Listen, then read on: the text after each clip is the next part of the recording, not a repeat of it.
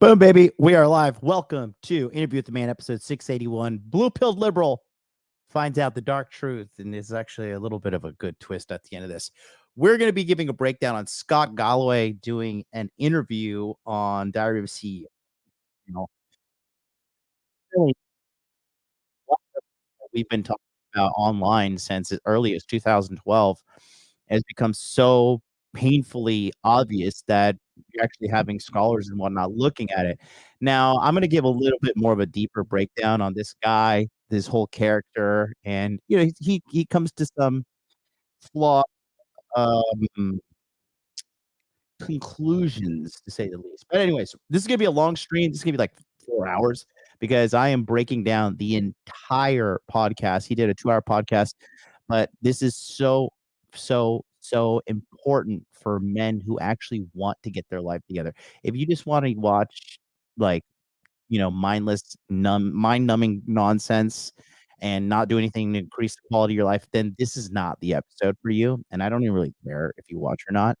But if you're a guy that actually wants to do the work, you actually want to live money, muscles, game frame, and you actually want to see the scientific applications of how this is literally being proven to be the best way for a man to live a happy, healthy, and sustainable life with growth included, this episode's for you. Be right back.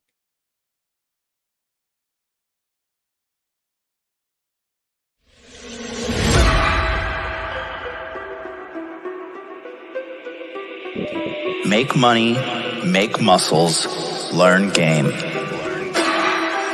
If you're listening to me, you're a hot dude. The hot dude life is not about your physical appearance. The hot dude life is a mentality.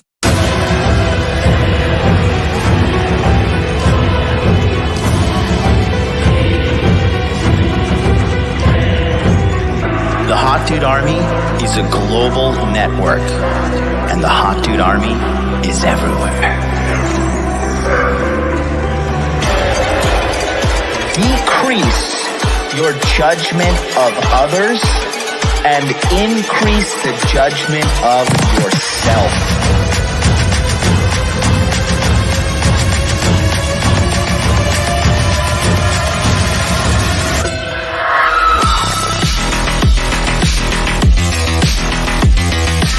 You belong to the streets, huh? 100%.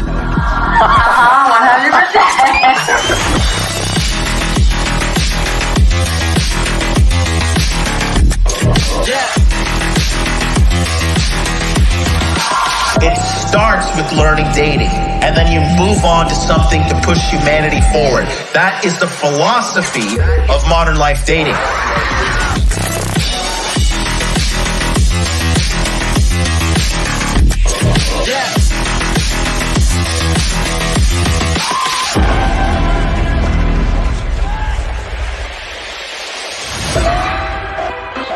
This is a textbook example of really good game.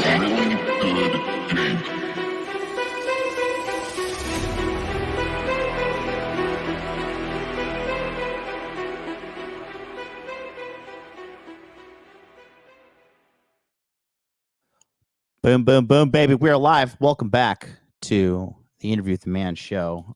Yesterday, we had quite the banger of a show with our good friend Paul from Apex Mindset coming on through.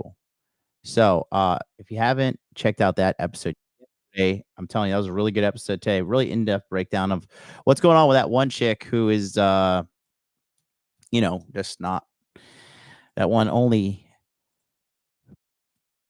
lonely fans, girl. Got to speak code here in the first 20 minutes because we're here on CensorTube. Anyways, yeah, we're gonna break this down today because this is a really good video. Yesterday's video was fire as well, but this one is super, super, super important. This is an hour 55. I'm gonna try to play it on 1.25 speed. This guy does speak a little bit slow, so maybe we can kind of power through this, but this just needs to be like intricately brought to the attention of people. By the way, guys, as you know, social media, they censor everybody. The algorithm is tricking everybody. It is a manipulation game that is not set up for you to win. So if you want to go ahead and get alerts beyond social media. Click on this to go ahead and get Telegram. Guys, do me a favor. Go to your Telegram. You guys got to get it together, man. You guys, I see you have like a million notifications going on. You have a million apps open. You have like a million things doing. And then you're like, why can't I get ahead in life? Life is about focus, okay? If you want to make this happen, stream alerts here. Go to this little link right here. It's in the chat. Click on that. Join our channel. It's free. We don't spam you. All we do is let you know when the channel is live. That's it. Okay. So also, we're going to be talking about a lot more things here on today's episode. But if you want to get monthly coaching, go to modernlifedating.com/monthly. Sign up for my monthly coaching program. We meet twice a month, and we have a Telegram chat as well in that community. Let's just get going. Here's the episode. This is gonna be wild, so let's just jump right in. And here we are. This is Diary of CEO. Yeah, it's funny watching these two guys talk about masculinity because well, you'll see. Let's continue here.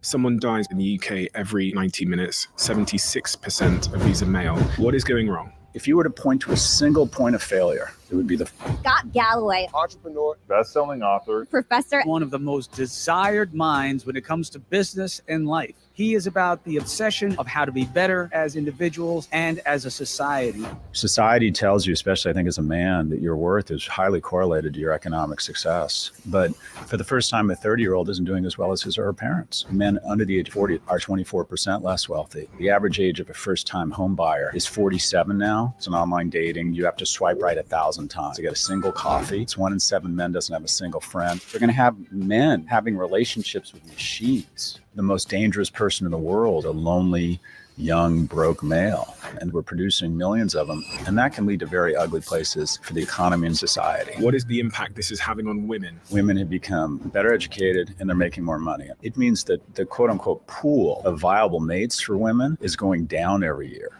And a lot of these men are finding role models online. Yeah. This is a real issue. That this is a group that's struggling. On the far right, people like Trump, a criminal, Putin, murderer. On the far left, as far as I can tell, their vision of masculinity is to... All right, so I didn't want to interrupt it too much, but you can kind of see his like left-wing liberal bias. And if you really break down why this whole societal collapse is happening, is because of these left-wing fucking lunatics. They're like, oh, why is society collapsing? I don't get it. Oh, because you've demonized half the population while telling the other half that being a woman that wants to stay at home and take care of her family and have, children and whatnot, that's oppressive. So we got to shove you in a cubicle too in order to divide, conquer you each, in a sense of taxation. Act more like a woman. I don't think that's right either. We need a new vision for modern masculinity. Do we need individual solutions or do we need societal solutions? My solutions are pretty straightforward. And this is the one I'm working through and will definitely get me in the most trouble.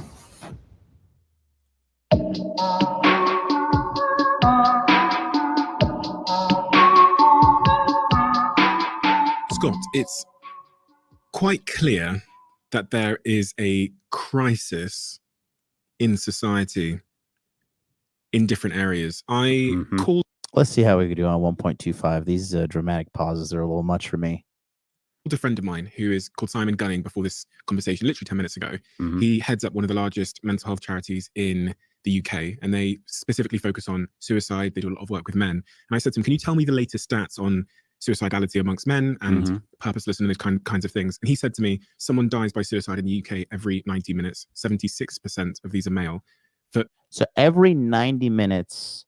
So that's like I said, those numbers alone are pretty alarming.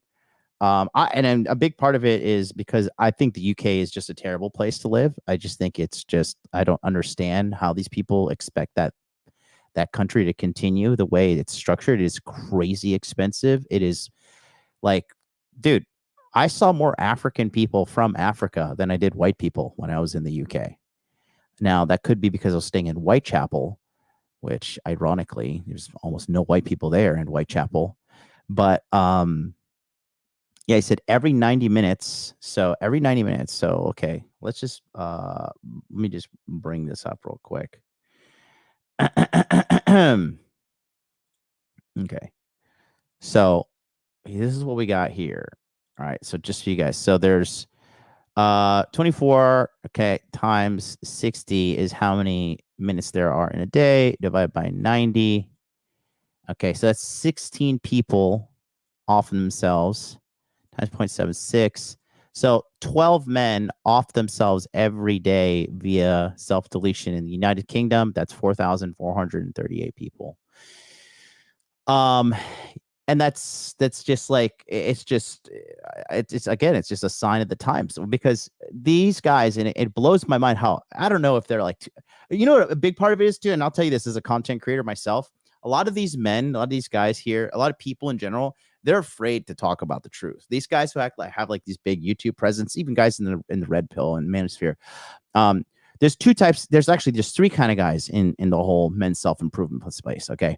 There's guys like me who actually have solutions, money, muscles, game frame. That's why you see people like Rolo jacking it on when he went off Valuetainment and pretend it was his. That's when you see people.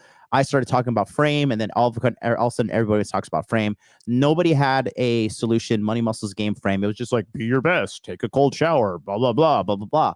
As soon as I came up with money, muscles, game, everybody copied it. Then I threw frame at the end, everybody copied it. Okay. So there's a few people with like original thought in this sphere. Donovan Sharp has one. His womanese thing is phenomenal, quite frankly. And then there's the second people who they look like they want to help, but they're really just in it for the money. Okay. And these are people who fight for views, fight for subscribership, and they like want view count, and they live and die by these vanity metrics. Right. And then the third part are the people who are just the copycats. They have no solution. There's some guy called Legion of Men. Okay. I'm pretty sure this guy copies me. I see a lot of people copying me. Tate's editing team too, like all of a sudden he's talking about the literal exact viral clip that I have that's blowing up on TikTok. If my TikTok is back up, intern, let me know what's going on here. And then also Instagram and also on YouTube, right? So there's three types of people who are on this whole sphere, but the majority of them, that they literally 2 out of 3 majority cannot produce solutions because they don't know the solutions. That's why they go black pill, right? And then another thing is this too, in this podcast, this one thing that really upset me was like, they do not hold the people who are rightfully the ones who should be held accountable. They don't hold them accountable for anything.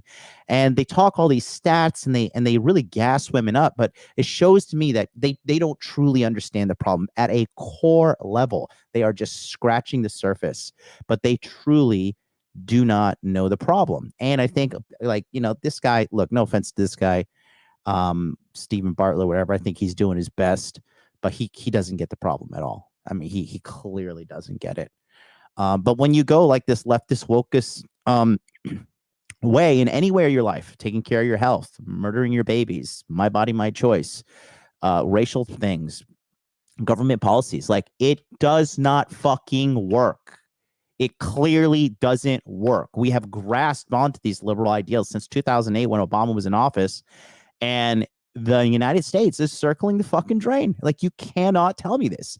With Elon Musk going to the border recently, 13,000 people are crossing the fucking border every single day illegally. And that is directly linked to Joe Biden's open border policy. Not even Obama did that. Bush didn't do that. Trump certainly didn't do that. So a lot of these guys, they just, like, I don't know.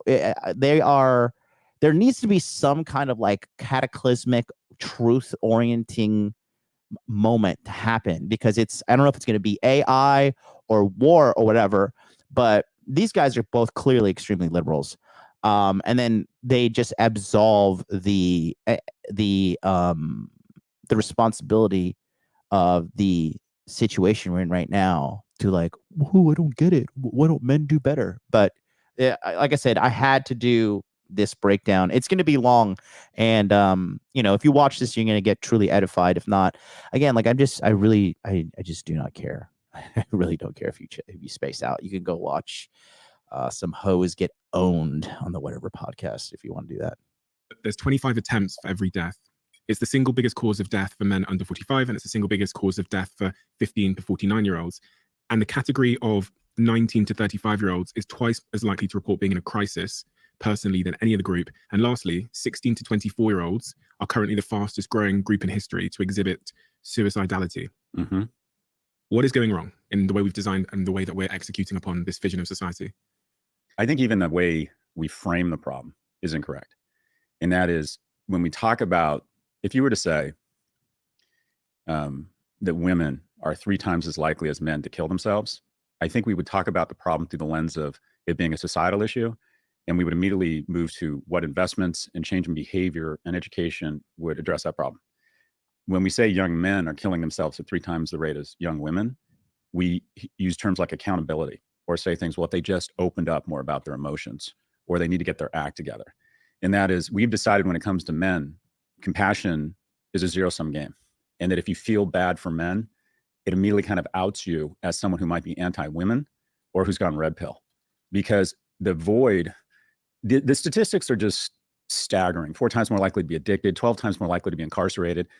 And because nobody was talking openly and honestly about those very real issues, that void created opportunity for what I think are some unproductive voices to fill that void and start speaking to these men. And naturally, a lot of people now have a gag reflex when they hear people talking about the problems around them. So the first is we need to frame the problem as this is a real issue that requires and deserves compassion and our sympathy. You know, it's not a zero-sum game. Civil rights didn't hurt white people. Gay marriage didn't in any way diminish heteronormative marriage. And so the first is to have a conversation that this is a group that's struggling, and to stop using terms like accountability and somehow blaming them for their own problems here. A 19-year-old male should not pay for the sins of his father or grandfather. Now, and my Yoda on this is Richard Reeves, but basically it comes down to kind of 3 things. The first is biological. Our prefrontal cortex does not mature as fast as a woman's. An 18-year-old woman from an executive function standpoint is like a 20-year-old male. So, or put another way, 2 seniors in high school applying to college, the woman is essentially competing against a 16-year-old. And that is her prefrontal cortex had that executive function that he has.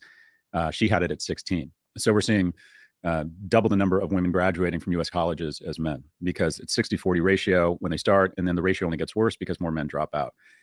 So let's just break that down again, because I say things like this are just they're not deeply inspected, and they're not translated into common terminology that is the truth. So let's talk about that. First of all, he talks about women being educated. Okay, now the top degrees that women go for in the United States of America, right? They are useless. Okay, the only one that they typically go for that is good is nursing, but they also go for education, like you know, being an educational teacher, like a fucking elementary school teacher. Okay, they get degrees in crap like fucking liberal arts. Okay, like liberal arts is literally just a fucking degree they make to financially extort you.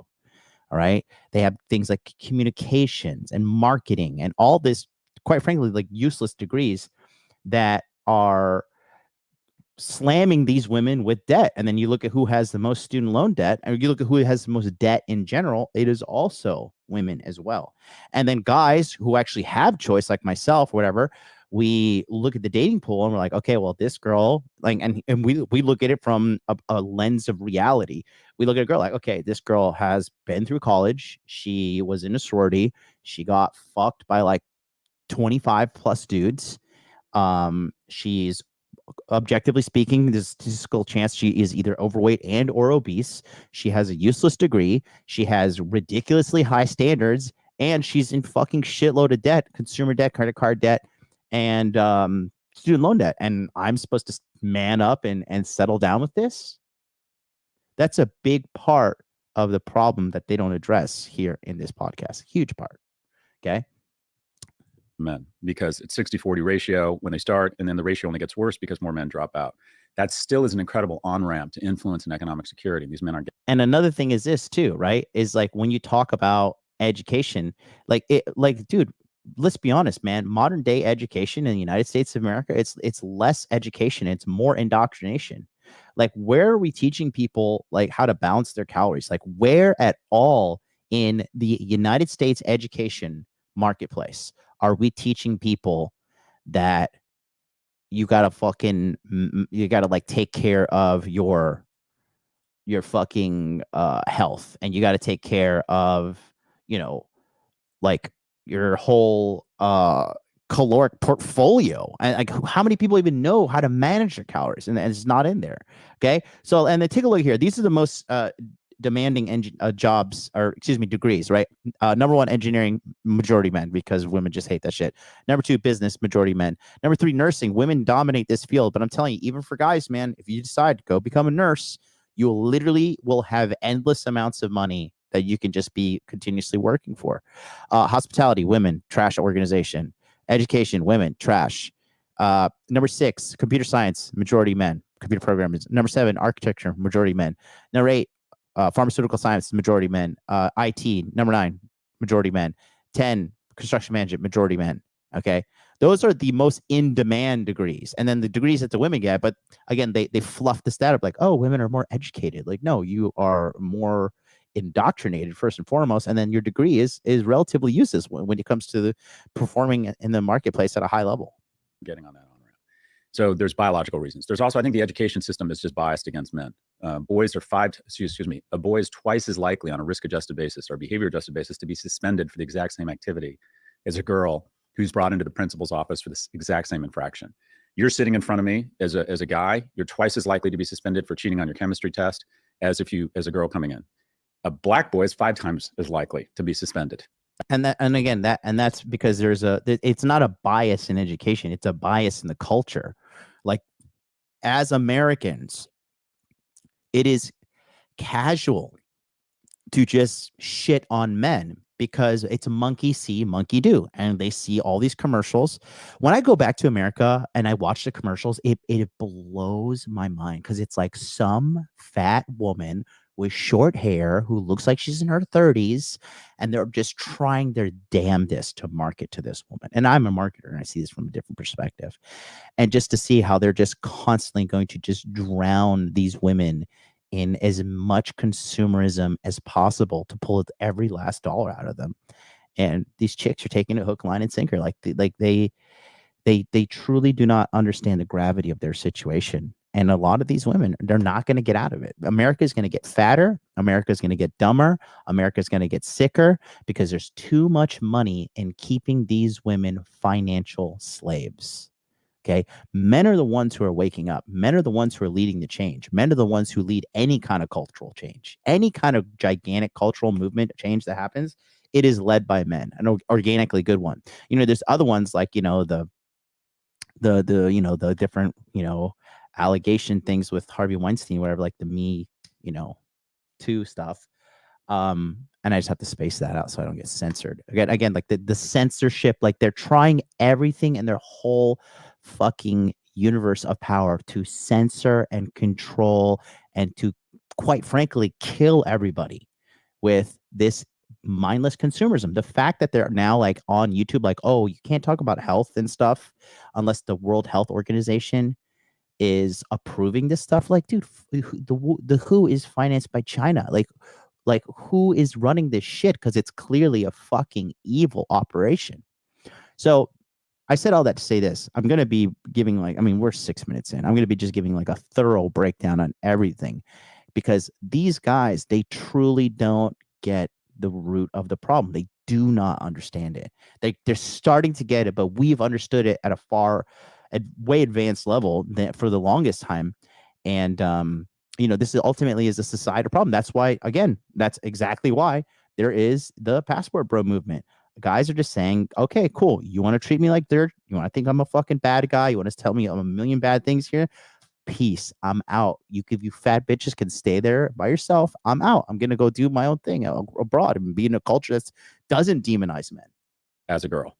So we have a real bias. Now, part of that is that 90% of primary school teachers are women. There are more female fighter pilots per capita than there are male kindergarten teachers. Men are not going into early stage education. And this is really important because you have an entire cohort of boys who grow up. If you were to point to a single point of failure where all of this starts, if you said, where did this young man come off the tracks? If you tried to identify one signal through all the noise. And then this, again, he doesn't put the accountability where it belongs. And here it is. Listen. It would be the following. When the boy no longer has a male role model. no longer has a male role model. Got it. And with incarceration, with male abandonment, and with a lack of teachers in primary. Okay, so this is what really fucking pisses me off right here. Okay, because he says like, he says incarceration, which is going to jail, and then male abandonment. Okay, listen, the majority of men are not abandoning their children. The majority of families in the United States of America are being destroyed by women, and it's an uncomfortable truth that a lot of people don't want to fucking accept. But when you're having 80% of all divorces being initiated by the woman, she is the one who is fundamentally saying, I give up on this family. And the majority of them don't remarry. The majority of them don't have a happily ever after. The majority of them continue the pattern of bad relationships. They are bad at relationships. But when you have no fault divorce in place, guess what? You can get a paycheck for destroying the family. You can literally financially enslave the man. So then you're like, imagine you're a boy, just turned 18. Now 18 to 24, you're like, okay, I'm going to go out there. I'm going to do the right thing. I'm going to try and do this. I'm going to try and do that. I'm trying to make good money and try to find a good wife. And you look at like the fucking wasteland of whores, fat whores on top of it. And then you're just like, no wonder these guys are getting depressed. Bro, when I'm in America, I get depressed. I look around, I'm like, yikes, fucking yikes. This is just like hell. This, if you can see with, if you want to get religious, if you want to see with spiritual eyes, or you can just see it is a fat, sick, mentally unstable, dystopian nightmare. Are some parts of America good? Yeah, but it's just like there's just so much shit wrong. And then if you look at all the policies and stuff, and again, it literally, all this stuff ties back to this fucking crazy liberal agenda. And these people have not made America better since being in control in 2008, starting with the Obama administration. Everybody will tell you America has been getting increasingly worse. We used to be the best fucking country in the world. Best people, best education, best military, best economy, best fucking, the golden standard for a lot of the world to copy.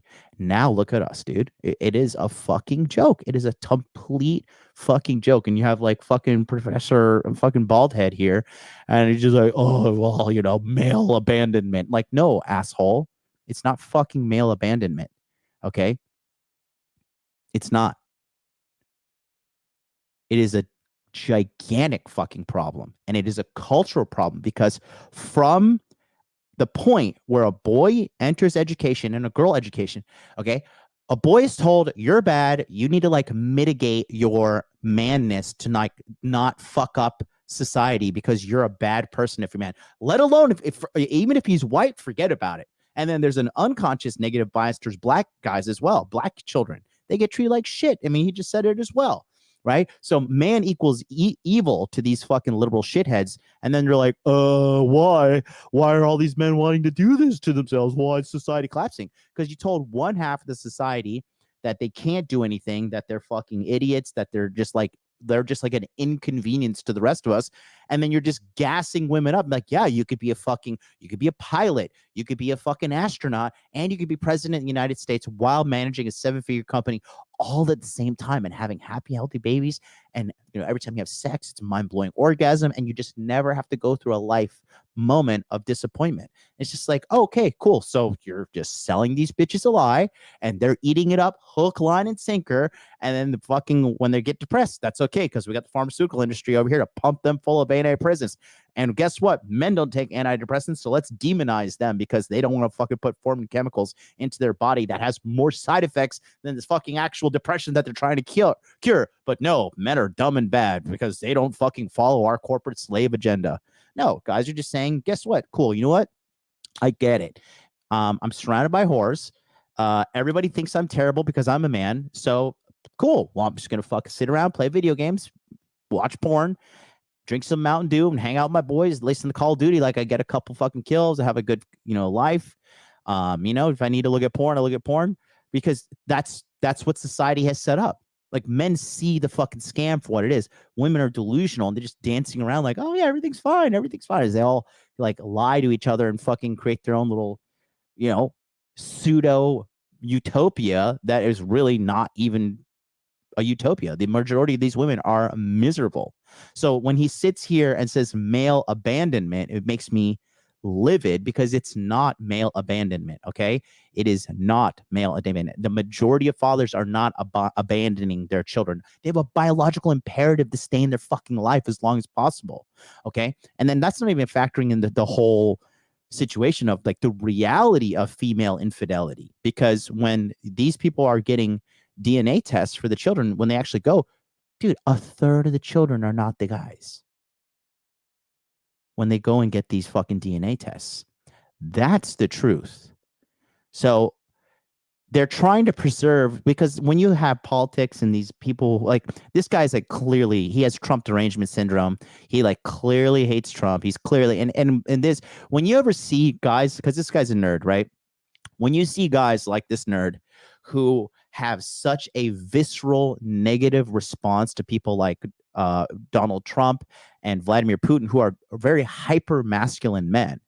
Okay, this is more of a representation of what's going on with him, and it's linked to self-hatred and not fully understanding the truth of being a man. He doesn't get it. So let's continue.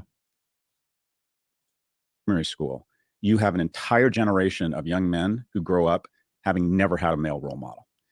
And so, and who kicked the male role model out of the house? Who is the one doing it, right? A lack of male role models, an education system that is biased against them. And then I think economic policies, whether it's the outsourcing of manufacturing jobs, the transfer of wealth from young to old people. And you think, well, the fact that someone over the age of 70 is 72% wealthier than they were 40 years ago, and someone under the age of 40 is 24% less wealthy, that affects men and women. I think it's especially hard on men because I think men are still. And again, when they talk about like, and here's some more data I'm just putting together real quick for you guys. When they talk about like, here it is, look how they demonize men here. Like, and like women are more educated. No, they're more indoctrinated with shitty fucking degrees.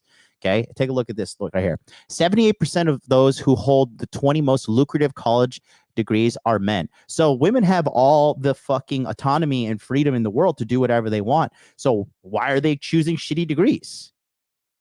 Okay, why are they choosing these awful degrees? Because you can't fucking stop biology, whether you want to talk. Women want to be around kids. They want to take care of children. That's why they love fucking being elementary school teachers.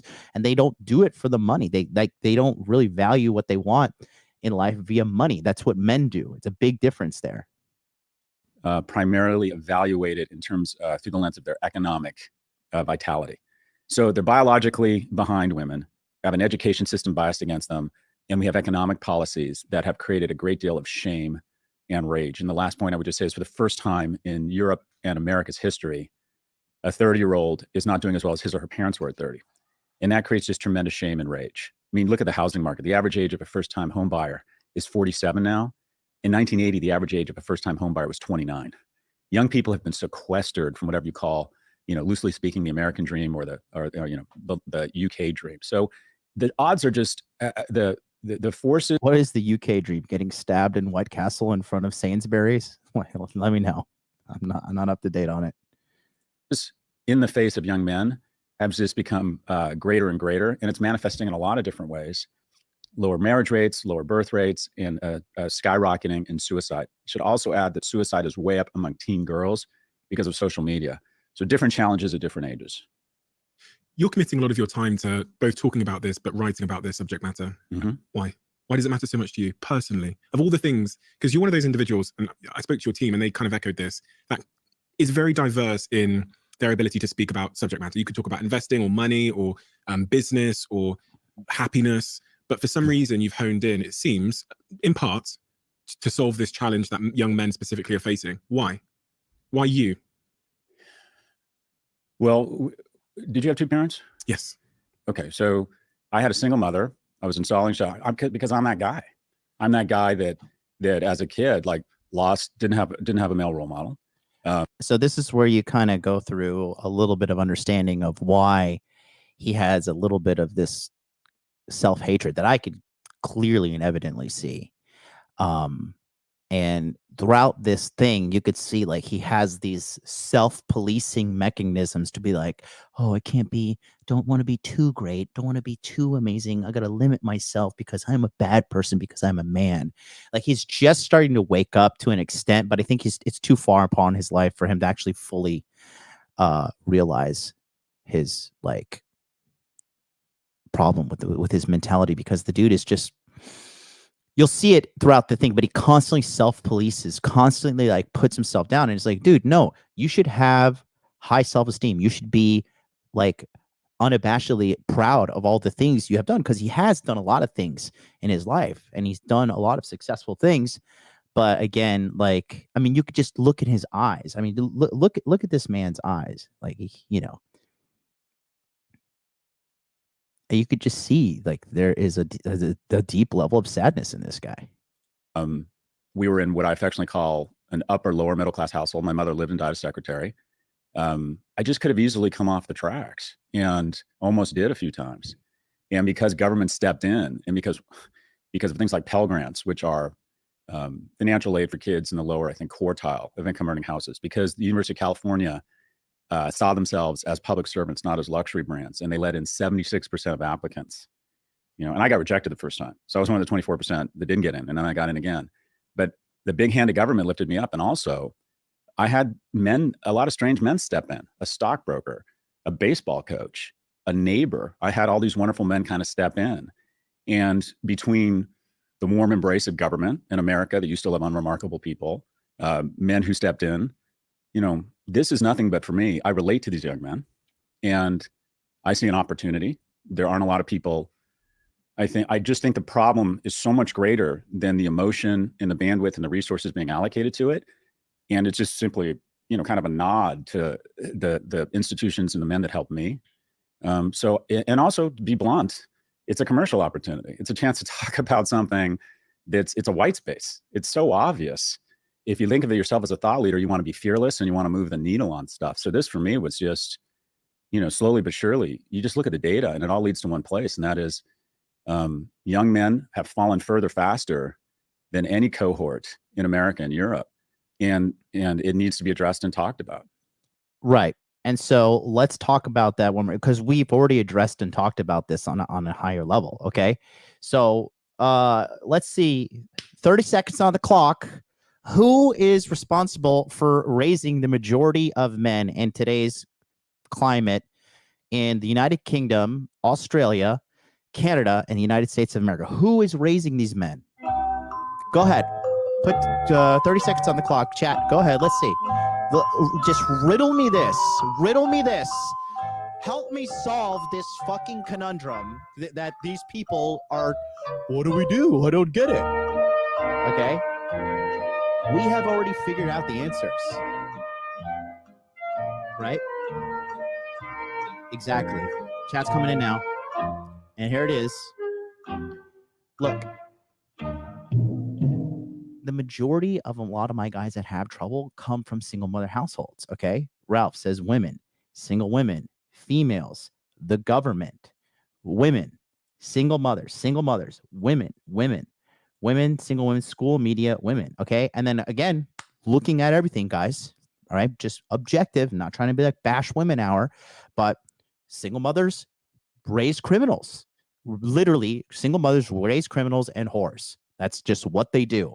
And it's just, this is all data. And then when you actually look at the opposite side, single father households, single father household children, although an extreme minority, are almost comparative to a two-parent household.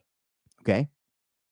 So when you have a divorce system that incentivizes women to destroy the family via divorce, okay, because this is bullshit when they say, like, you know, male abandonment stuff. Again, the majority of men are not out here fucking clotheslining women in the fucking fridge, in the kitchen, because the fridge isn't clean. Okay. You don't have like your average man, like hitting his wife with a fucking people's elbow from the top rope, slamming her through the kitchen table because the tuna casserole was a little off tonight. It just doesn't work like that. But a woman will be like, oh, you know what? I just don't like the way my husband chews like dinner. I needed to get a divorce.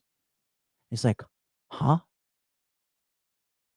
The number one reason cited for divorce is emotional differences. So you're going to base your entire reality on a fluctuating thing known as your emotions. And then you wonder why you're fucked up, your kids are fucked up, because you put a psychotic, crazy person at the helm of of running the family. I'm sorry, but women are not good leaders of the household. It is just an objective measure. And nobody wants to say it because they don't want to offend women because they'll fucking throw a temper tantrum, which is just a form of emotional manipulation. Anytime you get in a situation with somebody, right, and you try to hold them accountable and they emotionally start getting out of pocket and going wild and started to like make the situation not okay for the people around, where they get angry, they start crying, they start accusing you of putting them down or just not taking accountability. That's a woman doing that, and that is a form of emotional manipulation. It is toxic, and anybody who does that has severe mental problems, and if they do not do what needs to be done to fix that, they're only going to get worse with time and age going on, and they're going to further isolate themselves with people, even people in their close friends group, family group. They're going to start removing these people and saying, like, eventually, like, no, you're just too fucking crazy. And they're giving these crazy people the ability to raise children, and then they're like, oh, I don't get it. And then it's glorified in media and everything. Like, it's like, I watched the new Transformers Beast Wars the other day. And it's like, they're like trying to glorify like this single mother, like raising her kids in fucking Bronx and like, or some fucking hood area of New York. And it's just like, where has the motivation gone? Where has like me looking at TV and like motivating me? Like, where has the good heroes gone? And that was the 80s. That was when you had Arnold Schwarzenegger, Sylvester Stallone, Jean-Claude Van Damme. Okay, you want to go as far as back as talk about Patrick Swayze and Roadhouse, right? All of these like awesome masculine characters. Now we have Drake, who like sits around and cries about like how women hurt his feelings the whole time.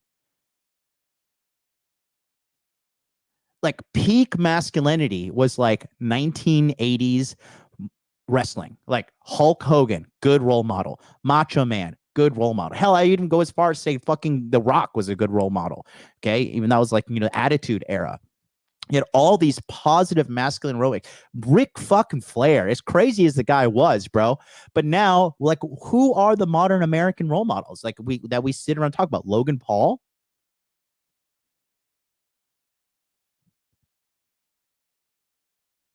Who? Mr. Beast? I mean, he's a nice guy. Don't get me wrong. He just blows shit up for a living and catches it on camera.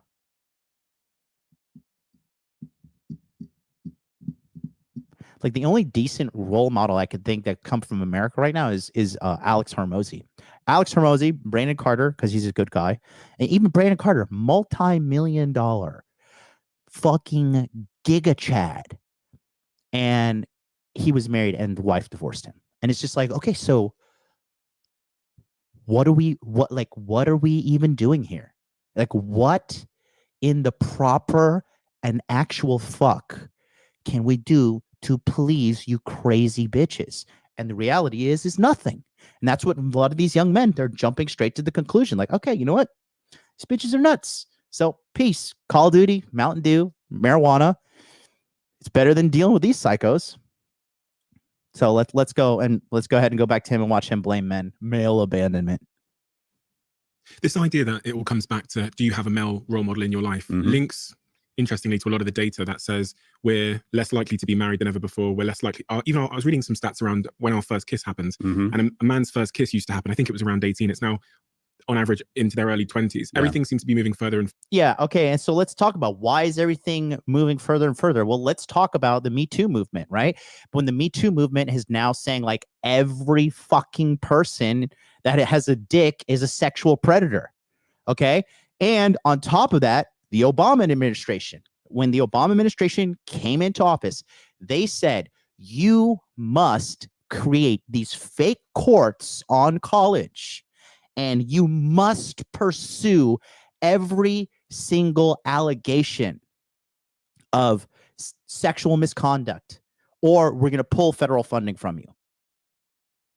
So you have every college in the United States of America now creating these fucking kangaroo courts to pursue and punish men. And these people don't even have fucking legal degrees. They're like just putting together this shit in order just to keep their money. So yeah, and then at one point there was some absurd stats going around like saying 3 out of 4 women are sexually assaulted on college campus. 75%. Are you telling me so that the American fucking parents are just so irresponsible? Like, oh, let's see, I have a daughter and there's a 75% chance she's going to get raped if she goes to university. Well, baby, just do your best not to get raped. You need that fucking education degree to go teach toddlers how to fucking know the color red and blue and then circle and square and triangle. Get out there and be someone. Don't get raped, honey. But no, Obama was black, so we got to vote for a black guy. Forget the policies. And now we have a Democrat back in office. And I'm not trying to make this political, but it is political. It is. And then now you have America circling the drain once again. Dude, I don't give a fuck what anybody says. Okay. When Trump was in office from 2017 to 2021, life was good. There was fucking cheap gas. People were making money. Fucking, I live in Japan. North Korea wasn't launching fucking nukes over my goddamn head when I'm sleeping here in Tokyo every night. Okay. Putin wasn't invading Ukraine. And guess who's sending all this infinite amount of billions of dollars to Ukraine? We all know which party that is, right? But meanwhile, you at home fucking starving, suffering, $9 a gallon gas. And then we're like, oh, we really just don't understand the plight of men. Oh, let's just keep voting Democrat. Oh, yeah, let's keep voting Democrat. Let's talk about the top fucking Democrat cities in the world. New York, a.k.a. go anywhere and get fucking stabbed. And then also flooded with immigrants now. Sanctuary city, solid. San Francisco, literally covered in shit. They have an app that tracks the shit in the street, and it's just everywhere. United States government in Southern California is handing out needles to fucking drug addicts to slow the HIV spreading. So we're just going to give them more needles to do their drugs in a safer way. Rents through the roof. Rents fucking crazy in San Francisco. Los Angeles is forget it too. It's all shitholes. Everybody started moving to Austin, Texas, and Texas, guess what? Now that liberal cancer is rotting away at the core of that fucking capital in Texas. But no, let's just keep voting Democrat. It's gotta change. Oh yeah, let's see. Philadelphia, Democrat controlled forever. Shithole. Detroit, Democrat controlled forever. Literally the heart of America was where Detroit was having all the automobiles processed and pumped out. Now, like, just fucking the wild, wild west of fucking, like, just a hood ass rundown abandoned city.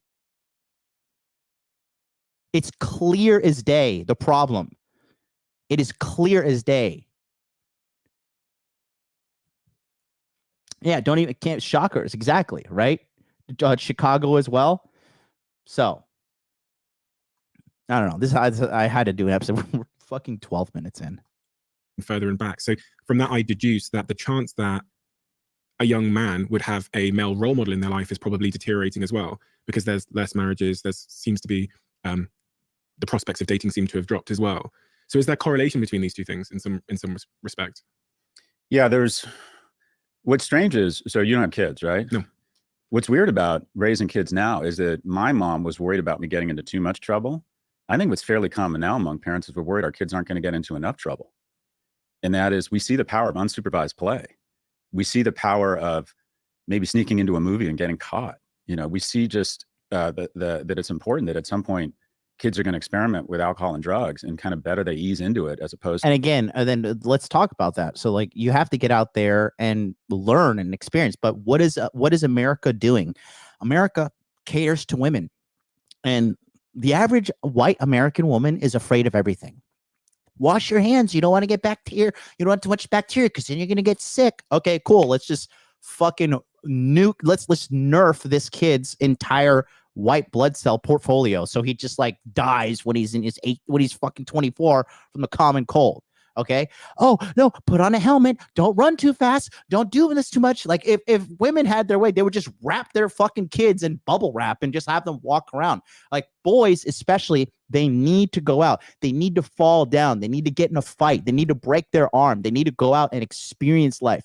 Life has to make you strong. Okay. Like a lot of people are like, oh, I don't want to work out too much because then, I'll damage myself and I won't be able to. No. You got to use it or you lose it. Right? If you're not lifting heavy weights, if you're not taking care of your body, you're going to eventually die from sarcopenia, which is age-related muscle loss. Everybody in the world who doesn't want to put on muscle is so fucking dumb. As you get older, you literally cannot put on muscle the same way you can as you are older. Okay. As when you're younger. And the less muscle you have on your body, the faster you die. I don't want to be too bulky. Okay, well, fucking have a good time dying before you're 70. Get out there and be someone. Oh, but you're okay being a big old fat fuck. But I don't want to be bulky. Oh, got it. We'd rather be a fat fuck than a bulky fuck. Got it. Cool. Well, slurp down that Slurpee. Eat your goddamn Chipotle. And I'll give a good speech at your funeral. Just to never do anything and then end up at college their freshman year and just can't handle the onslaught of it. So, I think that there's something about the concierge and bulldozer parenting where we use so many sanitary wipes on a kid's life that they don't develop their own immunities. 40% of Harvard's incoming freshman class are virgins. And I worry that, this is going to sound strange. We have too little teen pregnancy. What do I mean by that? Unplanned teen pregnancy is a bad thing.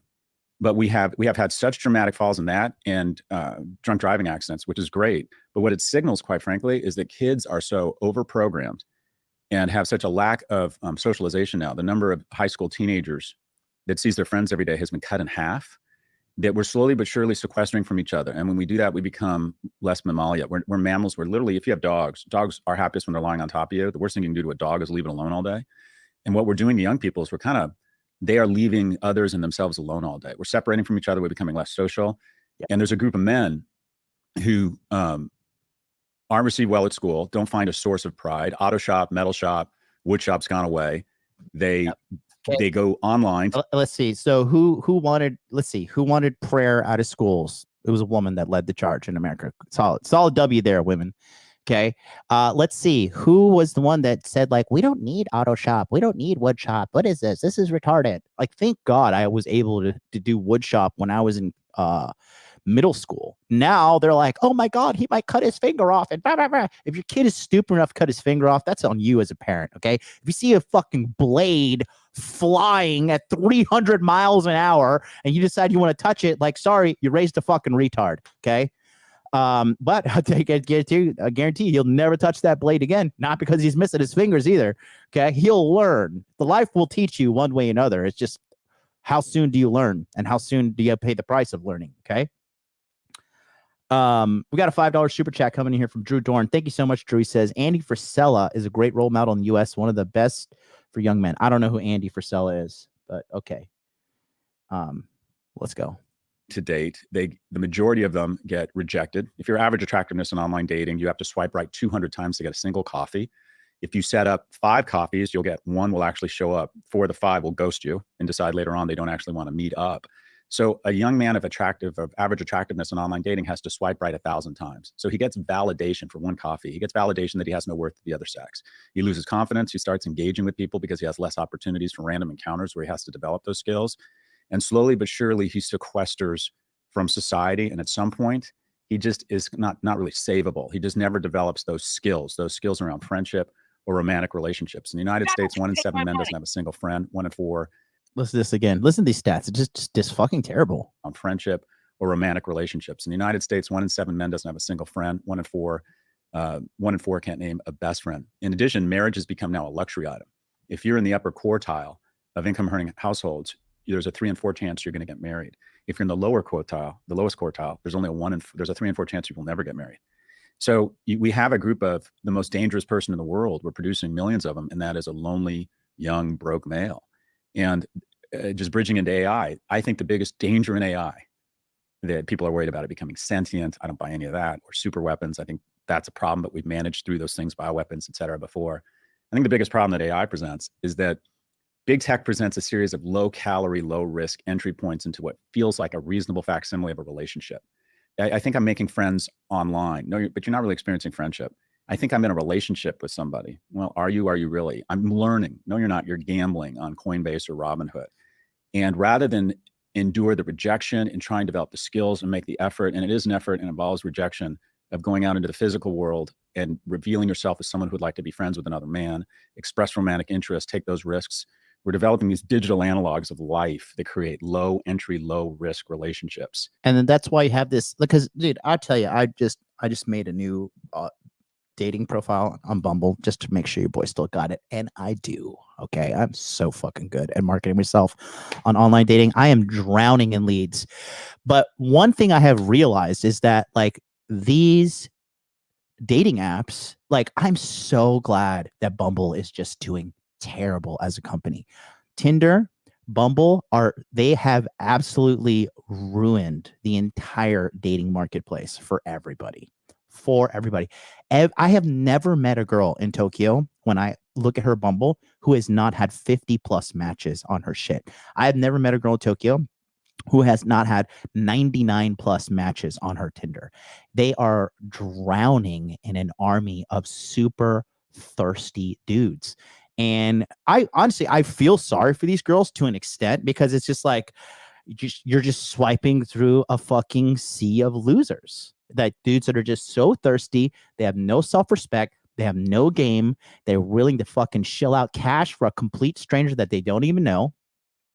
And it's just like when they look at dudes like me, when I have like an entry level conversation with them, they just automatically assume that I'm one of these fucking dorks that they deal with, because they're just like, well, I'm in a sea of dorks. And it's the same thing for me as a high value guy. When I meet a girl, I'm just like, okay, like what degree of whore is this girl? Like where on like the whore sliding scale is she? Like, has she sucked 10 dicks? Has she sucked 15 dicks? Is she 20 plus? Because that's what the average guy is dealing with. And that's why I tell you guys, you got to learn money muscles game frame. So when you do find a good woman, you can be like, wait a minute, she doesn't have all the symptoms of a whore.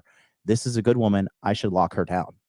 Okay. Because body count does matter. And there is an expiration date on all of us. And the more you do certain things, the more it's going to fuck you up. High body count fucks up men too. And a lot of guys in the red pill space don't want to say it because quite frankly, they don't know. They haven't done the research. They haven't read the papers. Okay. Straight up. None of them, because if they did, they would understand like high body count does affect men too. You do need an exit as a man. You can't just keep doing this shit for the rest of your life and think there's not going to be a fucking psychological repercussion from you engaging in all these short-term flings. And this is a small problem for a small amount of men, but these men are suffering too, right? Because the reality is the problem with what's going on in the entire world is there's just a lack of good women. That's just the bottom line. There is a lack of skinny women who are feminine, who have low body counts, and who want to actually work together with men and create something beautiful, which is a life together. That's the ultimate thing. Dude, I don't care what anybody says. When you find a good woman that you love and she loves you, and like it's like very evident that you love each other, and like there's no like, oh, well, she kind of does this, and I'm like, I don't know if she loves me, or she like kind of doesn't text me back. I'm not talking about that. You're dealing with a whore if you have those kind of fucking thoughts, okay? What I'm trying to tell you is like when a man finds a good woman, dude, it is a fucking beautiful thing. It is amazing. I love women. I have dated some amazing women in my life, and I am privileged to have experienced that, but I also did the fucking work. Okay. You think I just put this shit on the wall and kill myself in the gym and fucking count my calories and put my goddamn food on a fucking scale for YouTube likes and views? No, I'm living this shit. I'm living it. That's what I'm telling you guys. You're miserable. You're addicted to porn. You're going from fucking buy this course, don't see anything through. And then you're like, oh, I don't get it. My life is just terrible. I do a free show every fucking Friday since 2019 called Free Consultation Friday, where you can literally pick up the phone and called me and talked to a multi-million-dollar earning entrepreneur who has built himself from the ground up to the top 10% at bare minimum in money, muscles, game, and frame. No, I'm just going to go subscribe to OnlyFans, smoke some weed, and play Call of Duty and drink Mountain Dew. Okay, and then you wonder why your life sucks. Your life sucks because of you, man. And that's the thing. That's the beauty of this conversation right now that I can have with you as a man versus a woman. Because a woman would just freak out and be like, oh, I can't lose weight because of my thyroid or my fucking hormones. Meanwhile, you're shoveling food in your mouth at midnight and then you're like, oh, I don't get it. Why am I fat? We live in the most prosperous times in the fucking history of humanity, but nobody has a goddamn focus. So you're just flailing all over the place and you're like, ugh. You're buying a million things. You got like 10 million subscriptions to 10 million things that are pulling money out of your bank account. You're fucking chasing whores. You're not understanding how to right way to go ahead and seduce women so they come to you. So you're not fucking sitting there in just like perpetual state of wasting money, calories in your life. And then you're like, I don't get it. I'm depressed. What's going on?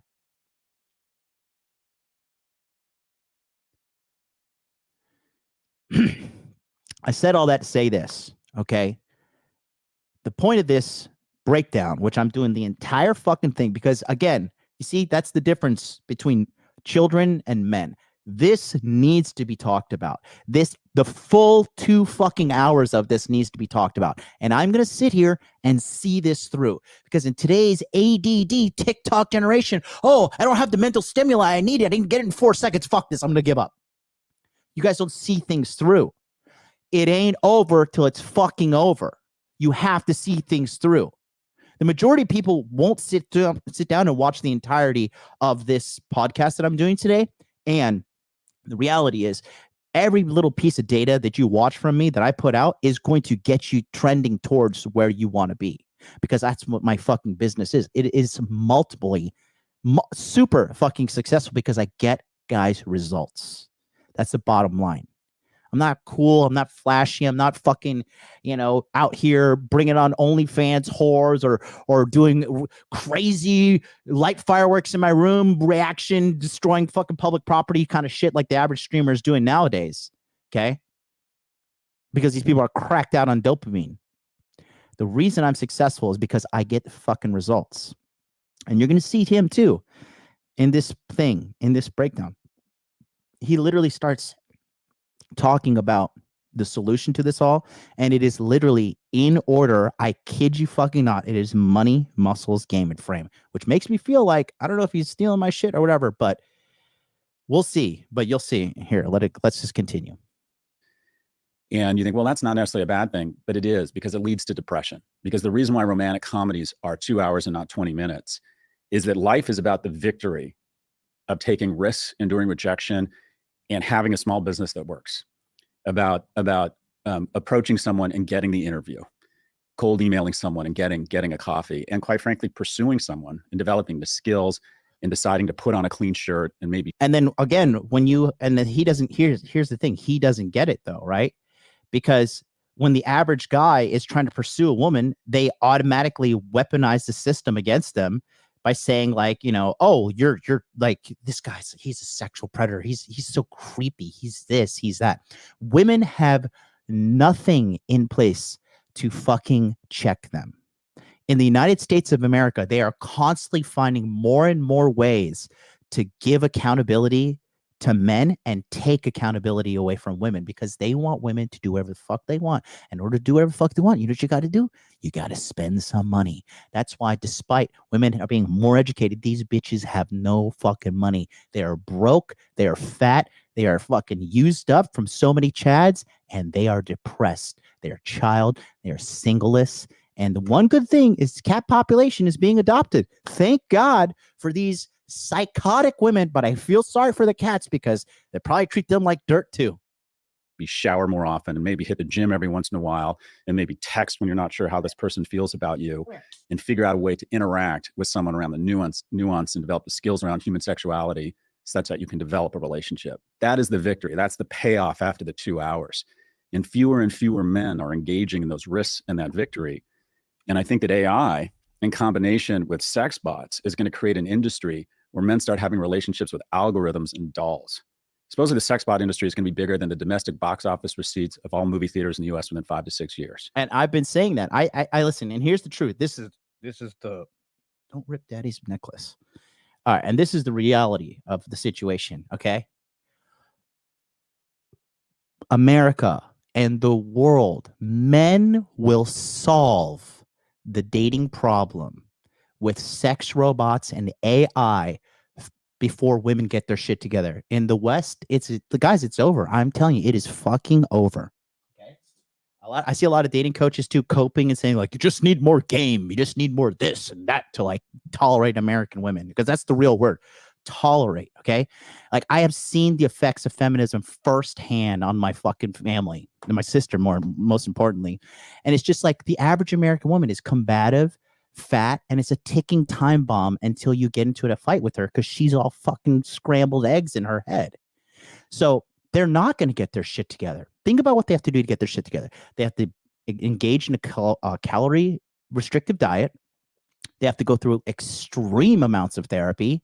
They need to go through so much fucking problem solving. How can I say this? Like, they need to go through so much like trauma healing and like resolving what's going on in their brain from all the fucking trauma they've had, from all the dick that they had, because they've been told since they're 18, oh, get out there. It's empowering to go get used and abused by a bunch of different men. You're empowered. And then when they finally like, get mentally stable enough to realize like, okay, I shouldn't do that. Now they have like nothing but a database of trauma to reference back onto like how they should choose their next dating partner. A lot of these women just throw their hands up like, I'm just paralyzed in fear. I don't know what to do. Okay. It's not looking good. Like the prognosis for women is terrible because nobody wants to tell them the fucking truth. But as soon as men have a problem, we got to tell men every certain way, every which way as to why if the problem is them. It's always going to be them. And even when we fix the problem, they're still going to have to mitigate themselves for the rest of their lives, because as men, they're just broken individuals. Like, the Western culture says, because you are a man, therefore you are a defunct member of society. It's like, no, cocksucker. I'm a man. I built and uphold society across the fucking globe. We have built it and upheld it to such a level of safety that you literally think we don't need men around to do it. That's the level of delusion and fucking retardation that is in the average mind of the average woman living in the Western world. Period. Anyways, let's go back to this. I got to donate blood today because I have fucking high blood pressure. So we're going to have men having relationships with machines and dolls as opposed to other humans. And I think it's just. And I was saying it too. I was watching some reruns on the fucking of the Fresh and Fit show, right? When I was there. And by the way, smash like, guys. We have like 200 plus people here, and there's like no likes. This is literally just what you have to do. Just click like. It's the easiest metric to get this video out to other men as well. Okay. And it stops ads and all that stuff. Like, I need you guys to smash the like button right now. Like, don't make me fucking go full Jeopardy and wait 30 seconds for the likes to go up. All right. I need those likes to be at 150. They're 85 right now. Get them up to 150. If you're watching on replay, make like 17 different accounts and don't click like, because maybe that's TOS. I can't say that. But anyways, here on the Censor Tube, we love Jewish people and the transgender community. So don't ban me. Anyways, yeah, go ahead and smash like, please. Let's get those likes up. So, okay, sorry. Let me just see. He was making a point that I was gonna creates as opposed to other humans, and I think it creates a level of depression.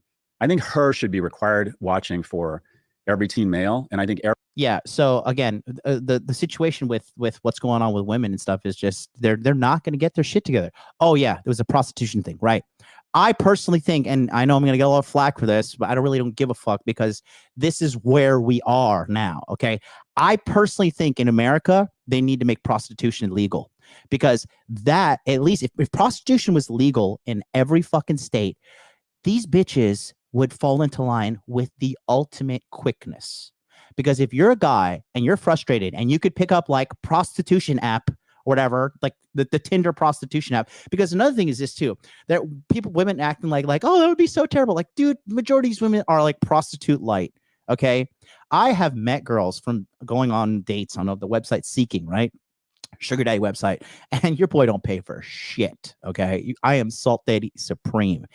But the amount of girls that would sell themselves, like literally these girls sit down from you and be like, up and take my money. Like $2,000 a month, you can fuck me as many times as you want. And it's like, okay, so we already are living in prostitute society. Just legalize it. 1, it will stimulate the fuck out of the economy. 2, all these women who think they have power over men, the OnlyFans is just digital prostitution. If we legalize that shit, it will bring balance back to the force. First of all, those brothels will be fucking sold out consecutively for like literally a year straight minimum. Those things would be completely sold out. Another thing too, all these whores, hey, monetize your whoredom. Help make America great again. Get out there, spread your legs, okay? Because that too will stop the thirst, because the thirst is the number one problem fucking every single thing up in the United States of America. It is male thirst. It is not women. Women are only being whores because they've been told to, but women are only being whores because there's a response to it. There's dudes are thirsty. We are at an all-time high of thirst in the United States of America, in the world, quite frankly, in the fucking world. Dudes texting back immediately. Let's meet up. Let's link. Where are you? Come over. I just need some pussy. I'm just so pathetic. I have seen it. I have picked up girls' phones and pretended to be girls and messaged guys just to see the psychology of the average fucking Homo sapien out there. And it's bad. It's bad. I'm like, I understand why these women don't respect the average dude. Okay. But it's just male fucking thirst is literally the number one cause of all of this shit. But if you legalize prostitution, you're going to satiate that thirst. And then women will start acting right. They absolutely will. And, you know, that's just the point where we are right now in society.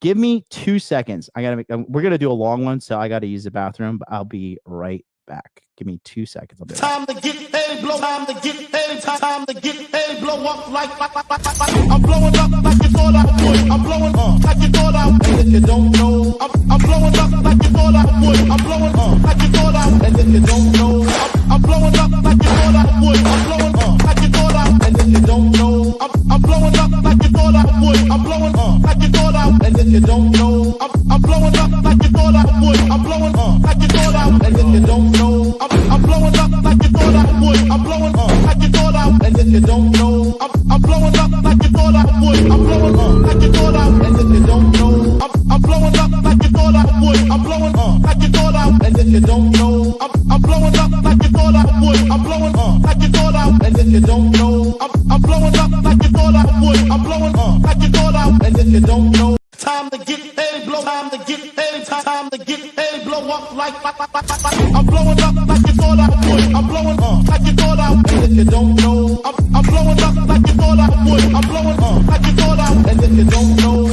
I'm blowing up like you thought I would. I'm blowing up like you thought I would. And if you don't know, I'm blowing up like you thought I would. I'm blowing up like you thought I would. And if you don't know, I'm blowing up like you thought I would. I'm blowing up like you thought I would. And if you don't know, I'm blowing up like you thought I would. I'm blowing up like you thought I would. And if you don't know, I'm blowing up like you thought I would. I'm blowing up like you thought I would. And if you don't know, I'm blowing up like you thought I would. I'm blowing up like you thought I would. And if you don't know, I'm blowing up like you thought I would. I'm blowing up like you thought I would. And if you don't know, I'm blowing up like you thought I would. I'm blowing up like you thought I would. And if you don't know, time to get paid, blow. Time to get paid. Time to get paid, blow up like I'm blowing up like you thought I would. I'm blowing up like you thought I would. And if you don't know, I'm blowing up like you thought I would. I'm blowing up like you thought I would. And if you don't know, I'm blowing up like you thought I would. I'm blowing up like you thought I would. And if you don't know, I'm blowing up like you thought I would. I'm blowing up like you thought I would. And if you don't know, I'm blowing up like you thought I would. I'm blowing up like you thought I would. And if you don't know, I'm blowing up like you thought I would.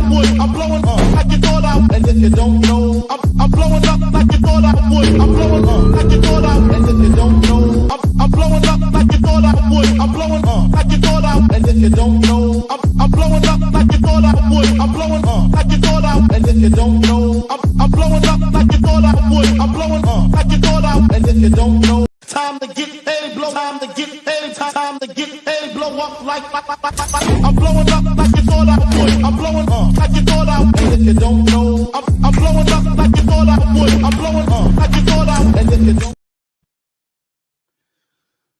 All right. Thanks for waiting. Big fan of how like a large percentage of the audience just can't even wait 2 minutes and just drop off. It's funny. It's funny. Anyways, let's continue. And look, I know like this message may be coming off as like negative or whatever, but let me just tell you something, okay? So you got to frame this in the right way. I literally do not have to worry about my financial security for the rest of my life because there's just I'm outnumbered by losers. Like I text people back on time. I have a fucking rigid schedule that I abide by. I am a fucking great person. I'm constantly working on myself. I'm constantly working on my money, muscles, game, and frame. I'm constantly trying to evolve and become a better person. And the average person is just, I mean, the average person to say they were average would be a compliment, but they're not even average. Average is like not fat, okay? Because the average person is fat, but used to be not fat, make like $40,000 a year. Dude, if you do that alone, not fat, make $40,000 a year, like you're literally in like fucking the top fucking 30-40% of all Americans. That alone. Okay. Anyways, let's go back to this. It's ripe for the taking for you guys out there. For the few savages of you that are out there, like you have no competition. Just run these fuckers over, bro. Run them right the fuck over. And if you want a savage coach, you want to come learn from me, holler at your boy. I will make you even more savage.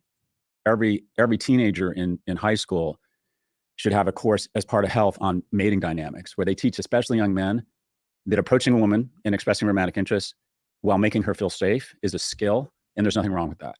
And that it's called game. End game, a relationship, a partner, a romantic partner is one of the keys to a happy life.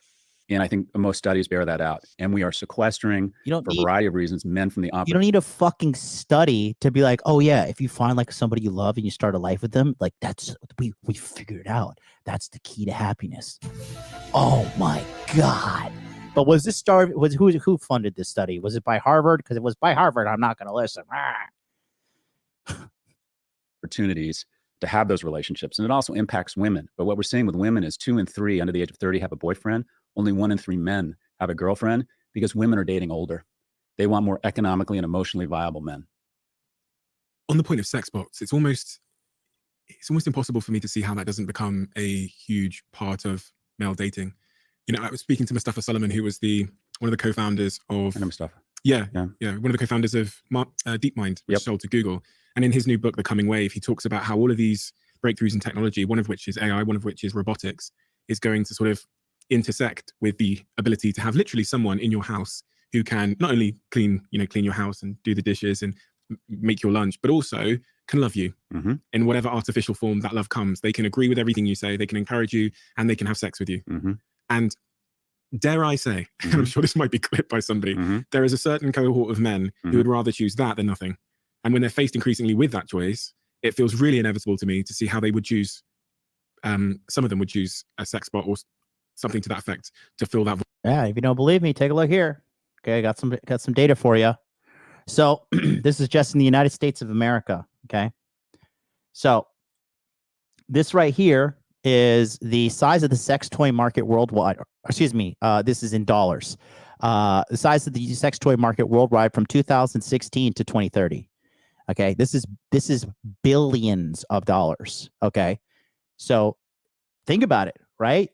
Okay, so let's just say you're in a position where you're just like a dude that you get pussy and you're like, I don't get it. Why do people not get pussy? Start selling sex toys. Start make sex dolls. Like look at this. This is $80 billion. Okay, if you got 1% of that, you're fucking set for life. Literally set for life.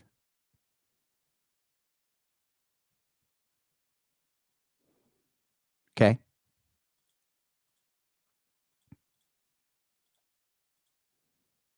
Void. We can all relate to that. We all make that type of decision in different increments. A lot of times it's easier to say, I'm just going to stay home and watch Netflix and take an edible and order in and maybe watch porn instead of go out and engage in the expense, the emotional trauma, the effort, the skills I have to provide to try and establish something resembling a real world relationship. Yep. And rejection is enormously painful. And, you know, I think teaching young people rejection, and my son didn't make the football team last week, and he's 13 years old. And it was a big deal. He was really upset. He thought this was the way he integrated into the UK. He loves football, tried out. Tryouts are going really well. Came home, threw his bag down, tears, didn't make the football team.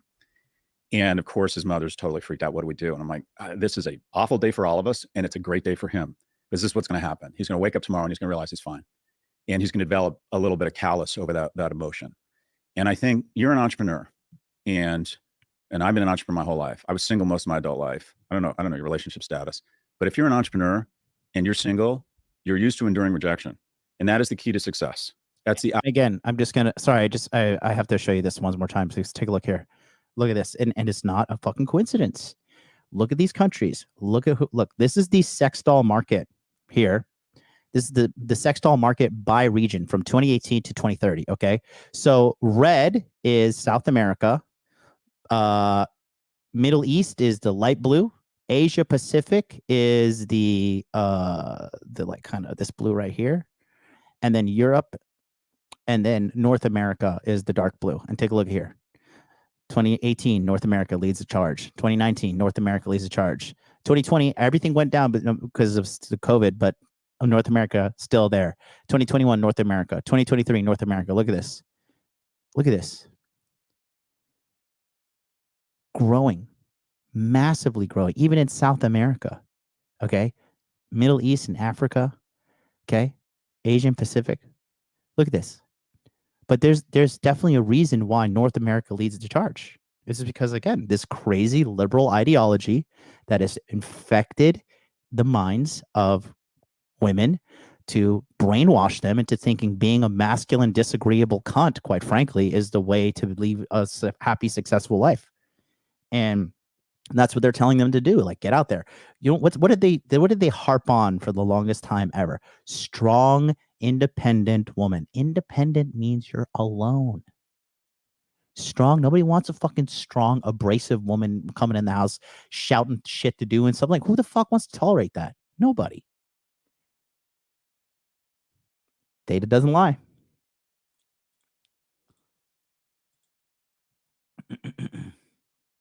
absolute key, because the only thing you know that has happened in someone who's very successful professionally and personally is they have developed the skills to endure rejection.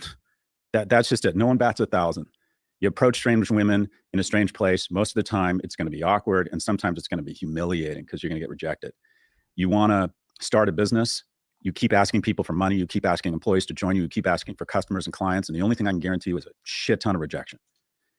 The ability to endure that rejection is absolutely the key to success. More so than talent, more so than I wouldn't say hard work. I'd say grit is right up there. But your ability to endure rejection is you know, if you want to punch. Endure, my brothers. Again, when I talk about game, you have to understand, you know what the realest of the real dudes tell you? And this comes from dudes who actually know the game. Rejection is the game. Tolerating rejection is the dating game. Bro, even me, I'm the fucking man, and the majority of bitches reject me. Okay? Because that's any guy. Unless you're a celebrity, like, and I'm talking like Leonardo DiCaprio, fucking Brad Pitt, you know, like creme de la creme celebrities. What's his name? Phil Davis or Pete Davis? Pete Davis. Guys like that. Those dudes, they bat 100.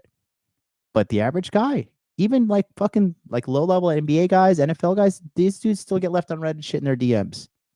Above your weight class economically or romantically, then get out a spoon and get ready to eat shit. That is a prerequisite to that kind of success. And technology is enabling people to say, well, why subject yourself to that risk? You can engage in something that feels sort of similar. This Ryan Dressfield, no, you're wrong. He says 2020 went down because they were getting it at home. No, because international shipping was slowed down during the pandemic because the majority of all material comes from China, sir. Without any risk at all. And over the long term, it's just such a bad trade. I mean, you were talking about porn. Porn is the largest unsupervised experiment on young men that we've ever had. And porn is absolutely terrible. If you're watching pornography, you're just killing yourself. You are literally killing your soul as a man. And honestly, from man to man, it's fucking pathetic. Okay. You know, I love you guys. I appreciate you all for being here watching, but somebody needs to be the big brother in your life. If you're sitting there watching porn on a daily basis or a frequency, you have to understand that you're robbing yourself of everything you can do for yourself as a man. Porn is so fucking detrimental to you. It is absolutely destructive. It's interesting. I just started mentioning porn being bad and we lost like 25 fucking viewers. That's very interesting. But yeah, porn is absolutely devastating for you. And if you have a porn addiction problem, you are destroying yourself psychologically. You're destroying yourself physiologically by beating your fucking dick too much. It's like your hand is a calloused thing. It's supposed to be inside a warm, wet, moist vagina, which like doesn't get you any kind of fucking damage to your penis tissue. But when you're jerking off, you fuck yourself up psychologically, you fuck yourself up physically, and you have to deal with the shame of knowing you're just a weirdo addicted to fucking pornography. It's sick. It's sick, and you need to stop it. And there's no ands, ifs, or buts about it. It's bad for you. In every sense of the world, in the word, it is bad for you.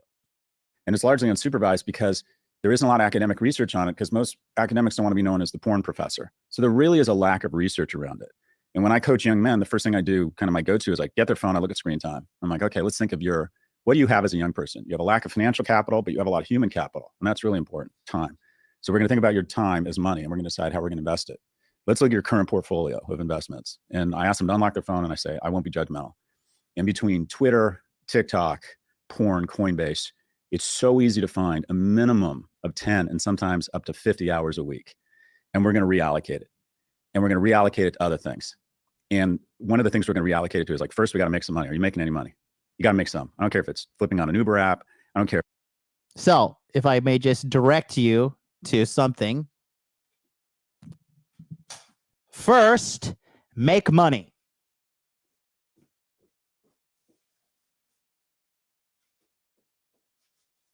Here. Money. Okay. First thing he says, make money. Let's continue. About to bust a fucking blood vessel over here. Jesus. If it's becoming an Instacart, a Dasher, the best way to make a lot of money is to start making a little bit because you start developing the skills and the hunger for more money, right? The second is we're going to take some time and we're going to try and invest in organizations or activities that put us in the company of random strangers, not just potential romantic interests, but friends, mentors. That's super, that's super important. And one of the keys to developing what I'll call the mojo to take those risks around romantic relationships is to moderate your consumption of porn. Again, now he's talking about game, getting out there, talking to women. Okay. Day game is the last bastion of real men where the most untapped leads exist. Because if you are going to find a decent quality woman, she's not on a dating app. Okay. The majority of women on dating apps are used up, mentally unstable psychopaths. Who are, dude, I have been swiping in Tokyo since 2017, right? And I continue to see the same portfolio of certain women who are still on the app. Think about that. That is going on 6 years now. 6 years on the fucking dating app. How much dick is that? How much dick is just getting crammed through her? Think about that. Okay. Game, getting out there, talking to women, being a man, and you rob yourself of your masculine drive of sexual pursuit when you're sitting there beating your dick like a fucking 13-year-old. And you know the shame and patheticness you feel when you're cleaning yourself up and it's disgusting. You know what you're doing. And you know you hate doing it. It's an addiction. You got to stop it. One of the only reasons I graduated from UCLA was because one of my motivations for going to class was not only that I wanted to learn, not only that I needed to learn to graduate, I was a terrible student, but the prospect of potentially meeting a woman who I could take to one of my fraternity parties or that ultimately might be interested in me romantically and sexually. And if I'd had the access to porn that young men have now, I'm not sure that mojo would have been as great to get out of the house as often. So just to tell young men not to engage in porn, I think is sort of ridiculous. But look at it analytically and think, okay, it's not ridiculous. Okay. It's not. You see, you're setting the bar too low. You think the average man is just a fucking moron. Okay. But the reality is you need to have some self-respect. You need to have some dignity. Stop telling people it's hard to do. Okay. It's not hard to do. You just don't fucking do it. You don't do it. It's called discipline. Yeah, you'll slip up a few times at the beginning, but stop it. Stay focused. Channel that energy into the gym. Channel that energy into anything else other than watching a screen and beating your dick because you're too pathetic to go out and talk to a real woman. And that's the reality. And it sounds harsh, but someone's got to give the fucking truth. And the truth is not pretty. It is a dark truth. And you're ruining your lives with pornography. You are ruining your fucking life. okay, would you be more inclined to get out of the house, take those risks, engage in the victory, engage in what it is to be a man and be a mammal, if you had reallocated some capital and ensured that that fire was still there? So modulating porn and more generally spending less time online. Every digital version of your life is a shittier vision of the analog version that could happen. But everyone said, I'd rather have shitty kind of okay TV that's just mind numbing as opposed to putting in the effort to do something great. But I think it's more than just porn. I think it's all of it. Why leave the house? Why endure that sort of rejection, effort, expense? It's not just so expensive to go out, right? So, but I think porn is one of those things that young men need to modulate and find, such that they get their mojo. This all has knock-on effects for women. And I think the data is also suggesting that the crisis amongst men is causing, in many situations, a crisis for women as well. Because we both, men and women exist in an ecosystem that needs to be somewhat balanced. So I'd like to talk about the impact this is having on women. One of the things I found interesting, it's actually because of a young woman came up to me in a bookshop. I was just there looking for my own book, as you do, just because it just come out. And she said something to me that a lot of women that have approached me or DM'd me have said quite frequently, which is she's over the age of 30 now. She's committed much So the milk is sour. of her life to her career. She's single. She's tried dating. She's committed the majority of her life towards her career. Well, then, okay, congratulations. Then that's what you have. You have a career. If you want a relationship, you need to allocate effort points and allocate time and resources to getting a fucking relationship. Dating apps, and she doesn't enjoy it. And part of me started to think about the fact she might be caught in a sort of generational gap where they used to meet in person, but now the generation below her meet online. And she concluded what she was saying to me with the fact that she believes, or she's starting to believe, that maybe there's something wrong with her. Because she's Probably over the age is. of 30, she's single, she can't find a partner. She told me she's never had a boyfriend. She's killing it in her career. And she was in that bookshop looking for advice from a book. And I feel compelled, because I know she listens to this podcast, to ask as many people as I can the question to find an answer for her, because there's someone very close to me in my life who I literally texted when I left the bookshop and I said, I've just met you in the bookshop. Every sentence that woman said to me in the bookshop is the exact word for word, even like I've tried going to the gym and that's not working, is the same as a close friend in my life, one of my best friends, has said to me as well. And there's not just one in my personal life, there's 3 or 4.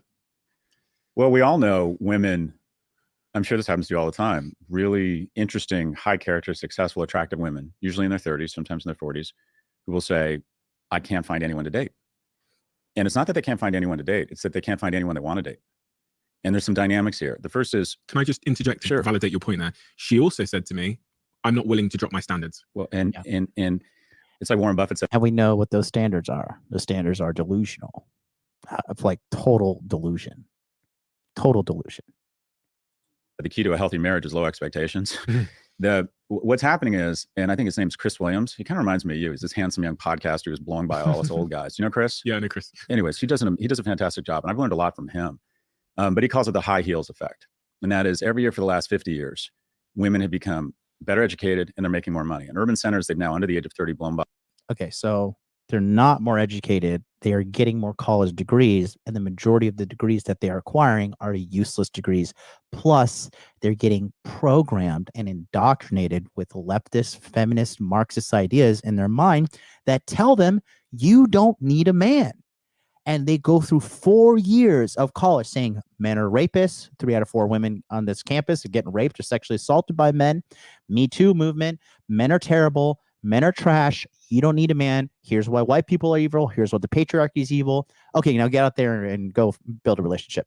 They're now making more money. More single women in the U.S. own houses than single men. They're getting taller every year. And the reason he uses height is that 50% of women say they won't date a guy shorter than them. It's probably more like 80%. And even if they're not cognizant of it. Are brothels legal in Japan? Yes. Prostitution is 100% legal in Japan.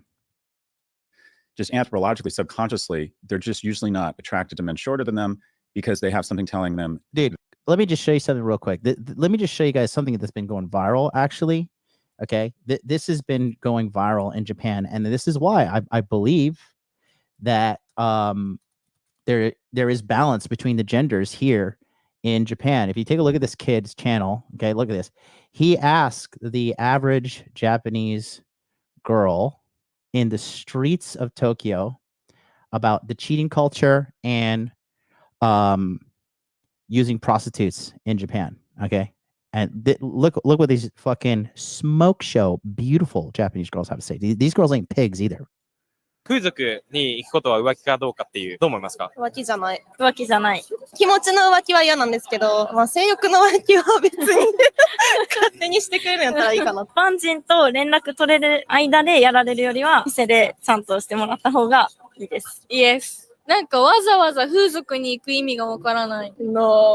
秘密にしてたらあれだけど、まあ情に恋とかしなければいいじゃん。浮気ではない。隠さなければ浮気じゃない。浮気するなら風俗に行けって言ったことあります。金払えばいいよって言ったことあります。新しいね、出会いじゃなくて、お金払って言ってるなら別にいいから。納得できる理由だったら浮気とは思わないかも。例えば、どういう付き合い？例えば上司とかの。怒るけど、言ってもまだ許せる。風俗なら。なんか日本ならではのなんか文化じゃないけど、やっぱり有名じゃないですか。風俗とかっていうのが。そういう意味では、日本ならではで、そう。風俗に行くことは浮気かどうかっていう、どう思いますか？浮気じゃない。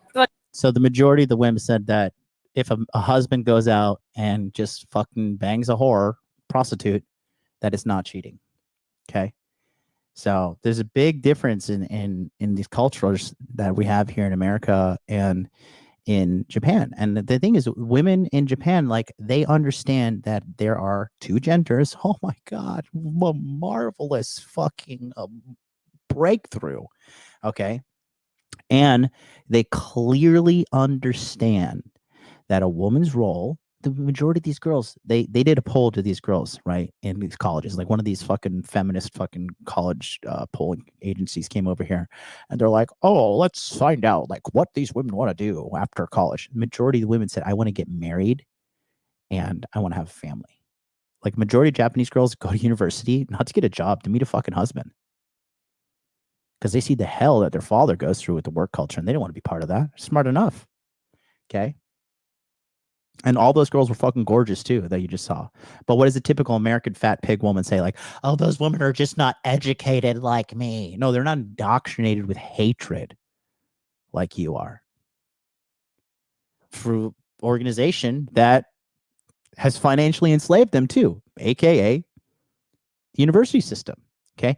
Again, I talk about this often. If you sold all the Bitcoin and all the Ethereum in the world, you would not pay for the student loan debt that women in America alone hold. Okay.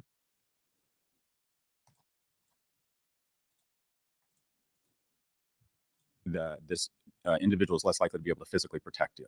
So you're just at a disadvantage from a height standpoint. Now, metaphorically, women are getting taller every year and men are getting shorter, right? Men mate socioeconomically horizontally and down, women horizontally and up. But when the pool of men who are socioeconomically senior to women, it just means that the quote unquote pool of viable mates for women is going down every year. And women have been told they can have it all. And what I found is you can't have it all. Or let me put it this way. You can have it all. You just can't have it all at once. And No. You cannot have it all. You see, that's terrible fucking advice. You cannot have it all. That is detrimental advice to give to men or women. Okay. You pick a few things that you want to be good at and you give it all and you fucking choose to be happy. Okay. You cannot be a fucking NBA player and then be a fucking politician and then fucking go to space and then be a father and then fucking find the cure for AIDS at the same time.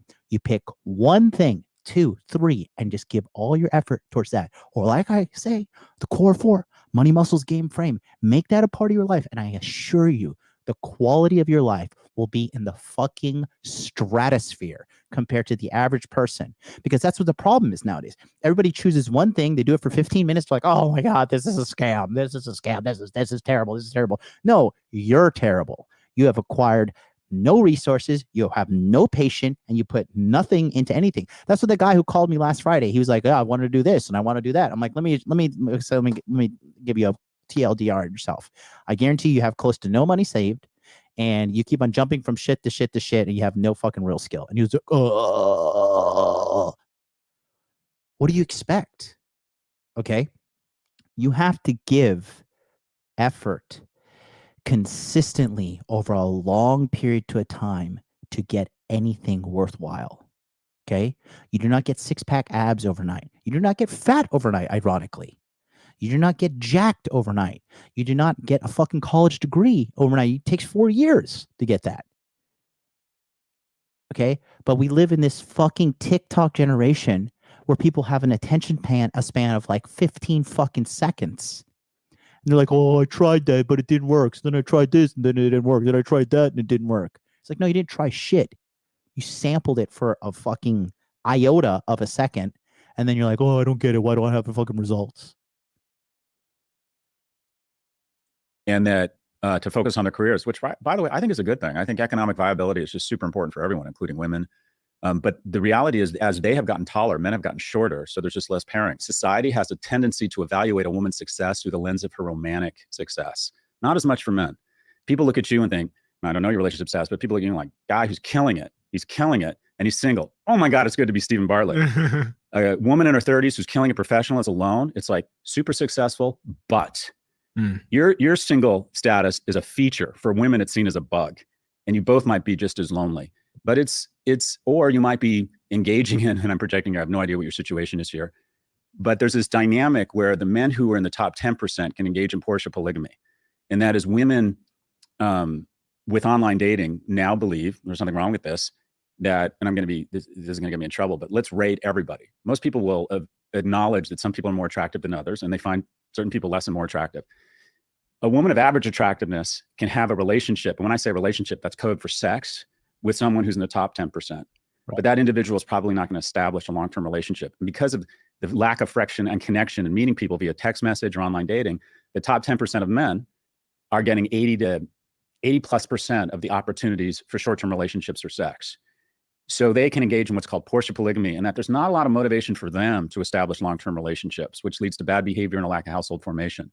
So the guys that most women want and believe that they should be in a relationship with are the least likely to establish a long-term relationship. And then the bottom 90 either have little or absolutely no interest from women. Yeah. So I want to be clear, no woman is responsible for servicing a man.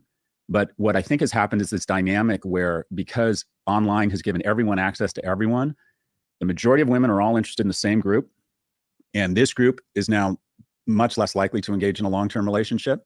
And the result is just there's a disproportionate number of men and women who, quite frankly, are just lonely. Yeah. And then again, look, I'm here to cater to the upper echelon of men. Okay. Because look, money, muscles, game, frame. Is it hard? Yes. But you know, it's way harder living a life of being invisible to women, living a life of being poor, living a life of being fat and unhappy, looking in the mirror with your shirt off, and you know you look bad. You know you're fat. You know you look nasty. That is a way harder life to live. And I understand that maybe there's a nicer way to say this, but the time for niceness is out the fucking window. You're out of fucking time. Okay. Money, muscles, game, frame needs to be the way of life if you want to live in today's climate and become a high value man. Because I'll tell you this too. I live in first world Tokyo. I do not live in some fucking third world shithole where all the women are throwing themselves at me because I think I'm a high value man, but really 90% of the reason is because I have more fucking money than these girls. Okay. Now, am I saying that all these chicks in these lower countries are like, you know, fucking gold digging parasites? No, I'm not. But what I am saying is that for the majority of these guys who go to these poorer countries, the economic viability that you bring to the table is a large component of why these women are choosing you. Okay. A very large component. I am in first world Tokyo. Okay. It is the third fucking strongest economy in the world, second to China and America. I am drowning in choice out here. Okay. And I just fired up my apps and just started doing my shit like literally 3-4 days ago, and started doing some day game because I'm prepping for the guys who are coming to Tokyo for the Passport Pro as well.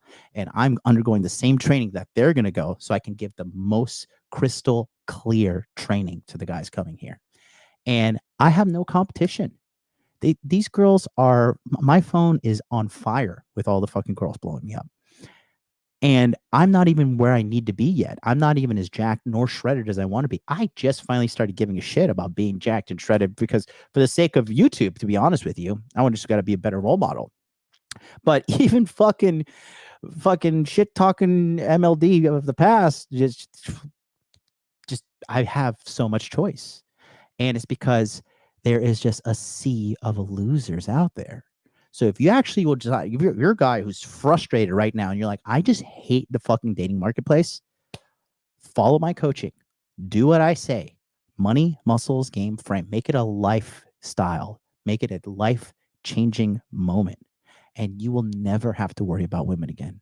Your only thing you'll have to worry is the same thing guys at the top are worrying about, is finding a high-quality woman.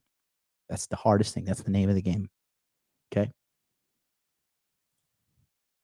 But men have a tendency when they don't have a romantic relationship to not only not have that romantic relationship, but then they have fewer friends. They go out less. They're less professionally successful. You know, if I didn't have a mate who told me we need to save for a house, I'm not sure I wouldn't have been smoking pot and drinking every night. You know, she was like, if you want to continue to have a relationship. Again, that is just is indicative of what's wrong with him. Like, you should know these things. That's the problem with the culture. Like, you should be working towards stability and building something in the long term, not just smoking pot and drinking all the time. Super chat here, 279. What about counterculture? Any hope? Yeah, I mean, the counterculture is right here. Money, muscles, game, frame. Period. Relationship and have sex with me, you've got to get your shit together. That's a young men need that. They need the guardrail of a romantic interest, the cocktail or the peanut butter and chocolate of a household where one person is more risk aggressive. You know, that's really important. And pushing the boundaries of what can be done. And then another person who's more practical. And that oftentimes goes into gender roles. Not always, and sometimes it's flipped. But that's a powerful combination. 1 + 1 really does equal 3. And across every species, you see that the majority of really wonderful things, including offspring, but other things in terms of building a society, are a mix of different attributes. And so we have just fewer and fewer of that peanut butter and chocolate in households. There are now more people not only living alone, but living with their parents than ever before because they're not establishing these relationships. So it's absolutely bad for women, but typically, women still are economically successful, still find places to put that love, and quite frankly, don't start killing themselves or killing others. So it's not that it's any less bad, but the knock-on effects tend to be less bad for society.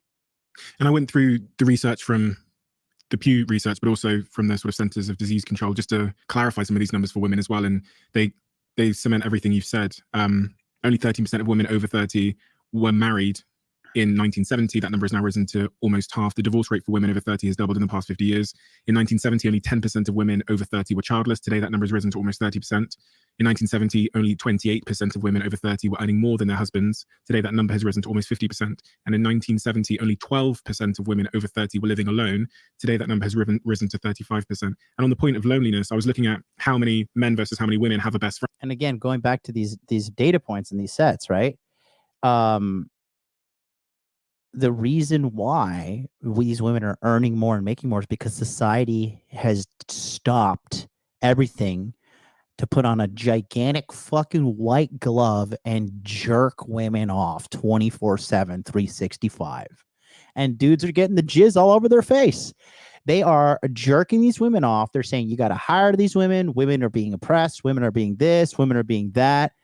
And all they're doing are just putting more cogs in the machine. That's all. Women. Do you think this is what they're doing? They're taking women away from their families, friends, everything, and just like, nope, come be a slave in this corporate cog. Come be a slave, and then pay all your money in taxes and income taxes. Shut up and take my money. And make sure you vote Democrat too, so we can pull all more money out of your paycheck before you even get it, right? Income tax, all that shit's a total fucking scam. And who are the ones voting these policies into fucking? Who are the ones voting these policies in droves? In fucking droves. Who are the ones voting these policies into effect? It's women. It's absolutely fucking women. Okay. And like, you know, it's just, if we're gonna be this big fucking game of you know, giving women equality and everything, like, you're gonna have to understand that there is absolutely accountability that needs to come with equality, and we need to fucking hold these fucking people accountable. Okay, so now take a look here. This is a little bit older piece of data, but this is done by fucking 538.com. Okay, what if only women voted? Here's what this is: 275 Democratic districts. Okay, first of all, that's that. Okay, what if only men voted? Majority of them Republican. Okay, what if only college-educated white people voted? 233 Democratic. Okay, clearly there is some kind of fucking indoctrination going on in the educational system. Okay, what if only white people without a college degree voted? 268. Okay, what if only non-white people voted? 388. And the majority of these people are coming from countries that have the same kind of policies, and then they vote here and they're like, oh, why is America falling apart? Oh, gee, don't wonder why. Okay, it's clear the problem. There's just too much fucking. I mean, and I'm an immigrant. I'm a back-to-back immigrant. I'm an immigrant from Trinidad to America, and then from America to Japan. And I'll tell you, just there's too much. The immigration is too crazy, and the reason they're doing the immigration in America being as lax it is because they get these people to fucking vote Democrat, and it's all a gigantic scam ran by the fucking governments and and inclusion with corporations and the education system. And now you have. Their plan is complete, and the people paying the bill are guys like you at home watching me right now. You suffer because of their fucking bullshit that they've been doing. Friend, and it's multiples more. So multiple more women still have relationships regardless of. Oh yeah, sorry. One more thing. Kevin Lopez says, "I'm really struggling with the weight department. Should I just get surgery?" No, you're fat because of your inability to understand calories and your inability to understand how to lose weight. So if you get liposuction or anything like that, you're just going to get fat again because you didn't do the work prior to maintain a kind of body that you want. So what you need to do is you should download my course. It's free, Body Fitness Max. That'll help you out. And then also, if you really want some serious helping, go right now. modernlifedating.com/monthly will help you lose weight. I'm helping guys lose weight in there. It's weekly accountability and monthly coaching calls twice a month to help you get the life that you want. And if you're 300 pounds at your age, I mean, bro, good luck. You're going to die by the time you're 45. If you're at best case scenario, 300 pounds, nobody should weigh 300 pounds. Okay. Animals weigh 300 pounds, not humans. Of this state of affairs, because they're better at, as you say, forming social connections in non-romantic relationships with other women than men are. So it's a pretty bleak picture, and maybe most importantly of all, there's a clear direction of travel here. And if you extrapolate out that direction of travel, we don't get to a good place. Population decline you spoke of, and how that lopsided society, depression, mental health, suicide. So the question becomes, for me, what would you advise young men? You talked about money. I thought that was really interesting. So maybe we start there, personal finance and establishing that. I'm a young man, so say 21 years old. What have I got to do with my money? Where should I be putting it? How should I be earning it? So I think the three legs of the stool, we're going back to it, reallocating capital as a young man. One, start making some money. Two, put yourself in environments where you might have a random encounter with a stranger. Also, and I know you engage in this, we're going to reallocate 4 to 6 hours a week to physical fitness. 4 to 6 hours a week, physical fitness. So far we've got money, muscles, and game covered. Got it. Thanks for being a fan there, Scott. Feeling strong, feeling in shape, is one, there's studies coming out now that it's supposedly 50% better than pharmaceuticals and talk therapy. Two, you'll be more attractive to mates. You'll feel better about yourself. You'll be more kind. I think that is incredibly powerful. But in terms of economic success, and I have a book coming out in March on this, I think there's a basic algorithm to financial security or economic security. The first is focus, and that is focus, find something. I hate the term follow your passion because typically people mistake passion for a hobby. And then they go, I should be a DJ, or I should be an athlete, or I should open a restaurant. And they choose industries where the unemployment rate is 90+%. You know, the writers are on strike in Hollywood. There's 180,000 people in the actors union, SAG-AFTRA. And the percentage of them that don't, or that make more than $24,000 a year to qualify for health insurance is 12.5%. So I would argue that there's under or unemployment for 9 in 10 actors. So find something you're good at that where there's an employment rate of more than 90%. And I want to be clear, some people follow their passion and it pays off hugely. Jay-Z followed his passion, is now a billionaire. But I tell young men, assume you're not Jay-Z. You're not. You need a viable skill. Dude, and it's not that there's a lack of jobs in America. There are high quality jobs out there. There's a lack of people getting their shit together and going out and doing it. Find something you're good at that has more than a 90+% employment rate, which is 99% of professions. And then invest the requisite 10,000 hours, perseverance, grit, willingness to break through hard things, willingness to suffer injustice, which is a guaranteed attribute of the workplace, and get really, really good at something, or at least have a path to being great to something. Also, in terms of being attractive to potential mates, there's very few things that are more attractive if you're not already economically successful than a plan. This is my plan, right? That's what I think potential romantic partners want. You don't need to be a baller. You don't need to be driving a Porsche. You need to have a plan. And that plan might change. That plan might not work out. We got to have a plan. So the first is we're going to focus and we're going to find something we're good at, and not only something we're good at, but something people will pay us for. That's the first thing. You got to make money. But the second component, the key to wealth isn't as much how much money you make. It's your ability to live a little bit like a stoic and live below your means. And that's one thing I always did. I always lived below my means. I never had debt. I never used credit cards for stuff. And that is incredibly hard in our society, where every talented person and now AI and algorithms are finding you at a moment of vulnerability and convincing you that you need a new set of on-trainers. That, oh, wait, it's worth it to upgrade from economy to economy comfort to economy plus to business class. I mean, it's just the market's ability in a capitalist market to find you a product you must have when you have any disposable income is just remarkable. There are so many amazing ways to spend money in London and New York that to not spend it all or not spend more than all is real discipline.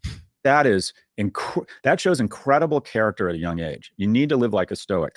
Yeah. Your advantage as a young person is, quite frankly, to live in a fucking shoebox and spend no money on rent. Spend no money. I used to make it a game. One summer at UCLA, and this was more out of survival or need, but if I didn't make $3,300 between my junior and senior year at UCLA, I wasn't going back to college. I owed the fraternity a ton of money. I wasn't gonna be able to pay my tuition, so I had 11 weeks to make $3,300. And I figured out if I just lived in the fraternity in a shitty little room that I was paying no money for, and I only ate top ramen, bananas, and milk, I could live on $110 a week. That was my total budget, and I could do it. And when you're a young man, and not only that, it was still a fun summer. I would still go, we would pool money and go buy a case of Schmitty beer. And then on Sunday nights, we'd go to Sizzler, this tacky restaurant in LA, for a Bruin special, Malibu chicken, and all you can eat salad bar. And I used to go with the other members of the crew team and just clear them out and spend 3 hours gorging. But we still had a good time. But when you're young, I think you want to lean into this great thing where you don't have to spend money. It is impossible not to spend money when you get a little bit older and you start collecting dogs and kids. You can't sleep on someone's couch. You can't sleep in a shitty apartment. You can't walk to work. You can't live on top ramen and bananas. So the ability to gamify and really try and live below your means. And then that creates an army of capital. And that army of capital goes out for you and starts making money for you when you're in your sleep. And that goes to specific investment advice. The first is, and people don't like to hear this, do away with the notion that you are brighter than anyone else and going to be able to figure out individual stocks or investments that will outperform the market. I can't convince you of that 100%, and some of it is fun. And if you want to learn about a stock and you want to buy NVIDIA or you want to buy Dogecoin, fine. But try not to do it with more than Dogecoin, Professor. Dogecoin. You see how out of touch they are? I mean, you know, I don't know.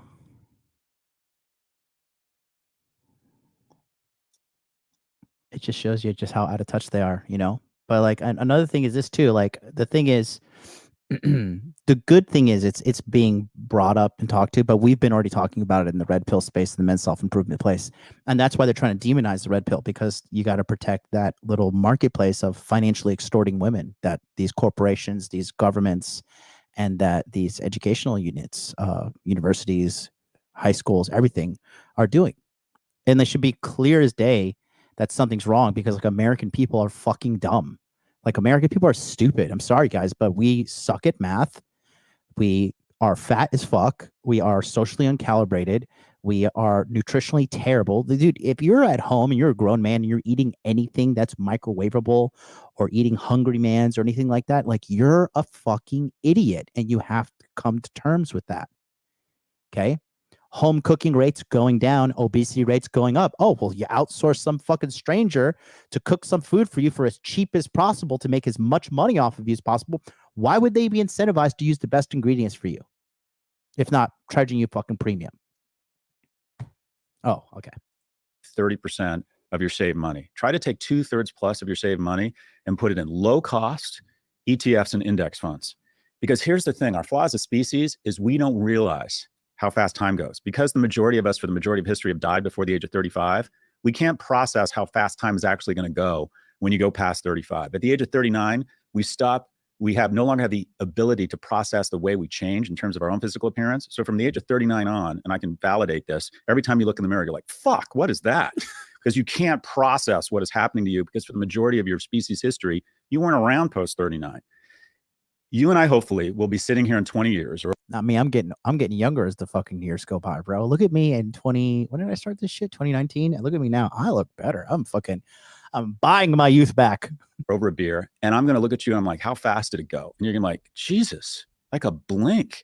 And so if I said to you, Steven, find out a way to save $1,000, $1,000, and in a blink, it's going to be worth 6,000 because I have this magic box. How hard would you try to get as much of that capital to put in that box? The power of diversification and time, because if you diversify, I can get you 6 to 8% a year, right?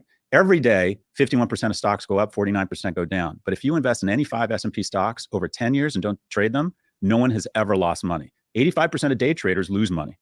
If you buy 5 stocks, put them away, and never look at them again, 10 years later, no one has ever lost money. So diversification, and this is where I really screwed up. I didn't understand the power of diversification. Successful people fall into the trap of thinking, I'm a baller, I'm smarter than everyone, I'm going all in on Cisco because everybody wants internet infrastructure. I'm going all in on Amazon. If you went all in on Amazon in 99, in 24 months, you had lost 90% of your principal. Even Amazon, the best companies in the world, if you look back, the majority of them have had 24-month periods where they went down 90%. But if you'd held on and you didn't day trade, you didn't look at your stocks, you'd be up 30 or 50x now. So the power of diversification and also recognition that time is just going to go so much faster than you think. So focus, find something you're good at that people will pay you for, live like a stoic, save, spend less than you save so you can develop an army of people who are killing it or killing people and invading the earth while you're in your sleep, recognizing the power of diversification, and then appreciating how fast time will go and not trading stocks, just let time take over. If we give every baby, and this is a potential solution to what I think is going to be an oncoming crisis among seniors, or too many of them that we can't take care of. If we gave for $40 billion from the US budget, we could give every baby $7,000. And I think we treat them like infants and we put it in a savings account, ETFs, diversified. By the time they're 65, just with that $7,000, if you didn't let them touch it or trade it, it'd be worth $1 million. So the fastest way to get every senior $1 million, and granted it's 65 years from now, would be to give every baby $7,000. And that just shows you the power of compound interest and time and diversification. I think it's fairly simple, those 4 things, but they're not easy to do. But everyone can do them. Almost everyone can do them. And for anybody who really is, they've got, $3,000 in their savings account. They have never invested a penny before in their life. They don't know any of the terminology we just used. They don't know what Vanguard means. They don't know what low fees mean. What is the simple way of getting them on the right track from that point of, I drive taxis, I've got $3,000 in my bank account or $500. What do I do? Go to Charles Schwab or public.com, open an account, and first off, find out. The equivalents in the UK are like Hargreaves Lansdown. You can do a lot of this stuff on a lot of different apps where you're picking a fund, right? Go into SPY or go into an index or an ETF that buys a bunch of stocks for you. Make sure it's low fees and find out, and I wish I knew more about the tax law here, find out if your employer or the government offers you some sort of tax advantage vehicle. In the US, it's Roth and 401ks. We have ISA, we have a retirement system where you can invest in your retirement, and you have to understand that shit. And if you don't understand it, find your daughter or someone who can explain it to you. And then the key is just start and put it in an ETF or an index fund that tracks the entire market, low cost, low fees, and find out if you have access to anything that's tax advantage. But the key is to start. So I only have $100. Oh, Christ.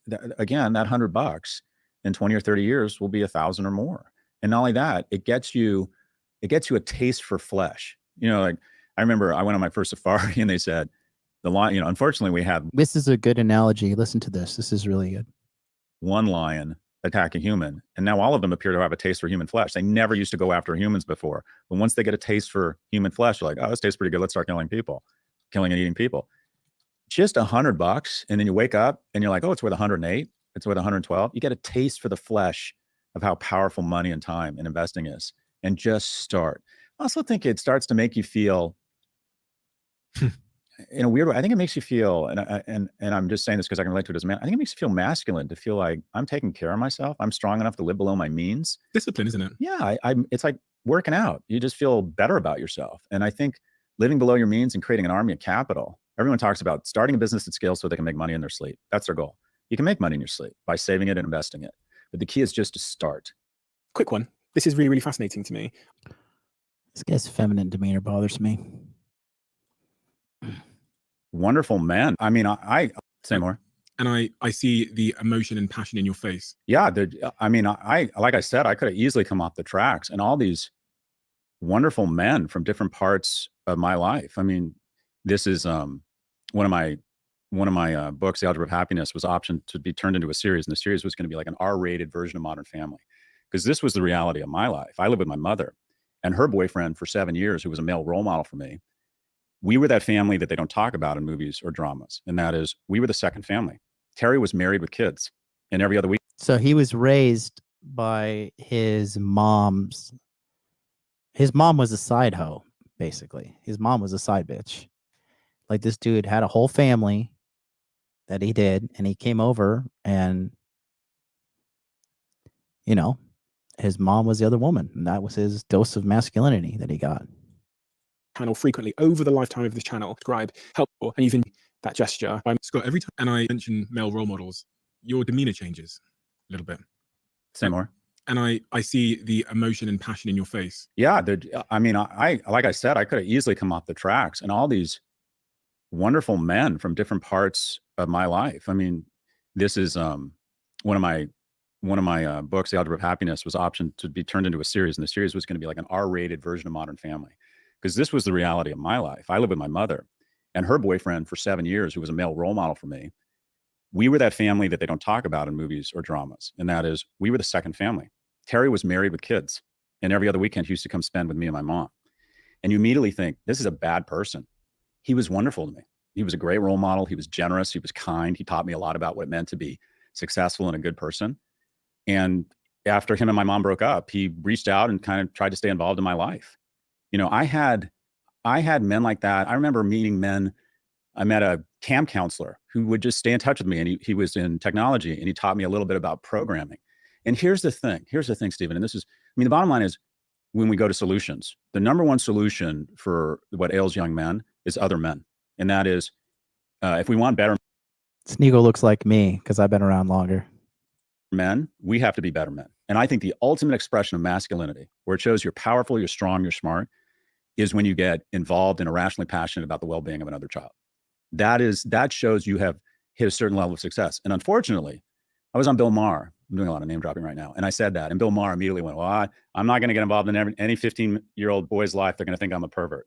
And the reality is and again, going back to this gigantic movement that happened in the 80s and the 90s, where like anytime a man like shows affection or concern or care for a child, they're automatically like, oh, this guy's a fucking pedophile.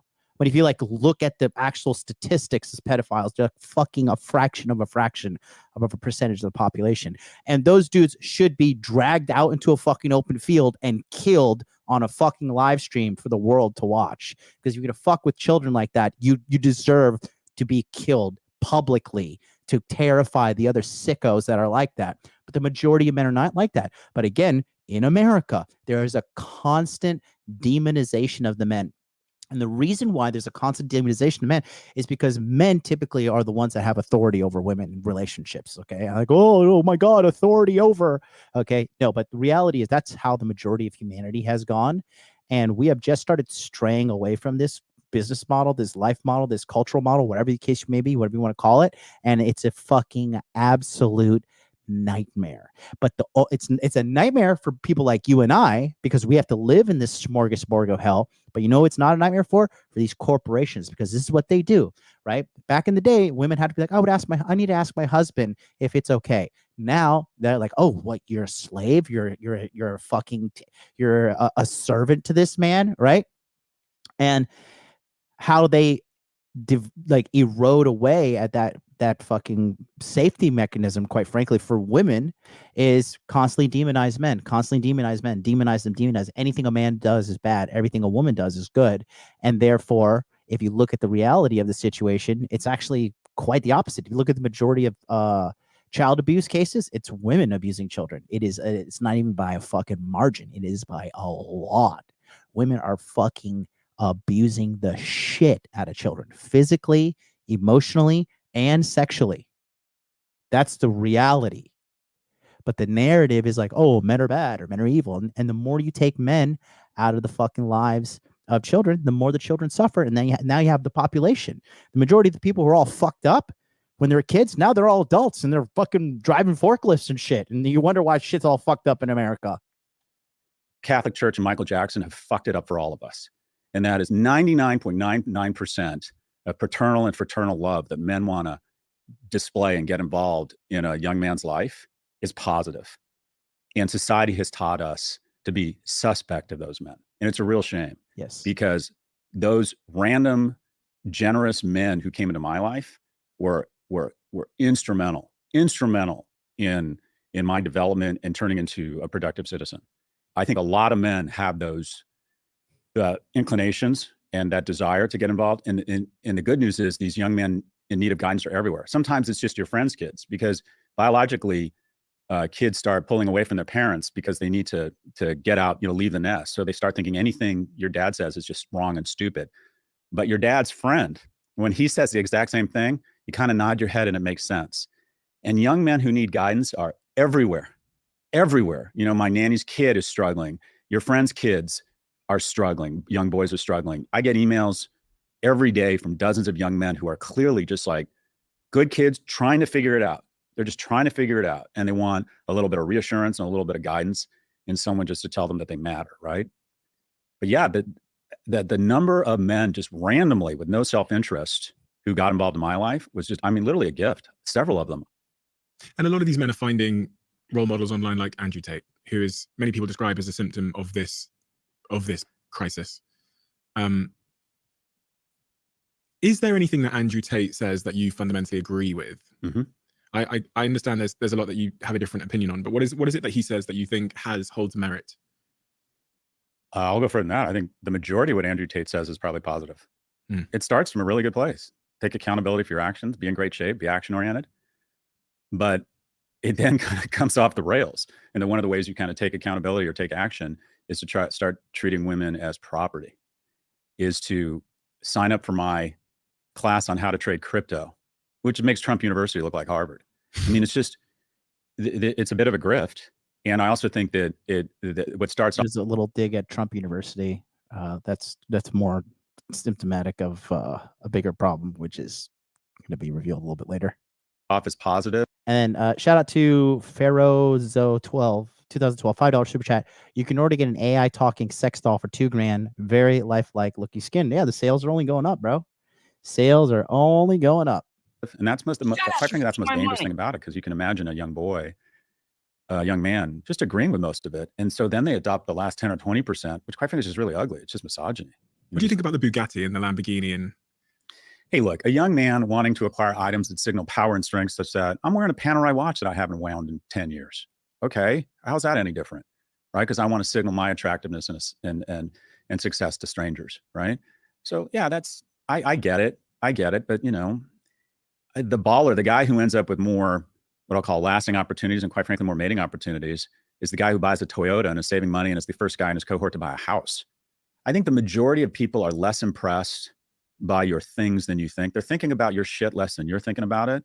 I think people are really impressed with discipline and a plan. I used to believe, I think up until maybe 2 years ago, that I no longer was in search of status to some degree. Mhm. Well, maybe like 70%, I believe this, because I no longer have lots of material possessions. You won't catch me. I mean, other than the car that you arrived here in, that's the nicest possession I own. I don't have sports cars. I don't have luxury items or watches or anything. And then I read a book by a guy called Will Storr, who's been on this podcast. I'm sure the book's behind me somewhere, who told me that we just are the status games that we play just change over time. So instead of logos, we care about the size of the boat. Or even Jack, in his profession as the director of this podcast, is playing a status game of cameras and production quality.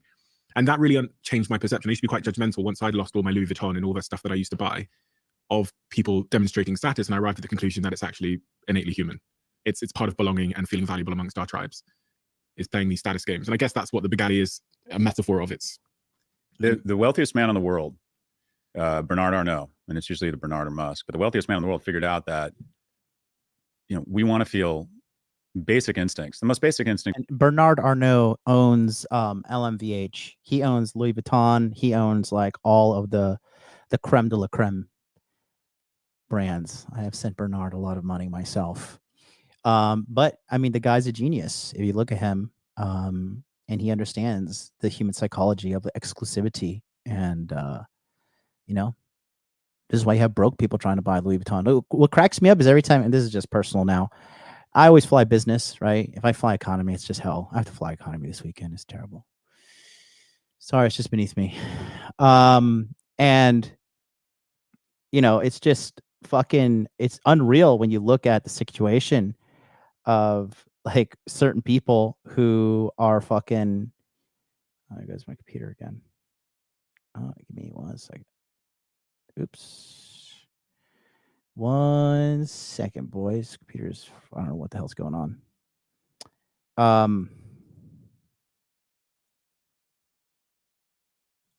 Give me 1 second. OBS just crashed. I don't know what's going on. This fucking computer's a piece of shit. No, when I see people fucking that are, flying economy, but they have Louis Vuitton luggage, I'm like, okay. But it just shows you how smart this Bernard Arnault guy is, because these people, they want to feel exclusive. Shout out to Top Ghost for the 99 cents. Appreciate you. I am one step closer to getting a $9,000 camera for the show. I think it's survival. But a close second is propagation. What's that mean? Sex.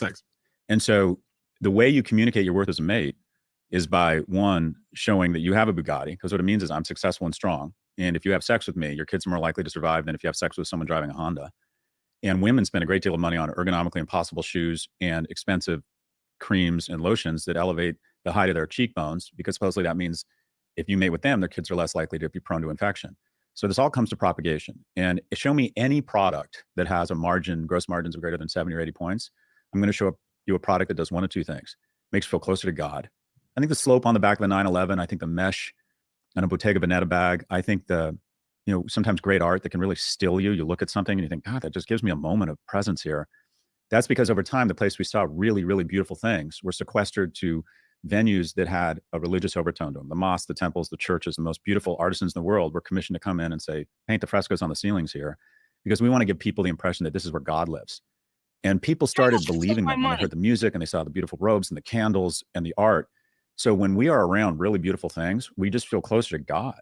And then the other, maybe more powerful thing is it signals our worth as a mate and the desire to be more desirable as a mate, such that the next generation is smarter, stronger, faster, just never goes away. And the wealthiest man in the world, or it abates as you get older, but I don't think it really goes away. But the wealthiest man in the world is tapped into our need to feel closer to God or be more attractive to potential mates. So I have a question back to you. Where do you spend your money? Great question. Businesses. So investing, starting companies. One of my new chapter of my life where I'm starting companies and appointing CEOs, or investing very early on in shaping the company. I have a lot of my money in the S&P 500. So just in funds. I I have some money in Ethereum, which has been there for 6 years, 5-6 years now. It's done very well for me. So you're more evolved than I am. You know, one of the reasons I bought a home in Aspen, I think, is so I could tell people I own a home in Aspen. Everyone has a certain level of addiction. You're either addicted to trans fats, THC, alcohol, codependent relationship, online shopping, whatever it is. I'm addicted to other people's affirmation. And one of the ways I get that affirmation is, I don't flaunt my economic success. I don't own a car. I don't wear blingy things or anything like that. But I do find myself telling people, you know, just obnoxious douchebag things. I hear myself talking about stuff that. See, and this is where it's not. This is where his like internalized self-hatred is coming through, in my opinion. Because why, like I frequently talk about my success as an entrepreneur. I take extreme amount of pride that I was able to build this business into a multi-million-dollar generating machine as a one-man army, right? I recently had my first like full-time employee that I hired last year. But other than that, I have literally built this by myself. And I take extreme amount of pride in that. And some people are like, oh, you know, you talk a little bit too much about like your success and stuff. I'm like, no, I'm sorry, but I'm not sorry. I'm absolutely not sorry at all. I worked my fucking ass off. I created something great, and I take pride in my accomplishments because 99.5% of people on this earth cannot do what I do. And that is a point of pride. And I'm not a douchebag. I'm not a douchebag or anything. I wear 2 gold chains that these are more than fucking $10,000 I'm wearing on my neck, right? Because I'm the fucking man. I did amazing things. I'm proud of myself. I'm proud of my achievements. And you should be proud of your achievements at home as a man as well. And this is a form of gratitude, which gives you tons of mental peace as well. When you practice gratitude, you're also psychologically like brainwashing yourself in a positive way. Okay. So this whole, I feel like a douchebag, yada, yada. No, you should be proud of your accomplishments.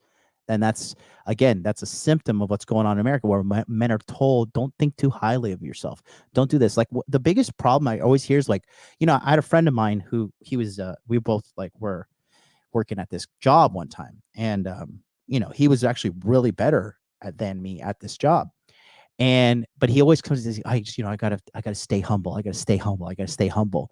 And I told him, like, that's the dumbest shit ever, bro. You need to be like, you're the fucking man. You need to be thinking like, I'm amazing. I have a great life. Like you need to think highly of yourself, because the word humble, if you look up the word humble, let me just show you guys something real quick. Okay.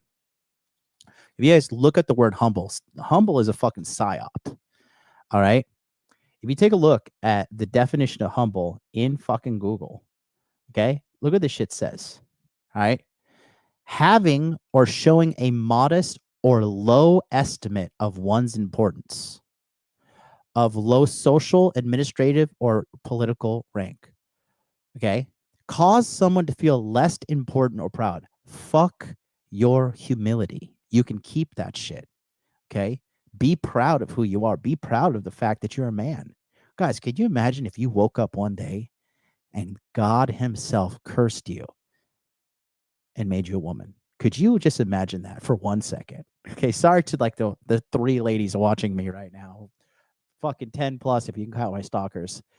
But could you just imagine that shit? Waking up and be like, I can't casually deadlift 225. I deadlift 225 the other day, lift that shit up like nothing. And I haven't deadlifted in over a year. You know, and I was just like, God, I love being a man. Like there's this Japanese girl next to me. She was just like, what the fuck? This foreigner can pick up 100 kilograms. She was like, kept on staring at me. I was like, I lift up way more than this, baby. So count your blessings, guys, and be proud of the fact that you're being a man. Be proud of the fact that you're a man. It's awesome. There's nothing like, and that's the thing. They're brainwashing men in America, and especially they're brainwashing white men to hate themselves. You know, like you're wrong. You're fundamentally flawed because you're white. No, white people are fucking awesome, bro. White people are the shit. If you do not have white friends, you're missing out on life. Okay, I love white people. JP64, it's depressing seeing men wasting their dopamine on OnlyFans, porn, hentai, etc. It could be at the gym or the track, enjoying the outdoors. Yeah, well, listen, more for us, bro. More room for the big G's like us at the top. Okay, more room for big G's like us at the top. Okay, you are still streaming. Salute MLD. Thank you, Mighty Zane. Thank you. Appreciate you, G. Yeah, I told you, it ain't over till it's over. I'm sitting here, and this shit's gonna be done. We're halfway through. You think I'm gonna fucking take a Nancy Boy break? Shut up and take my money. Okay. Do we get another one or this old one? Okay. So yeah, you know, and right after this, I'm gonna go fucking straight to the gym. If you really wanna show your support for me, go ahead and send me a donation on Streamlabs so I can fucking order some Uber Eats before I go to the gym because I need some steak and rice. If you really want to show your support for me, and here, I'll put the link in the chat. Or Billy, are you there? Can you put the link in the chat? Send me $20. Somebody send me $20 so I can order my fucking Uber Eats. If you really want to show your love, appreciation, and care for your boy. Streamlabs.com/Modern Life Dating Channel. Billy, let me know if you're in here. Dang, Billy's got you. Billy's gonna drop it. I'll get the alert on my phone, and then when you donate, I'll shout you out. So let's continue though. In the meantime, it connotes my wealth. So I still haven't gotten past that. I mean, I still do that. I definitely still do that. Yeah. And I still, and I, the minute it comes out of my mouth, I think you're still an asshole. Oh, and then I do it again. I hear myself saying it. And I'm like, God, that's just so, nobody needs to know that. Why is it important to you that these strangers know this? And I still can't get past it. Oh, shout out. Did Vuzel, did you $23.99? Thanks. That goes to my YouTube account, man. And I lose 30%, but I guess I could use that. Appreciate you, bro. Appreciate you. Thank you very much. I will order steak and eat it on the stream for you because I gotta get my eating window going because today I'm hitting legs and I'm training right after this. But we're gonna keep going. It ain't over till. If you want to send it directly to my PayPal, send it here so I can actually spend it on the Uber Eats app. Thank you guys. It's still, society tells you, especially I think as a man, that your worth is highly correlated to your economic success. And so the reason I have an iPhone, I think we all have iPhones because we want to communicate our worth as a mate. If you have an Android phone, you're kind of signaling to the rest of the world that life hasn't panned out the way you'd hoped. That Actually, I will have to say I just recently started using Android because I found a way to beat the algorithm. Look at this. I got this little Android phone, Samsung 10. Look at this thing. Isn't that the cutest fucking thing ever? This dog. Shut up and take my money. This dog is the love of my life. I love my dog. This dog gets me such easy access to so many women. I must tell you guys. You know, people are like, you should have a pit bull, but no girl wants to walk up to a fucking snarling. Girl thinks a fucking dog's gonna kill them. You know? Oh man, Happy Chan, I love you, sweetie, wherever you are. if you had been just a little bit more successful, you'd have an iOS, right? Seriously. It's like carrying a Discover card. I have an Amex Black card. You want to talk about a douchebag? I spend $7,500 a year for a card. I don't even know what the benefits are, but I want, when I'm out around food and alcohol and strangers, I want to throw down black so they think, wow, the professor is a baller. I like him. I want to be his friend, or I want to have sex with him. And it's ridiculous. And the fact that every 12 months I get a $7,500 charge for carrying a card that's a different color. And I mean, I hear that. And you know what? I've done it for 20 years. I'm going to do it for another 20. So it's kind of like do as I say, not as I do. What's interesting is to kind of suss out, at least become aware of these things. And to limit them, because I have a black modulate. card. Yeah. And I think when they offered me the black card, I'm like sponsored by Amex or something, but you probably get paid to carry a black card. That's the difference. But no, I still looked at the financial decision, and there was this one tier where it's like, we'll give you a concierge. I'm like, I have a full-time assistant. I have multiple assistants. You're gonna call some stranger in Dallas and ask where to eat? I mean, you just don't do that. I think I just went for the cheap option that comes with no perks, but you get the card. I'm still trying paying something for it, but what I'm saying there is, it's for me. I thought just get better. You're never going to be perfect. I'm still going to have these like insecurities and try and show off here and there, but just try and get better and try and have less regrettable moments. And just by saying to myself, listen, have you gotten better over the last 5 years? Mm-hmm. I go, yeah, the direction of travel is good. Mm-hmm. I think that's what matters. Well, that's what it is to be an evolved person and to be human and to be, you think about marketing. The key to marketing is A/B testing and just trying to get better and better and better. And that's what we're trying to do as humans. So I evaluate your weaknesses and your strengths and say, where could I be investing more and divesting, and what types of behavior do I want to start out? I just think that's what it means to be a good person. Good work. Discipline and purpose and motivation. A lot of young people that will come up to you. Oh, shout out. My meal just got upgraded. Oh, shout out to John. Thank you so much, John. Yes. So I'm doing the calculations. So 23.99 times 0.7 is 16.70. So, hey, Siri, what's 16 euros in Japanese yen? Okay. So I got 2,000 500. And then, hey Siri, what's $9 US in Japanese yen? Okay.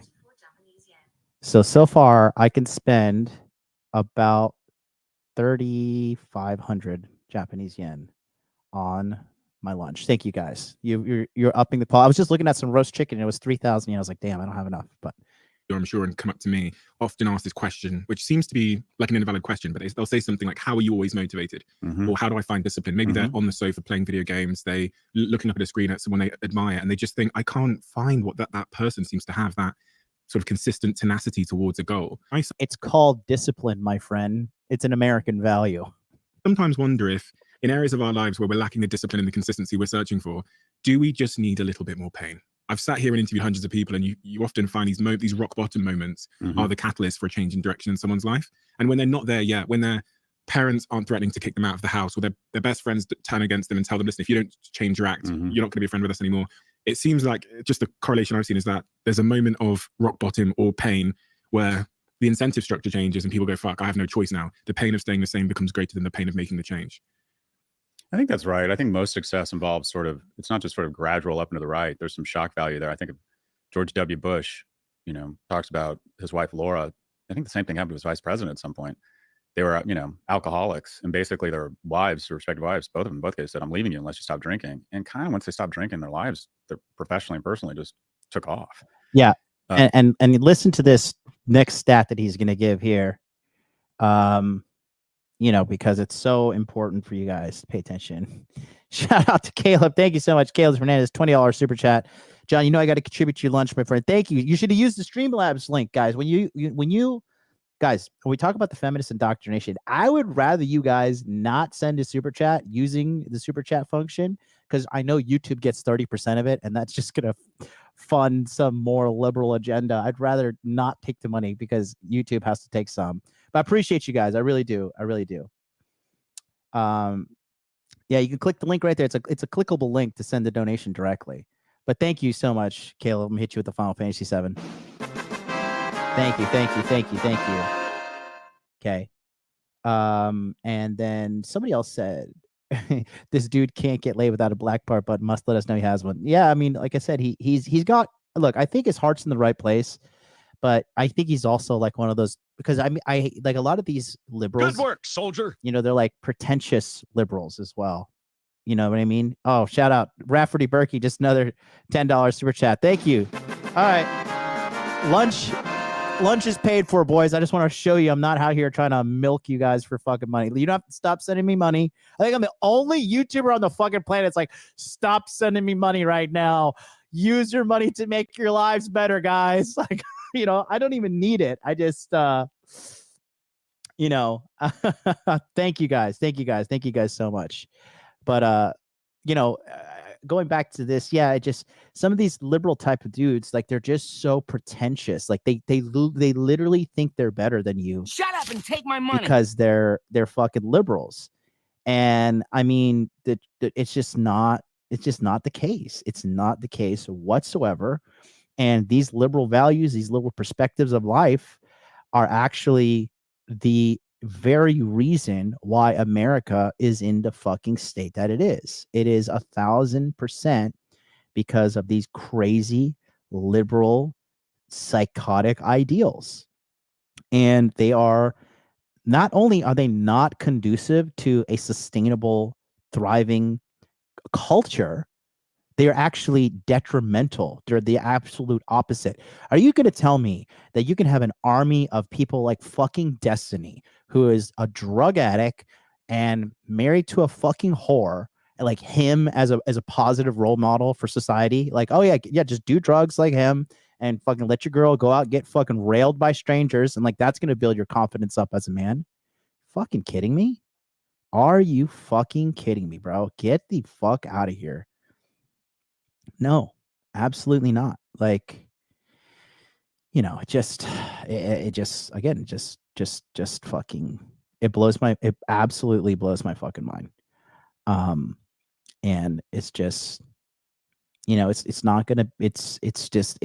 America is and has been going down the wrong path for the longest time.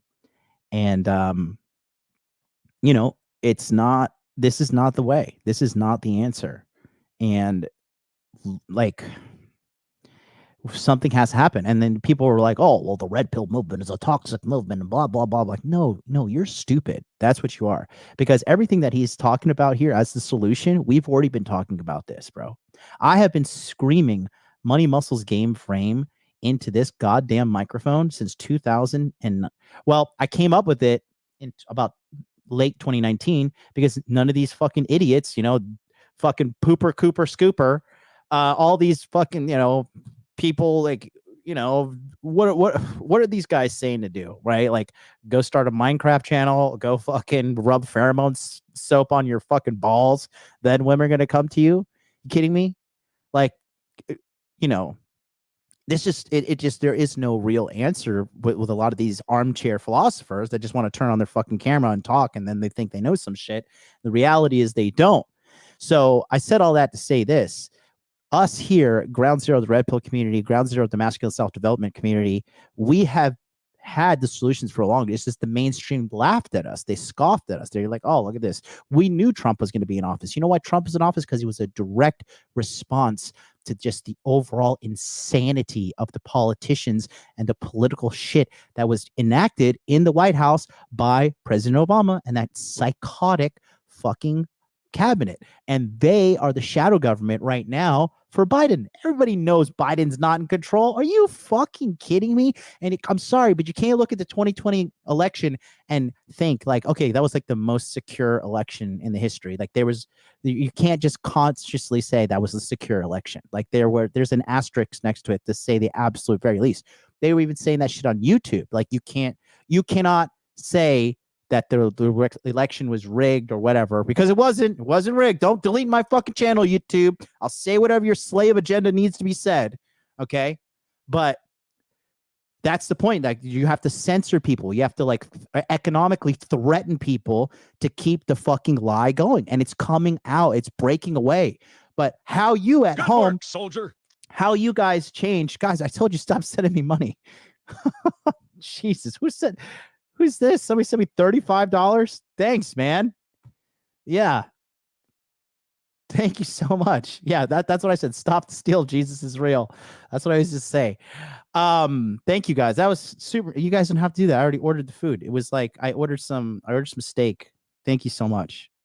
Just so you guys know, I ordered some steak from Ikinari Steak. Suddenly Steak is the name of the restaurant in Japan, and it's a steak and rice and salad coming my way. Thank you so much. And I'm gonna go to the gym. You can follow me on Hot Dude Life and see me pump it out.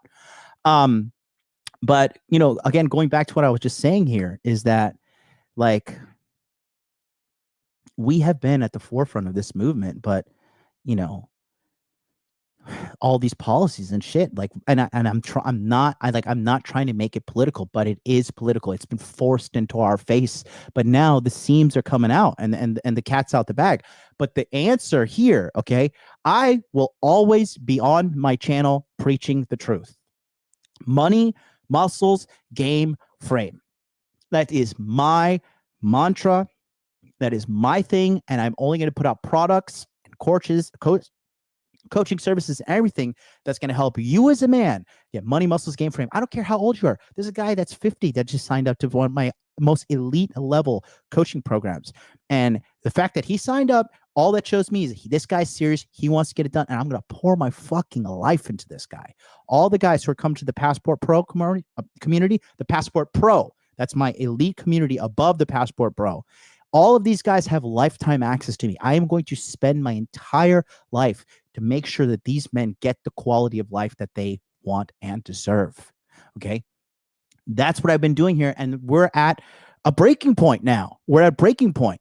And America is in such bad shape. But again, how you turn this around, you make the core four your daily life. Core four will open any door, man. Money, muscles, game, frame. When you're a good-looking, jacked guy with good fashion, a nice body, you have charisma, and you have self-esteem, and you know how to talk to men, and you know how to talk to women, people will roll out the fucking red carpet for you. People want you around. When you enter a room and your energy, your aura, your presence just changes the dynamic of the room, you are an elevated individual. You're an above average man. And any man can get to that status, but it takes hard work and determination. And you're going to die forever, in case you forgot. And that death is eternal. I haven't seen any proof of Jesus or Muhammad or a fucking afterlife, flying spaghetti monster. All I know is when you're dead, you're dead. It's game over and there's no coming back. So on the way to this eternal black darkness of death, what are you going to do with your life? Are you going to suffer? Life is suffering. That's what the Buddha said. Life is suffering. But if, as a successful man, you suffer less on the way to death. And that is what happiness is. Happiness is just lowering your degree of day-to-day suffering. That's all it is. So what are you going to do, man? What are you going to do sitting there right at home? Are you just going to fucking continue to jerk off and watch porn and be filled with hate and blame women and blame the government, blame these outside things? Or are you going to take all the power in the easiest time it's ever been to be a successful man and knock this fucking shit out? Or are you going to sit around and feel sorry for yourself?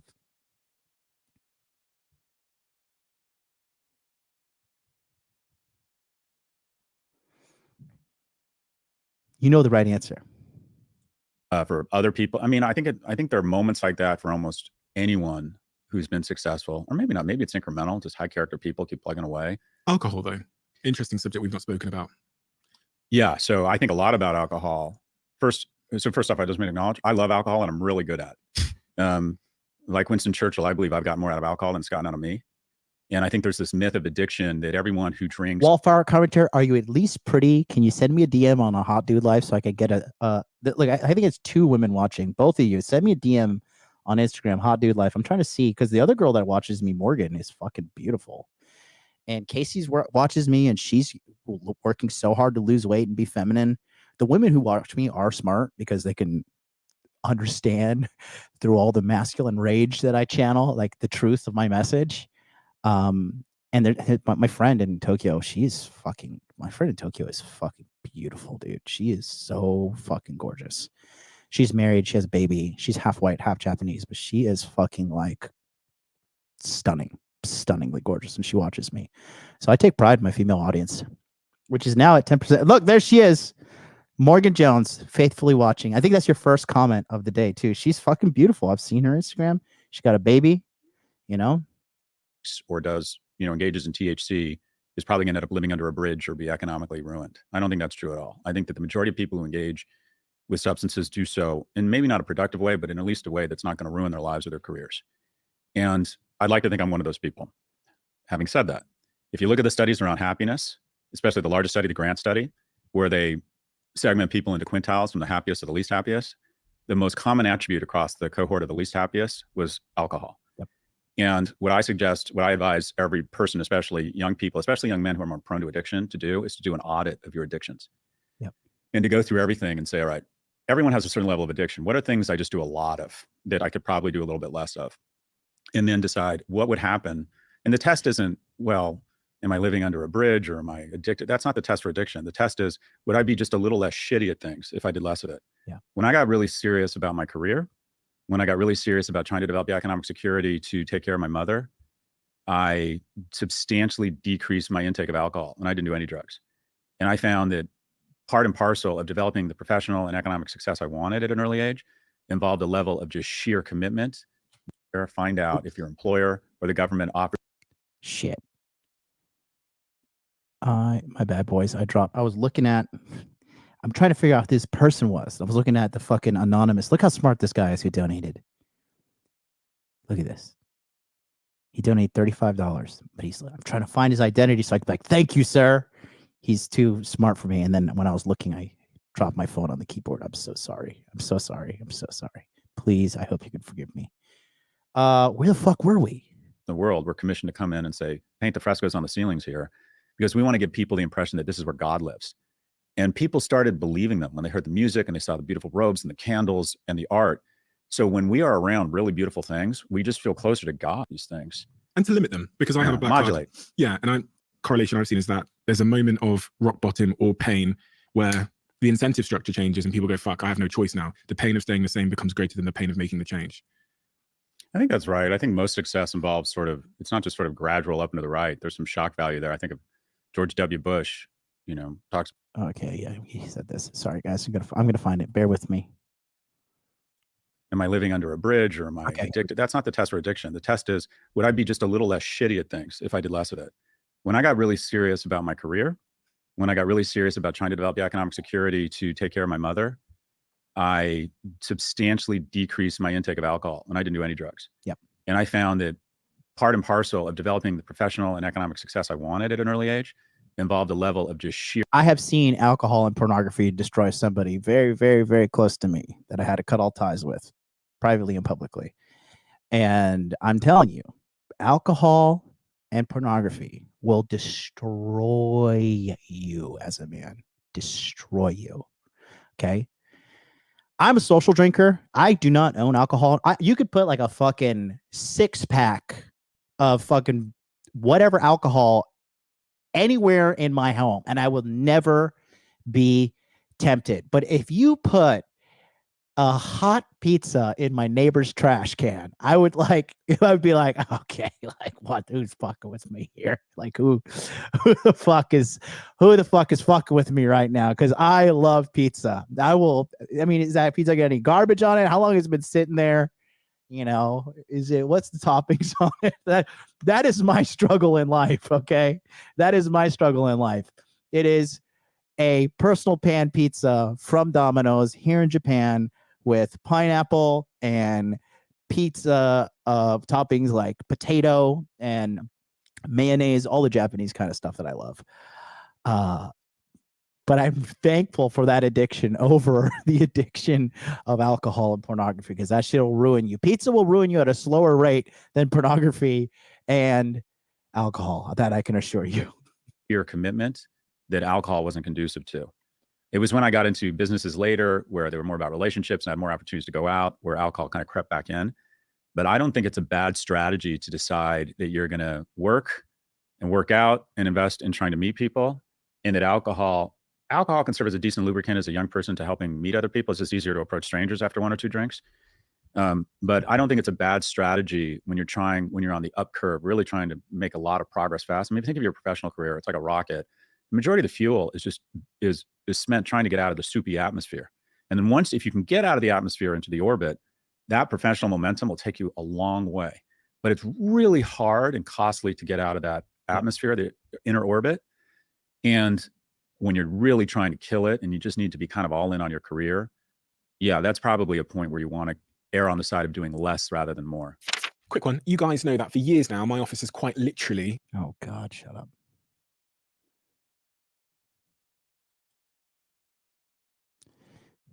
Something about this guy is just femininity just bothers me. I want to drag him to a boxing ring and beat his ass and get some manliness out of him.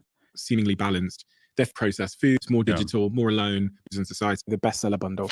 One of the things I've always mulled with is when we think about the stats we've discussed in the crisis and the issues in society, the direction of travel and how we're living our lives, more digital, more alone, more lonely, more dependent on processed foods and sugars and other chemicals to keep ourselves seemingly balanced. It feels like the solution must be quite deep, systemic in the way that we're designing our society. So the question I've always wondered is, do we have to just rip up the entirety of the blueprint of how society is designed to solve for these problems? Loneliness, depression, sexlessness, all of those subject matters. I don't think so. I think the solutions are simpler than the incumbents want to admit in corporations. A key component of entrenchment is the delusion of complexity. Twitter and Google and Meta will say that the hate speech and the polarization that they've created in the teen depression are kind of indicative of broader problems in our society, and are these really complex problems, and they kind of stare thoughtfully into the camera. We got to solve these problems together. Yet, when they kick one account off of Twitter, the real Donald Trump, and election to misinformation goes down 40 to 60% in one day. So here comes his Trump derangement syndrome. And I'm sorry, guys, but if you meet him, okay, here's the thing. This is the real truth about the situation at hand with people who dislike Trump. Okay. With Trump, right? If you meet a guy who is like a grown man who hates Donald Trump, look at the guy. He's typically not a man's man. This nerd, who's the guy who fucking hates God? Sam Harris, that fucking the intellectual dude. He's like, oh, Trump is just such a reprehensible individual. And it's like, dude, sometimes you need to send in a fucking a manly man to get shit done. President Biden is literally shitting his pants in the White House and forgetting where he is. It is a joke. And the world leaders, China, Russia, looking at America right now, they are frothing at the mouth, thinking like, absolutely. Our relationship right now with the Saudis is at the fucking worst point in the history of the United States of America.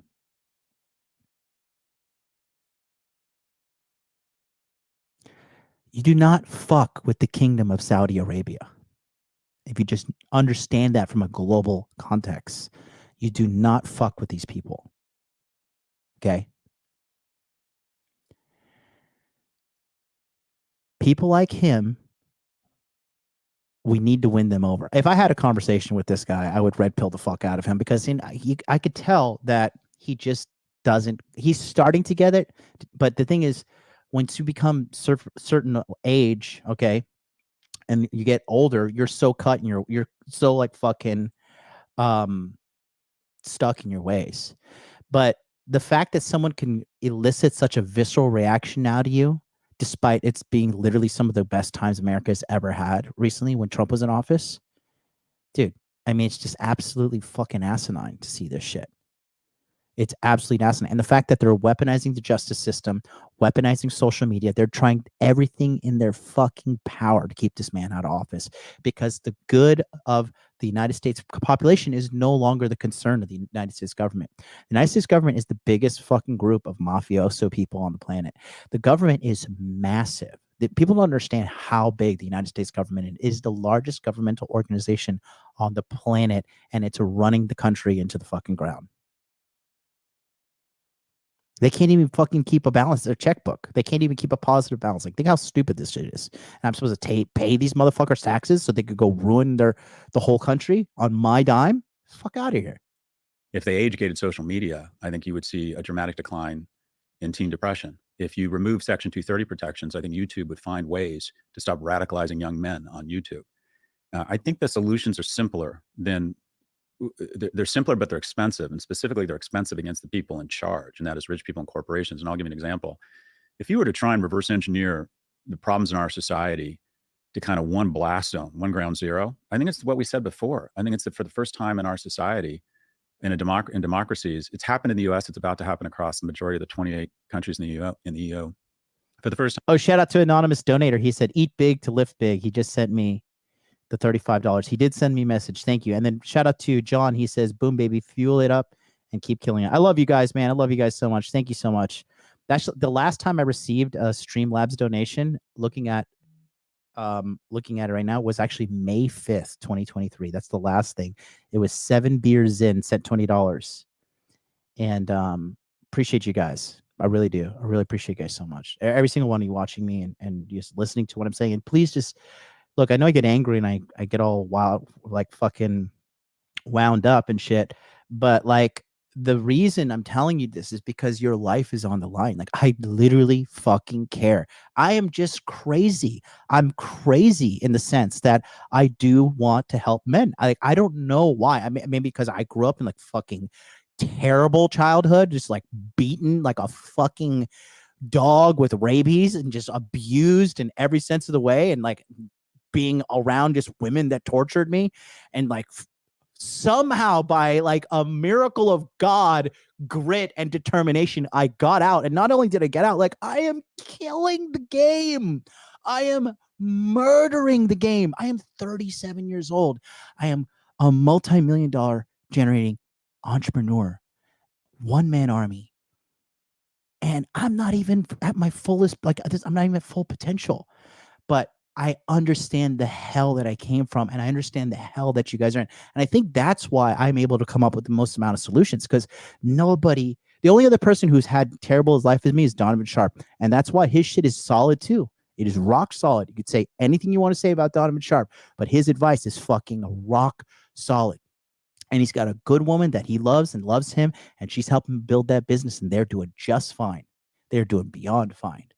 Okay. But majority of these dudes that get out here and chirp, talk shit, they haven't lived what I live, and they haven't pulled themselves out of hell. right? I will say Justin Waller is also, he pulled himself out of hell because he had very bad ground zero bullshit that he had to deal with. And Justin is the fucking man, bro. Justin is the American Giga Chad. Okay. His only flaw is he got red hair, but hey, nobody can be perfect, right, Justin? And I love Justin. Justin's a great guy. He's 10 out of 10, great guy. Amazing person. But I said all that to say this, like, you know, just bringing it all home again. All right. You have to understand the only way to address this situation is by you personally leveling up. Money Muscles Game Frame. And that's why I do this. That's why I show up every single day. Like I am fucking, like I do care. Like I will give credit to fucking old fat Natalia over on Valuetainment, which she was like the one good thing she could see with her fucking retarded eyes was like, I can tell that he cares, which is me. And I do care. That's like when I'm like, think about going on all these talk show hosts and shit, like go fight with whores and shit. Like it's no more value to me. Like I'm gonna go dunk on these whores for what? Like it doesn't help anybody. Right. The only show I'm going to go dunk on whores is fucking Fresh and Fit. Right. Just because I'm supporting the boys. But my life, I'm not stopping. I'm not going to stop. I'm never going to stop. I'm going to continue to help men because it's the right thing to do. And I know there is ultimate congruency with me. I was put on this fucking planet to help as many men as possible. I'm not going to if you're a woman, you want my help. Believe me, go to my website, book my coaching. I'll change your fucking life too. Can't join my monthly coaching. You only do one-on-ones. But I am goddamn good at what I do. And I'm only going to get better. And I'm only going to continue to fucking level up. And my army of men that are out there, you guys know, the ones who are getting the life changing, you guys know the quality of coaching you're getting and what is happening with your personal life. So this is what I'm here for. That's why I'm doing. It's okay. This is not a money thing. This is not a money thing. This is not a ploy for super chats or whatever. Okay. I got from super chats, I have $68 in revenue. And then the lunch money you guys sent me was like another like $30 or $50. So it's been 3 hours, according to this timer. I don't know if the timer's like there on your side, but on my side, it's here. 2 hours, 56 minutes. Divided by I just got like YouTube takes 30% out of that 68. So that's like $40. And then I had to ask for you guys to send me lunch money. So that's $90. So $90 divided by 3. So am I sitting here live streaming for $30 an hour? I don't know. You ask yourself, am I really, is this the big grift? No, it's not. Okay. It's absolutely fucking not. It is to change your lives, gentlemen, is because I truly give a fuck with every like atom of my existence. This is what I'm here to do. Okay. Anyways, let's get back to this. Love you all. Sorry I ranted there, but it's my channel. I'll do what I want. Time a 30-year-old isn't doing as well as his or her parents. That's a fundamental breakdown in the compact between a family and a society. And they get angry and they blame the government, or they start demonizing, and then someone fills that void and starts demonizing other groups and says, oh, it's not your fault, it's their fault. And that can lead to very ugly places in history. So my solutions are pretty straightforward. If you have the average 70-year-old is 72% wealthier than they were 40 years ago, and the average person under the age of 40 is 24% less wealthy, and the percentage of wealth is a percentage of GDP controlled by people under the age of 40 has been cut in half. And a house is 12 times more expensive than it was 40 years ago, but their income is only 6x what it used to be. Yeah. We have too much money being crowded into not only the rich, but the old. Yeah. And if you want to solve, this is a problem in Japan too, is the problem with Japan. There is a big problem with Japan, and the big problem is all these old motherfuckers are running things. No offense, Japanese people, don't fucking cancel me, Japanese Twitter. All right. But there's too many fucking old people that are out of touch with reality that are in control. Like, dude, I think like the Japanese fucking technology minister, right? The dude is like still using fax machines. It's just like, can you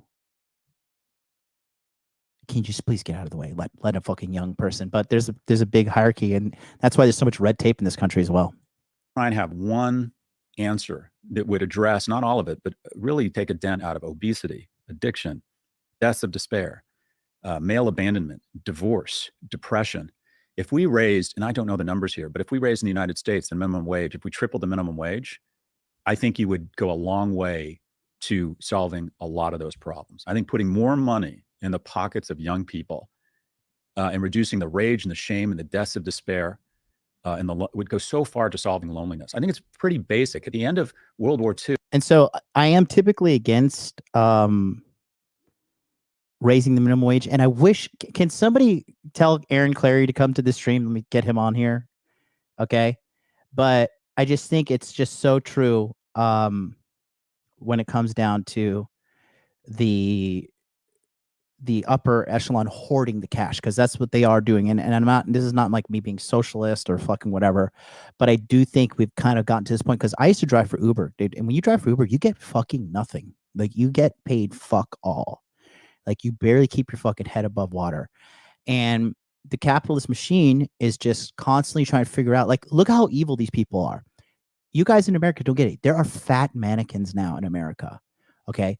Fat mannequins. So we are clearly aware that our population is sick and dying, and we're still just adapting to them and marketing instead of fucking turning our lives around. Think about that for a second. Okay. I definitely think that there needs to be some kind of change, but also, I mean, there needs to be an education reform, because people are just fucking retarded. But we're teaching the kids about 76 different genders, right?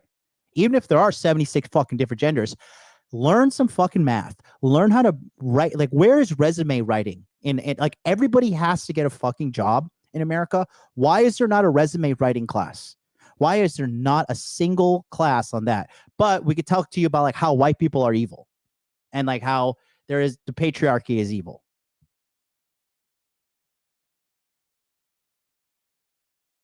The shit that we did to make America the greatest nation in the world, we're no longer doing it anymore. They've turned their back on God.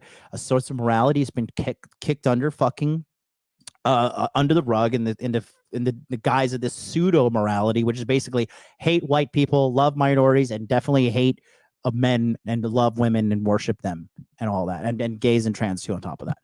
Okay, that's our cultural belief system now. Okay, hard work, determination, no. Like, maintaining a healthy body, no. You're beautiful at any weight. Body positivity. Where did body positivity come from? It came from fucking Dove.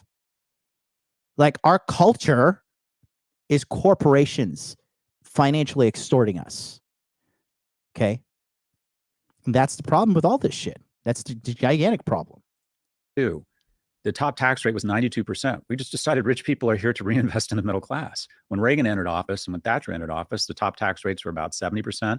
By the time Reagan left office, it was 27%. What we've seen across studies, University of California, Riverside. And another thing is this too, which I'm going to talk real quick about. Okay, the taxation in America is absolutely— Shut up and take my money. It's insane. Thank you, Lolly Lule Low, for the $20 super chat. Appreciate you. Okay. The United States government overtaxes everybody, and they blow the fucking money. It is like literally taxing the shit out of me to kill some fucking little boy in Afghanistan with a bomb.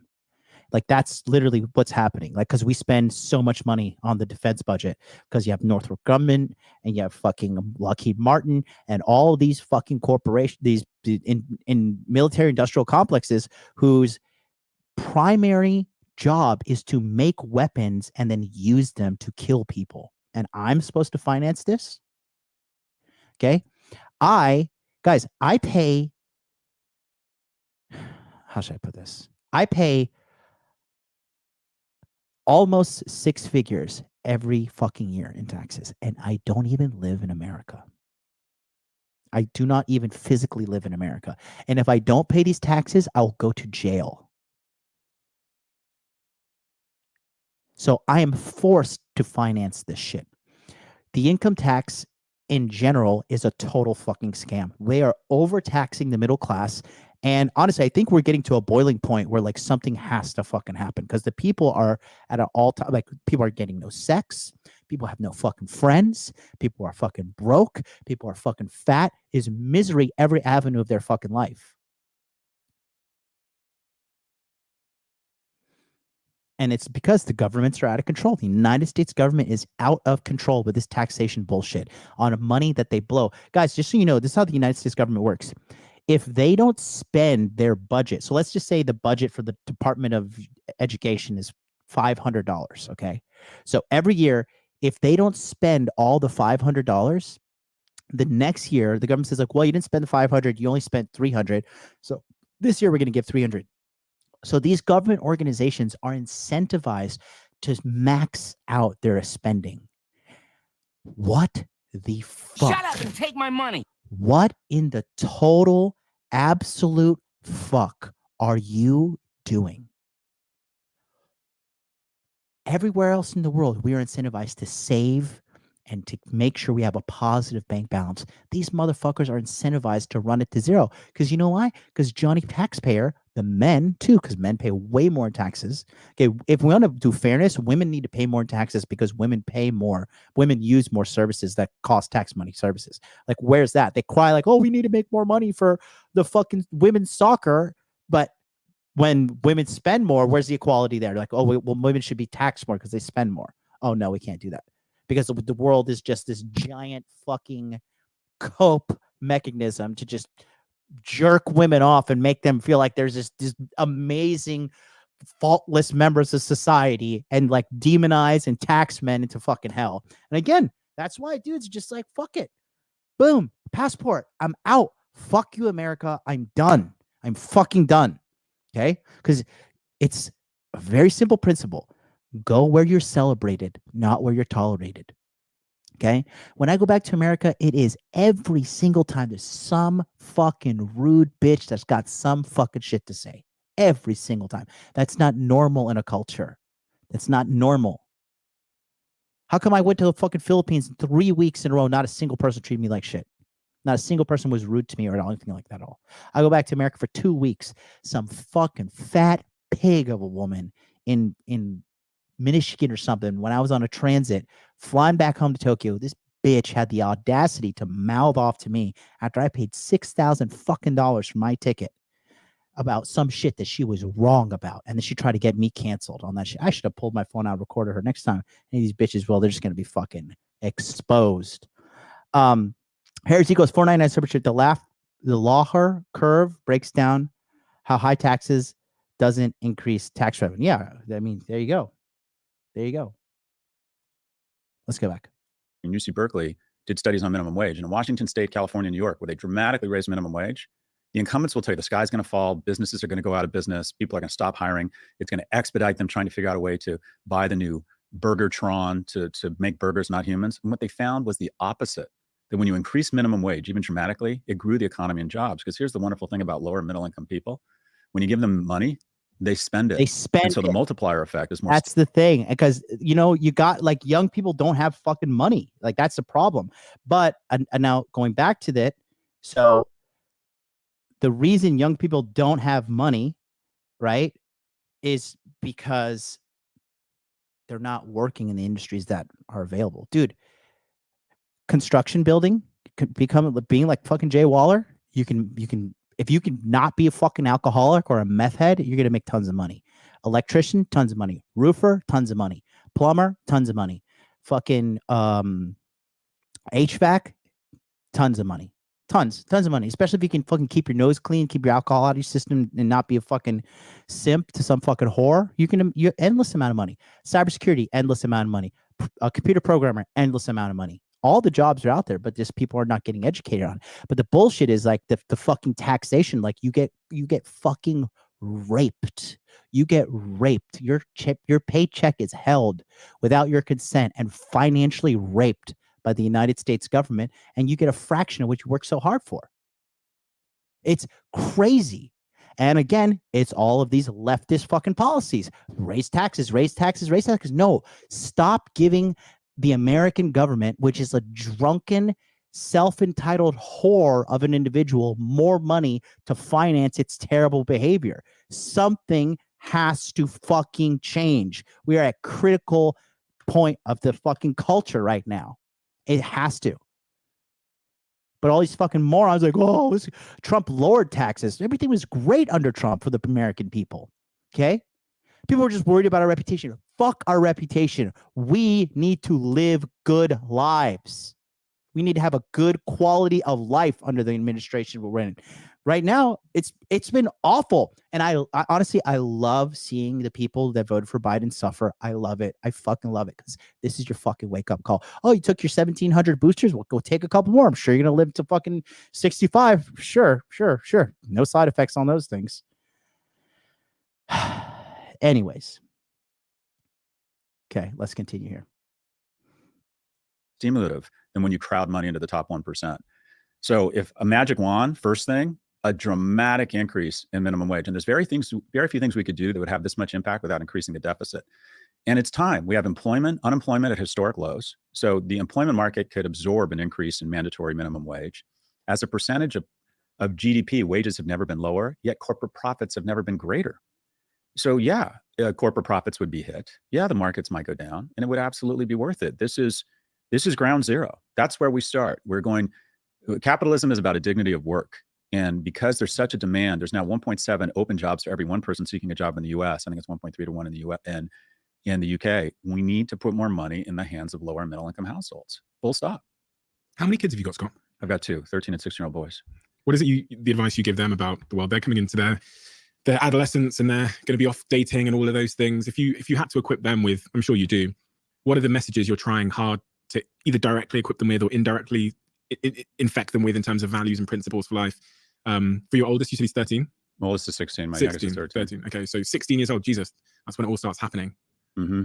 So what I try and do is I think about, all right, I want to show these kids that I want to be kind to strangers, right? I want to work hard. I want to have good manners. I want to try, and occasionally someone says something, a service person or whatever, is rude to me. And my ego is, when I was your age, I felt like I always needed to restore the world's balance, and no one could be disrespectful to me or I got back in their face. And now I realize occasionally you just take it. That's what it means to be a man. I try to be physically strong. I work out. I try to get them working out. I'm just trying to show them stuff, because I find it's very hard when they get to a certain age to advise them. They don't want to hear it. So I'm trying to be that guy. But it's not, I have an easier time advising other 16-year-olds than mine, because mine is healthfully pulling away from me. And I'll come back, but right now he's pulling away. What is masculinity? Isn't that, you're writing a book at the moment, right? You're writing 2 books at the moment about various subject matters. Mm-hmm. What can you tell us about what you're writing about? Yeah, well, I'm finished with the Algebra of Wealth book. I'm just starting the book on masculinity, but I think we need, per our previous comments, I think some unfortunate voices have filled this void around masculinity. And I think we need a new vision for modern masculinity. On the far right, I would argue that those forces have conflated masculinity with cruelty. I think people like Trump and Putin and Elon Musk are looked to as role models for masculinity for a lot of good reasons. But I think being a murderer, Putin, a criminal, Trump, or someone who has 11 kids, none of whom he's living with, Musk, I think that is exactly what it means to not be a man. No, again. So, okay, hold on. My food's here. Give me 2 seconds, guys. I'm going to break that down, though. Give me a second. Give me 2 seconds. Time to get paid, blow. Time to get paid. Time to get paid, blow up like I'm blowing up like you thought I would. I'm blowing up like you thought I would. And if you don't know, I'm blowing up like you thought I would. I'm blowing up like you thought I would. And if you don't know, I'm blowing up like you thought I would. I'm blowing up like you thought I would. And if you don't know, I'm blowing up like you thought I would. I'm blowing up like you thought I would. And if you don't know, I'm blowing up like you thought I would. I'm blowing up like you thought I would. And if you don't know, I'm blowing up like you thought I would. I'm blowing up like you thought I would. And if you don't know, I'm blowing up like you thought I would. I'm blowing up like you thought I would. And if you don't know, I'm blowing up like you thought I would. I'm blowing up like you thought I would. And if you don't know, I'm blowing up like you thought I would. I'm blowing up like you thought I would. And if you don't know, I'm blowing up. All right, I'm back.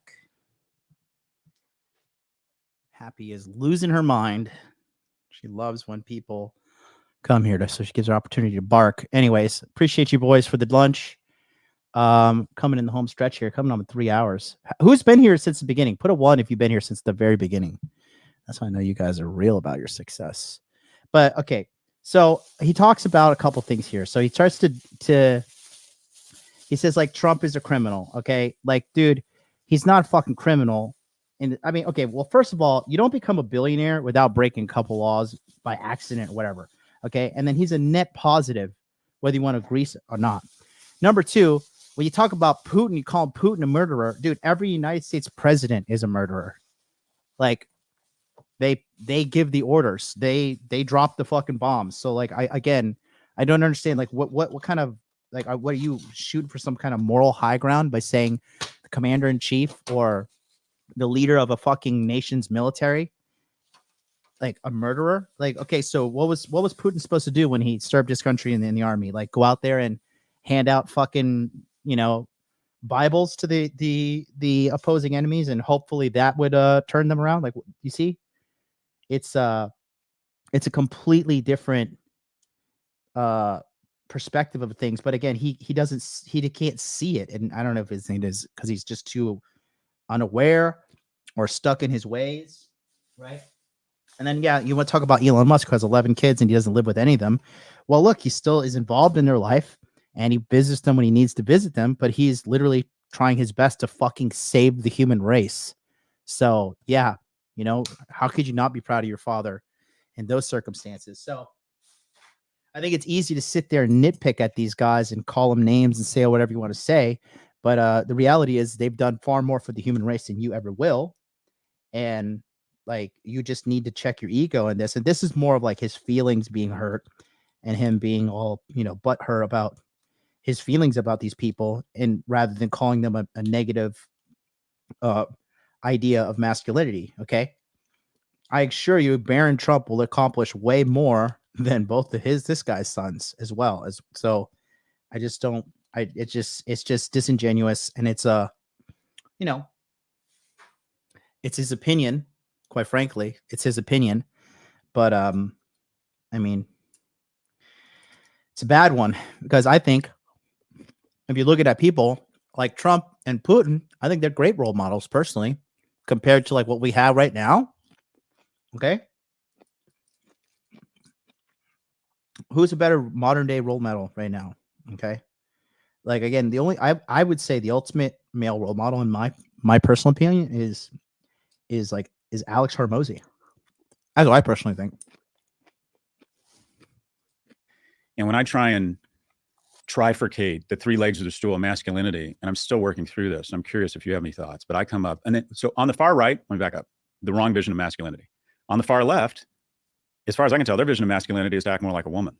I don't think that's right either. It's like, well, how do men become better men? Act more like a woman. I mean, I don't think that's not only what men in society are looking for. I don't think that's what women are looking for. He's right there. I think if there's a fire or Russian soldiers pour over the Ukrainian border, you want some of that big dick energy. And I also think that women are attracted to, generally speaking, this isn't true across the spectrum. We're having a really important conversation and everyone deserves respect. But I think demonstrating a certain level of that's another thing. Look at this. When they have to like constantly add a million caveats in there so they don't offend some fucking disenfranchised group, whatever. It's just like, dude, just make your fucking point, bro. People need this shit. We're just suffering out here. Generally speaking, this isn't true across. I think if there's a fire or Russian soldiers pour over the Ukrainian border, you want some of that big dick energy. And I also think that women are attracted to, generally speaking, this isn't true across the spectrum. We're having a really important conversation. Everyone deserves respect. But I think demonstrating a certain level of unabashed masculinity is really important in romantic relationships. And for me, the pillars or the three legs of the stool of masculinity, trying to distill it down to three things, are first, protector. I think that I was in Seattle at the Westin Hotel and I was checking in and there was an alarm went off and they closed the elevators and said, a smoke alarm has gone off on the 11th floor. And these firefighters about 9 minutes later showed up carrying, each of them must have been carrying 80 pounds of equipment and axes and all sorts of shit. And it was 9 men and 1 woman. And they don't look at the cameras to see if there's a raging fire on the 11th floor. They just bomb to the 11th floor. They're just there to protect people. Like, yeah, we might die. Fireman is actually more dangerous than being a cop. It's more dangerous than being in the military. But they are there to protect you. And whether it's military or things are cops or people. And that shit is celebrated like a motherfucker in Japan, bro. The ultimate like playboy job in Japan is like, if the guy's a firefighter, girls just like, oh my God, like, just please, just take me and dominate me. Because it's like the ultimate Chad job. They're like, oh my God, he's a firefighter. Oh my God, and it's because it's masculine as fuck, bro. Firefighters are gangsters, man. Firefighters need to be paid way more too. Firefighters, engineers who drive the trucks, man, those guys are completely underfunded. Those people need like a 3x in their pay. That's where I'm okay allocating my fucking tax dollars to, not Northrop Grumman and fucking Lockheed Martin to kill the next brown person on their agenda. or a head of household that's providing economically, I think being a protector is a key component of masculinity. And I also want to say that masculinity is not isolated to people born as males. I think a lot of women demonstrate masculinity. I think it's a wonderful attribute. I personally end up being more drawn to friends who have more feminine characteristics, which are also wonderful. But generally speaking, if we're going to have an adult conversation around gender and gender roles and masculinity, I think we need to acknowledge that 95% of us will have an easier time embracing these types of behaviors more commonly associated with people born as males and born as females. But the modern vision of protection needs some nuance, and that is the trans community. I think most men don't understand, at their heart, don't really understand the trans community, don't understand the notion that parents and a doctor might decide that a 15-year-old should have surgery and go through transition with hormones. I think the majority of men don't, when that hits them, don't understand it. And I think that lack of understanding can lead to unconscious discrimination and bias. And I think part of being a real protector is to acknowledge that you don't need to understand stuff to protect people. And that is, I think our first inclination should be as men. This is a community, maybe I understand this, maybe I don't, maybe I do know trans people, I don't know trans people. Clear out the politics of it, clear out your misunderstanding. This is a community that is taking a lot of shit, even you could argue being persecuted. Your first role as a man in his masculinity is to move to protect them, full stop. That's what we do, we protect people, and we err on the side of protection. And I think that is that's a really nice attribute, to start from a level of protection. When you see... Yeah, and honestly, you got to protect them from themselves. I'm sorry, but you can say whatever you want. But I think, personally, because if you want to be Mr. Brainiac like this guy, you look at the trans population in the United States of America, it's 1.4 million people. 1.2 of them are men transitioning to women. Why? It's pretty simple. You're demonizing men. You're telling men the left has been in charge of America since 2008. We have 4 years of a break under Trump, but they are just saying, what is the right way to be? The way to be is to be a woman. And if you're a man, you're wrong. And being a man is the wrong thing. And you don't want to be wrong. So therefore be a woman. So these guys are like, okay, fuck it. I'll just be a goddamn woman. That's the truth of the situation. Why is this not happening in droves anywhere? Where's the trans revolution in China? Where's the trans revolution in Japan? Where's the trans revolution in Korea? Where is it in Brazil? Where is it? It should be happening across the world, right? Because it's an organic thing. Someone being hurt, you don't even understand the situation. You see someone getting beaten up in a subway. If you see a fight about to break out in a bar, you don't need to understand the situation. You move to protection. Full stop. That's what we do as men. The second is provider. 70% of divorce filings are from women. Good work, soldier. And it's usually a function of three things. The guy loses his business, has a mental breakdown, or goes bankrupt. Men are still looked to be the economic provider. And that's not to say that, and part of that is to embrace this wonderful progress women have made and sometimes acknowledge many. Thanks, Unknown. You said just testing this thing, LOL. $3, it does work. Times acknowledge that the woman or your partner is just better at this whole money thing and being supportive and getting out of her way. Because your job is just to ensure, play a role that you can provide for the family. And then. All right. And I take again, that why are we assuming women are better with money than men? Where is the data showing this? Because these women are in fucking shitload of consumer debt. They're in shitload of student loan debt. Their amount of savings is like abysmal. No, they're not. Where are you getting this from? And part of that is to embrace this wonderful progress women have made and sometimes acknowledge, many times acknowledge, that the woman or your partner is just better at this whole money thing and being supportive and getting out of her way. Because your job is just to ensure, play a role that you can provide for the family. And then getting to a point where you can take care of yourself, take care of your family, and then start to expand the circle and start taking care of extended family, start taking care of the community, donations, philanthropy. I think that's to be a provider for people that ultimately you don't know is a form of masculinity, right? To plant the seeds of trees or, that you will never sit under, the shade of which you'll never sit under. And then the final one is procreator. And this is the one I'm working through and will definitely get me in the most trouble. But I do think that part of masculinity is being the initiator in a romantic relationship and pursuing romantic relationships. And there's a difference between pursuit and being a predator. And if you don't understand the difference, you've got much bigger problems. And because of some well-publicized and heinous, abhorrent acts where men abuse their power, now we conflate any sort of initiative or aggression around establishing a romantic relationship as predatory. And I don't think that's true. I think men's role in being. This is really important. I'm going to rewind this and make it big so you guys can listen, because this is super important. And then getting to a point where you can take care of yourself, take care of your family, and then start to expand the circle and start taking care of extended family, start taking care of the community, donations, philanthropy. I think that's to be a provider for people that ultimately you don't know is a form of masculinity, right? To plant the seeds of trees, or that you will never sit under, the shade of which you'll never sit under. And then the final one is procreator. And this is the one I'm working through and will definitely get me in the most trouble. But I do think that part of masculinity is being the initiator in a romantic relationship and pursuing romantic relationships. And there's a difference between pursuit and being a predator. And if you don't understand the difference, you've got much bigger problems. And because of some well-publicized and heinous, abhorrent acts where men abuse their power, now we conflate any sort of initiative or aggression around establishing a romantic relationship as predatory. And I don't think that's true. I think men's role in being more aggressive around romantic relationships, and even aggressive is a tough word, being the initiator, I think that is part of masculinity. I think that's part of success. One of the things, I hope my boy. Well, real quick, I just have a quick question for everybody. You guys, by the way, this steak is amazing. I love you all who've helped me finance this. Seriously, I love you so much. Let's take a look.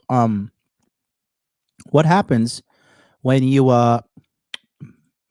put women in charge of dating and let women make the first move? You get Bumble. Okay. Look at this, bro. Since the inception of the company, $75 was the IPO cost. Look at this. Look, this is right here. This is the theme song of Bumble. Good job, you fucking morons. Great fucking work. Great fucking work. And if you look at like Match Group, take a look at them. They did a little bit better, but they're not as draconian as fucking as Bumble.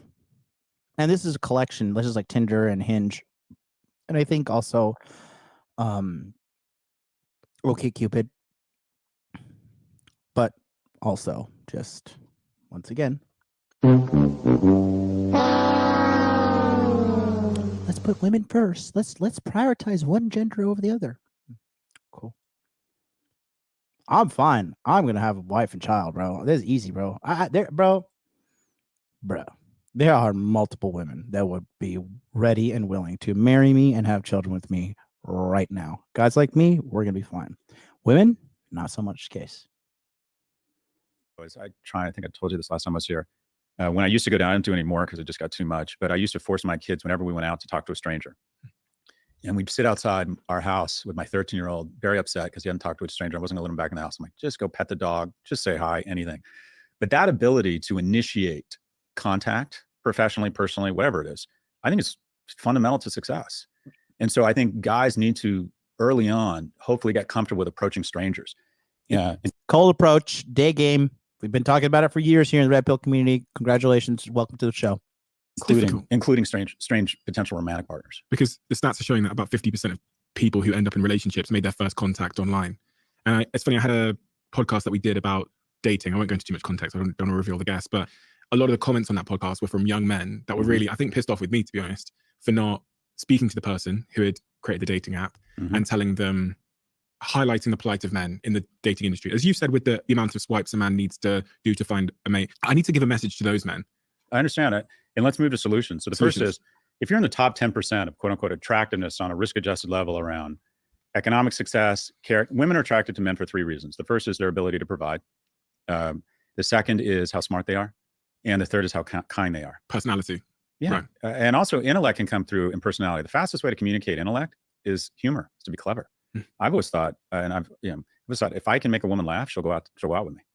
And here's the problem. So if you're in the top 10%, go online. It's going to be champagne and cocaine and a Mardi Gras of women for you. I mean, just, you're going to kill it. If you're in the bottom 90, the reality is the online dating market is a humiliating experience for you, because the majority of women, and they're right, can have some contact or interest from the top 10%. Maybe they're not who are looking for a series of short-term relationships and maybe a long-term relationship. But for the bottom 90 of men, especially the bottom half have just been shut out. They get no activity online. the wonderful thing about human sexuality is there's a ton of X factors: the way you smell, the way you move, your humor, your smile, right? The way your passion for a specific topic, the depth of intellect, whatever it might be. There's just the magic and mystery of the soup of human sexuality is so strange and it's wonderful. But there's one ingredient in that soup that comes through online. For men, it's money, and for women, it's looks. That's it. And so it's great if you are in the top decile for those things, for either sex. But if you're with us in the bottom 90, it's about the magic and mystery of sexuality that can be expressed in person. And what you find, especially with relationships that begin at work, one will say, I wasn't interested in him, and then I saw him present in a meeting, or I saw how smart he is, or I saw what an interesting person she is and how funny she is. These things are really hard to get across online. And so we need to put more money in the pockets of young people. We need more third spaces and opportunities for them to meet each other. The number of high school kids that see their friends every day has been cut in half. We're no longer talking to our neighbors. We're no longer going to work. So where are people supposed to meet and find out that, yeah, maybe he's not rich, maybe she's not hot, but I'm into this person. I want to go out with them. I want to kiss them. But I've got so much optionality in both those cases that it seems that I value that less, right? We used to just live in, the options were my village. Now they are the internet. Everybody. But when we gave access to everybody, everybody's now under the, I mean, typically you're right. We were sequestered. You went to temple or church and there were kind of 8 single people, 4 men and 4 women, and they sort of paired off based on, call it multiple of reasons there. They figured out their weight class.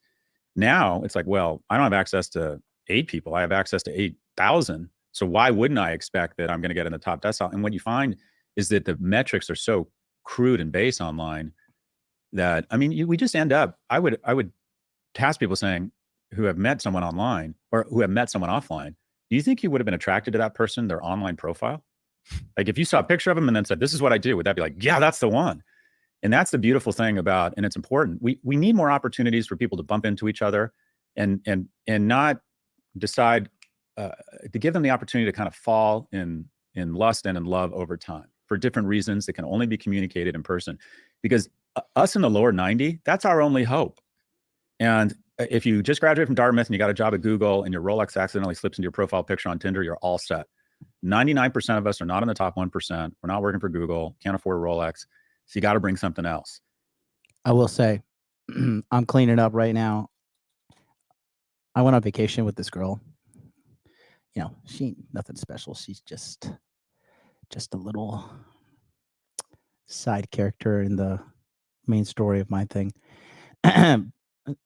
We got her to take this picture of me. Take a look at this. That was me on the vacation. Actually, hold on. Let me make this. I gotta make it bigger. But when you can market yourself correctly, boys, let me just show you this shit. And I have been cleaning up on online dating. So take a look. That's the picture right there, And yeah, I'm the guy he's talking about. There's the Rolex. There's the Versace. Okay. The Cartier, and looking good. Look at that. Look at that. That's my left arm, boys. That's the old lefty. That's the old left. My right arm is bigger. That's the old lefty. No filters, no manipulation, nothing on this, right? But I'm telling you, if you are in the top percent, so that's cleaning me up on Bumble, and then this is a different website here. You can take a look at me. Attractive 9.0, top 10%. Look at the data. Not a single woman voted me unattractive. 9 voted me somewhat attractive, which with my mouthpiece, I can convert at least 50% of those into the bed.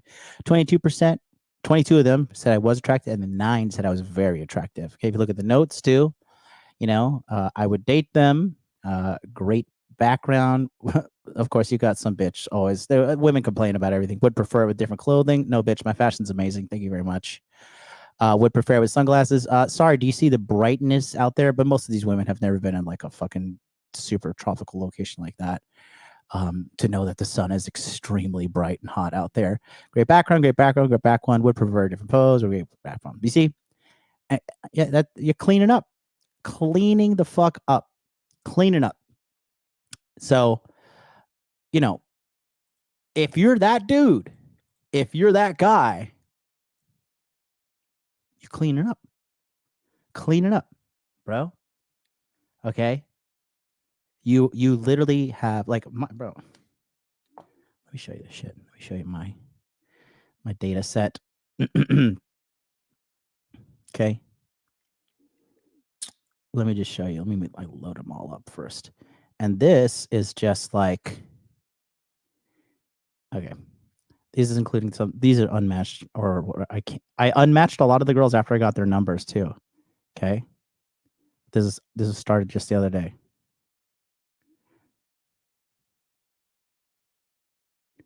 So you say online dating sucks. No, online dating sucks for you. Okay. When you know how to market yourself and do this shit like I do, and the boys who are coming to Passport Pro. Okay.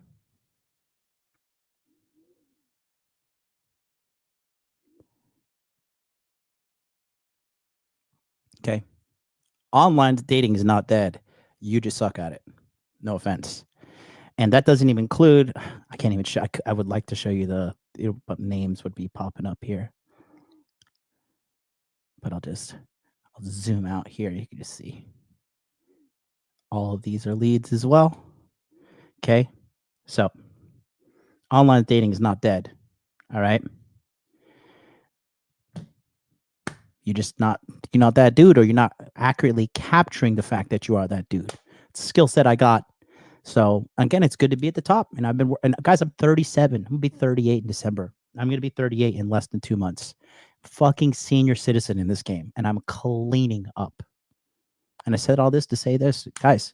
You can have this life too. It's not a bad thing for you at all. It's totally doable. Okay. So he's right about that shit. And it's important to develop those skills. A good rap. Iron your goddamn shirt. Blow dry your hair. Work out a little bit. Like, figure out a way that when you have the opportunity to meet someone in person over and over, that they're going to be impressed by you. And then slowly but surely, think, I'm more than impressed by this person. I'd like to have a relationship with them. And we're creating fewer and fewer contexts for that to happen. If we're not even going into work, right? If we're not volunteering, if we're not going to church, like where on earth we're not going to the movies, we're not going to the mall. I used to walk around when I was 17, a senior in high school. We'd go into Westwood Village and we would just walk around. We're too young to drink. We'd get an ice cream and we'd walk around and we'd see a group of girls from Palisades High School. I went to uni, and about the fourth time we passed them, one of us would take the leap and start talking to them.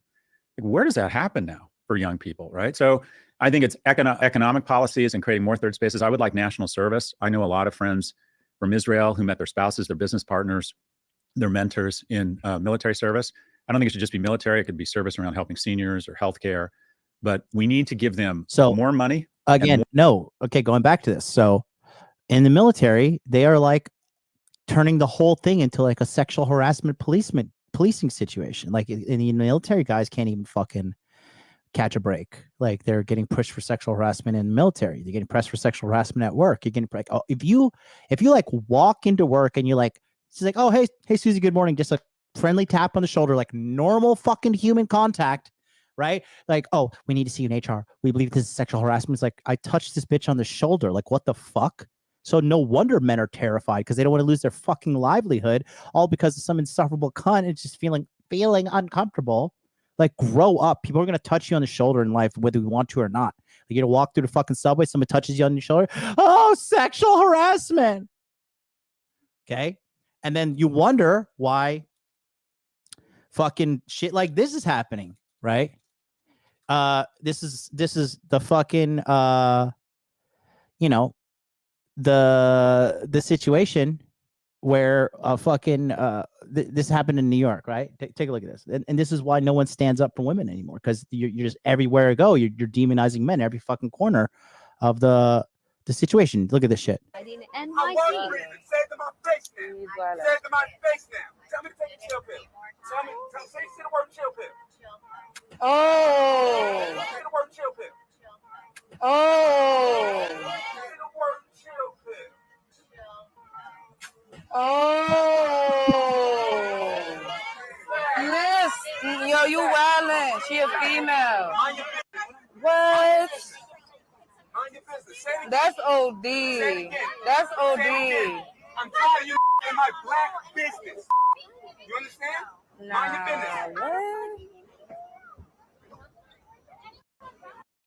You know, and nobody jumped in on the dude. Nobody did anything, because again, congratulations, your psyop worked. Corporations, government, like, men don't want to fucking get involved anymore. You know, and especially like another thing is this, that okay. I am 5'10". I'm 185 pounds. I wrestled 2 years varsity in high school. I have done several fucking years of fucking Brazilian jiu-jitsu training. I have gone to I've done 2 years plus of Muay Thai. I trained in Thailand. I've trained in Hawaii. I've trained in Japan. I've trained in America. Okay. And even me with all of that combat experience, where I am an actual trained combat expert, not like expert, but like compared to the average person, I will fucking literally kill you. If you lock me in the cage with you for 3 minutes, you're like, kill this guy, like cakewalk. You don't have any training, you're dead. It's over. And that being said, me looking at that black dude in that trained situation, I wouldn't talk to the guy like that, because I recognize the threat and the possibility of the violence escalating to a higher level. Could I beat that guy one-on-one? Easily, without a shadow of a doubt. But even me, given my repertoire of combat skills, I know that I will probably exit the fight damaged. And I understand that he's a man with power as well. And men recognize other men's power. But when you have the audacity, like if a black dude got in my face and said, say chill pill one more time, I know he's saying, say that again, and we're going to fight. I know that. That woman doesn't get it. So she's like, chill pill, because she's protected in white woman liberal land. Their fucking pink hair. She got slept and nobody stepped in to fucking handle it. So what the guy's saying, it works in theory. What he's saying, all this shit works in theory. But the reality is there are so many other layers of mitigating circumstances that have led to men not wanting to give a fuck about women anymore in America. Okay. That's why Passport Bros, we up. We out here winning. So anyways, we'll go back. More opportunities to bump into each other and fall in love with each other and be attracted to each other for the reasons that are unique. Smell. Can't smell someone online. And not only that, you don't even know what smells you're going to be attracted to. You don't even know. And so unless you bump off a bunch of people in person, we're just not going to have nearly as many connections and not nearly as many relationships. But I think there are pretty straightforward solutions here. Don't you think work is the most obvious opportunity? I think when we think about social settings where we bump into people like churches and pubs and, you know, a lot of the things that used to live on the high street that have now found a home online, don't you think there's a huge opportunity for employers to create that sense of bonding, the oxytocin, the relationships that forged in the hallways of the office by bringing people together? Because I have to say, I have always believed that. And even though the world went that way with the remote working thing, my teams, including all of the teams, the 30 people that work at the Diary of a CEO team, we've always been in office. And I wrote a letter to them actually a year ago explaining this idea of freedom within parameters, where you're trusted to make the best decisions for your life. But essentially, one of our core beliefs is that, of course, we'll do some of our best work in coffee shops and on beaches, but being together will make the stress less stressful. It'll make the work more meaningful. It'll make our lives more fulfilling. So I sent that letter to the team, and they're all listening to this either upstairs or in here or in the office down the road. It was the best reaction I've ever had to any letter I've ever sent to my team in terms of fire emojis and clapping, because I explained why, and the first principles underneath my belief were about them. And it wasn't just we're coming in Tuesday and Wednesday because I'm the CEO and we'll do what I say. It was, I understand that connection, and it's why I've always done this podcast in person, even through the pandemic, is going out of fashion, but it ain't going out of our sort of Maslowian hierarchy. Yeah, exactly. Guys, give me a second. You need to send me a message on Instagram so I can see what you look like. Hot Dude Life on Instagram. Guys, gotta use the bathroom again. Be right back. Hold on. Don't turn that dial. We're gonna break it down. We're in the last 25 minutes. Who's gonna stick with me to the end? Because I'm doing it front to back. Will you? Time to get paid, blow. Time to get paid. Time to get paid, blow up like I'm blowing up like you thought I would. I'm blowing up like you thought I would. And if you don't know, I'm blowing up like you thought I would. I'm blowing up like you thought I would. And if you don't know, I'm blowing up like you thought I would. I'm blowing up like you thought I would. And if you don't know, I'm blowing up like you thought I would. I'm blowing up like you thought I would. And if you don't know, I'm blowing up like you thought I would. I'm blowing up like you thought I would. And if you don't know, I'm blowing up like you thought I would. I'm blowing up like you thought I would. And if you don't know, I'm blowing up like you thought I would. I'm blowing up like you thought I would. And if you don't know, I'm blowing up like you thought I would. I'm blowing up like you thought I would. And if you don't know, I'm blowing up like you thought I would. I'm blowing up like you thought I would. And if you don't know, I'm blowing up like you thought I would. I'm blowing up like you thought I would. And if you don't know, time to get paid, blow. Time to get paid. Time to get paid, blow up like I'm blowing up like you thought I would. I'm blowing up like you thought I would. And if you don't know, I'm blowing up like you thought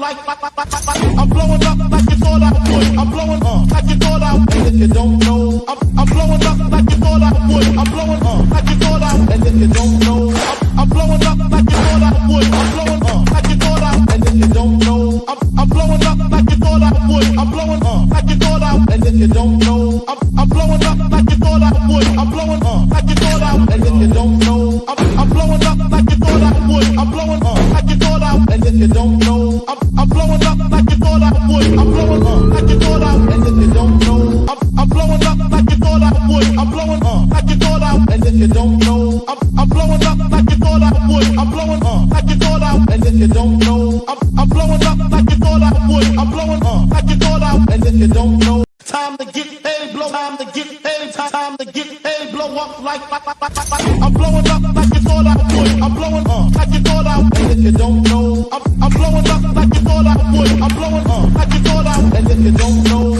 I'm blowing up like you thought I would. I'm blowing up like you thought I would. And if you don't know, I'm blowing up like you thought I would. I'm blowing up like you thought I would. And if you don't know, I'm blowing up like you thought I would. Okay.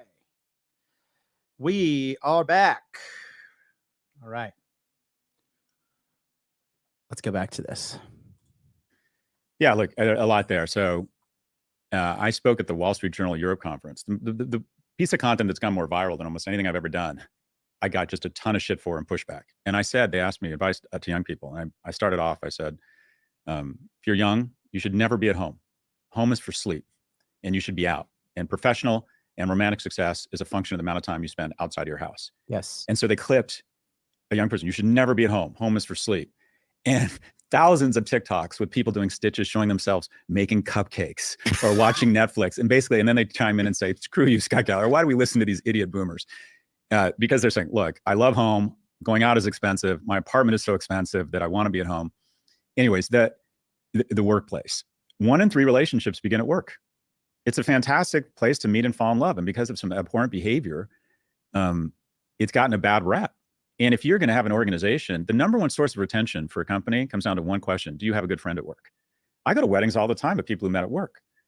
So, but there's some nuance here. The first is around remote work. Remote work is an unbelievable unlock. So that's another thing. The majority of people in Japan that meet here, they meet at work. But again, in America, when they're just like weaponizing sexual assault thing, like they have just looking at a woman the wrong way could now be considered fucking sexual harassment at the workplace. And then guys are just like living in constant fear and like acting among like this parameters of being terrified. We're talking to women because they don't want to lose their entire livelihood. And then on top of that, if you want to do that, now you have to get married on top of that, which is risking your livelihood all over again. So like you've created this impossible scenario for the average guy in America. And then you wonder why these guys are just checking out, you know? And again, that's what I'm saying. The passport bro movement is where it's at. The passport bro movement is absolutely where it's at. And there is no ands, ifs, or buts about it. It's just, you know, just thinking about it. It's just like, my heart goes out to these people. But again, these are all fucking leftist policies coming from a massively liberal agenda. So congratulations on the fucking hell you've made America. For caregivers. Now, as people taking care of kids, people taking care of their parents, people trying to take care of themselves, or quite frankly, don't have the money to live near work. And so to give them the opportunity to work from home a few or 4 of the 5 days a week or 5 is a big unlock. And it's something I think we should have a caregiver classification where we try and invest and afford more flexibility. If you're under the age of 30 or 40, much less 30, the office is a feature, not a bug. And where we need, though, there's some nuance here, and that is we need to modulate the kind of tech environment or some of the tech environment where it turned into kind of this Bacchanalia people, you know, having sex in the, you know, the coat room and tequila everywhere. That's probably a little too much. But in my companies, I've always created on a regular basis a social environment for people to meet. And most of it's just socializing with mentors and colleagues and making friends. Mm-hmm. But sometimes people start the path towards mating. And that's wonderful, because if all of a sudden there is no workplace or you're discouraged because HR would just rather nobody ever have sex at work, it just solves a lot of problems. You're taking out 1/3 of the mating opportunities, 1/3. And so where are young people supposed to meet? If you're into work and you want to have influence, you want to do well, and you want to develop economic security, so you're working all the time and it's remote, where on earth are you supposed to meet somebody? And quite frankly, sometimes some of the most attractive attributes of you to potential romantic partners can be best demonstrated professionally. Now, there's some nuance, and I'm on a bunch of public company boards, and we deal with this all the time. I think above a certain level of seniority, your fly's up and locked. It's just not permitted. But in terms of young people at a similar seniority, or they're all junior, my attitude is have at it, meet, fall in love, fall out of love, whatever it might be. I think that's a wonderful thing. And I think community and friendship and meeting people at work. I have a rule at my company at Prop G Media, and we're only 14 people now. If any 4 of them are ever together, they get my credit card. I mean, they don't physically have it, but if the 4 of you are at a play, a football match, or you decide to go to Tulum, which they have done on a Thursday night or whatever, it's on me, because that investment in community and friendship is worth it. It's a great retention tool, and it also is important for culture. It's true. So It's true. I think the ability to meet people at work is really important. You just have some nuance there. The 50-year-old CEO is making millions of bucks a year. Sorry, boss, off campus. And when we hear that you thought it was consent, no, you fucked up. Yeah, here you go. Female advances at work are the reason why I always carry a Phillips recorder on me when I move about the office. If in the U.S., avoid workplace relationship. It's just, the average guy most likely going to fuck it up. There's this, guys, first of all, never marry a white woman named Heather, because I just have so many experiences of these chicks being whores. But I used to work at a company, and this chick she was married. Her name was Heather. She wanted me so bad. And she used to wear this black dress, and she used to come into my cubicle and sit on my desk with her legs there and brush her leg up against my fucking shoulder. She would look around, make sure nobody's seeing. These women are super calculating. And her husband was a drug dealer, so she would always bring me fucking Xanax and weed, and then I would tell her yeah, we'll go, because we worked at night. We worked at we did some, because of the time zones. I came in at around 1 and I left at 9 p.m. And so it would only be me, her, and this one black girl and this other girl that worked there. Another white girl named Savannah. Savannah and I were having sex too. And she would come up and just rub her leg up against me and be like, hey, what are you doing? I'm like, bitch, I'm working.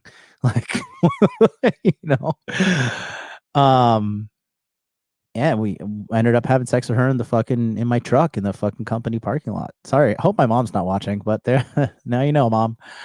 But and this shit was just prevalent, but I was super sharp about it, because if I was not as smart and not as sharp and went around the wrong way, I would have lost my job easily. My brother married a white woman named Heather. Oh no. Drug dealer. Yeah, he was a pussy drug dealer. He's a skinny white guy. I'll whoop his ass. That's why she was cheating with me. Up, you're out. We told you this right here. We told you right from the get-go.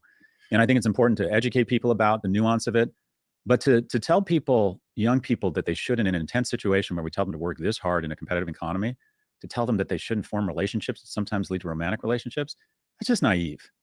And to your point, we've taken away an enormous arena or venue for making those connections, which we're lacking. So my sense is workplace relationships, in 99% of the time, are a positive. They're a feature, not a bug. I appreciate the nuance as well that you apply to that situation. Because I don't have children yet, I have a clear bias that I realize is there. And I did play forward the scenario where I had 4 or 5 children now, how I'd have to adjust, or how I'd want the companies that I run to adjust to me. And so I have to kind of reflect that in the companies now, because there are people in my teams, even this team, that have multiple children.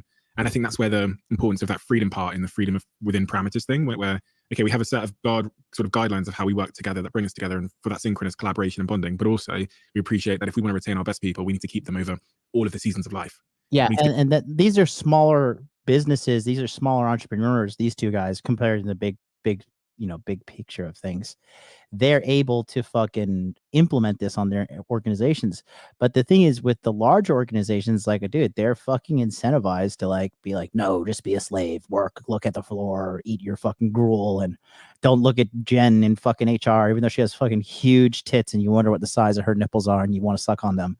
Don't you dare even try to enact on your biological impulses. Make us more money. Be a great place to work through pregnancy, fatherhood, you name it. Yeah, I could tell when you were saying that. it's great to be a young company where no one's had kids yet, and the majority of people haven't had kids. That's not sustainable. And show me a CEO who is mandated back to office.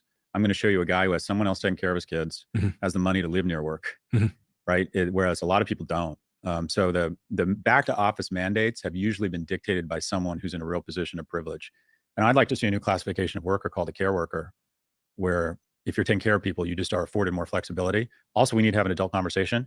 If you are working remotely the majority of the time, you're going to make less money. Getting into work is hard. It's expensive, requires sacrifice, and you get rewarded for it. If your job can be, if you can move to Boulder, Colorado, if your job can be moved to Boulder, it can be moved to Bangalore. Be clear. The CEO of a big conglomerate running the European unit can be more talented than the person running the Americas. But if headquarters is in the Americas, the CEO of the Americas is much more likely to get the top job, the CEO of the whole company. In every promotion, there's 2 or 3 people or more who are qualified for that promotion.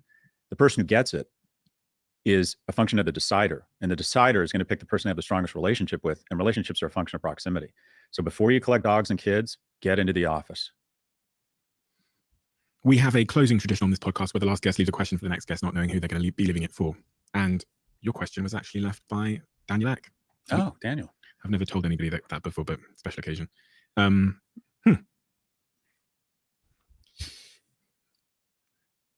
question he's left for you is, with AI coming in, perhaps replacing many jobs, what parts of humanity will become more important and what will matter less?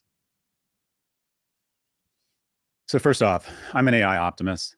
I think this catastrophizing around AI is narcissism. Technologists like to believe that their technology is the single point of salvation for humanity or is going to destroy humanity. It's just narcissism. I don't think AI is going to save or destroy humanity. The people who are most valuable are the ones who get out ahead of this technology versus what we did with big tech. We let weaponization of elections, teen depression, polarization get out ahead of the regulation. So I think the most important people, it's going to sound lame, are government officials that are thoughtful and say, we won't get fooled again, and we're going to regulate this technology. But when the people... So that's where his boomer shit is out of touch. Like, guys, these people in the government of the United States of America are fucking out of touch, old, moronic boomers. These big tech companies, Meta, Instagram, or the same company, right? Twitter finally seen the light by exposing all the bullshit going on with YouTube, Google. These people are light years ahead of the government. The government has no idea what's going on. And the only people that can go in and like bully these organizations are like fucking the FBI and CIA, but they only use that bullying to fucking further enslave the American people. So it's a real fucked up situation we're dealing with here. But relying on regulators and government people to do the right thing is like, it's like putting a sandwich on their living room table and leaving your dog there alone with it. Like the first minute, second minute, yeah, it's going to be fine. But eventually that dog's going to fucking eat the goddamn sandwich. And then look at you back, I'm so sorry, I just couldn't control myself. These regulators are the same shit. They maybe they have their good intentions for the benefit of humanity, but most of them don't. They're self-serving idiots. People that are making the technology are actually, it seems to be, going to government and saying we need regulation here. They didn't do that in Web 2 with social networks and stuff, but those people like Sam Altman, even Elon Musk was at the Washington the other day, pushing for legislation. That for me says something. Yeah, what it says, Stephen, is that they're full of shit. Because when Sam Altman calls for regulation in front of Congress, this is their go-to. I can pull up clips of Sheryl Sandberg and Mark Zuckerberg saying, we welcome regulation. This is their go-to. And keep in mind, these people are massively over-consulted by some of the smartest comms people in the world. Sam Altman says, I want regulation. And I believe Sam. He's really earnest. He looks like a young, nice man. And concurrently, he has lobbyists in Europe trying to suppress regulation against AI. I mean, this is just such bullshit. This notion that stop me before I kill again.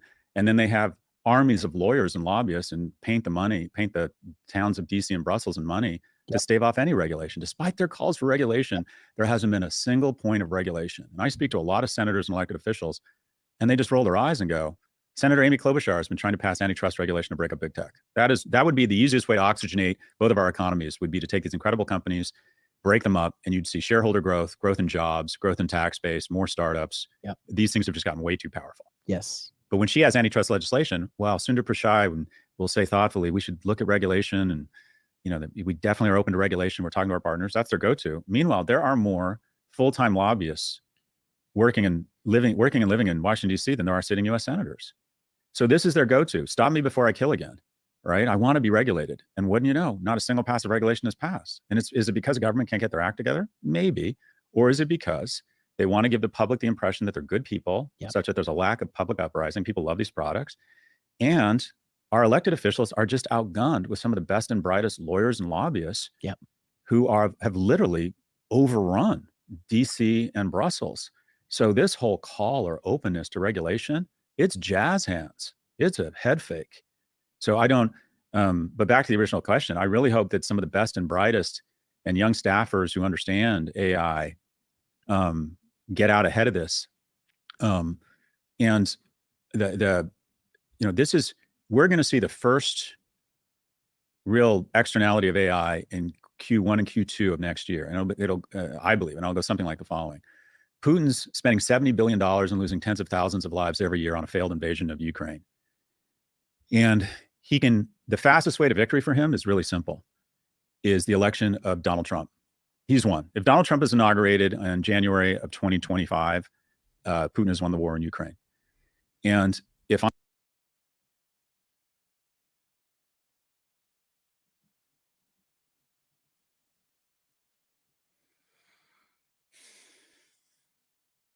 people with Trump derangement syndrome seriously are just the worst. Putin would never have fucking ever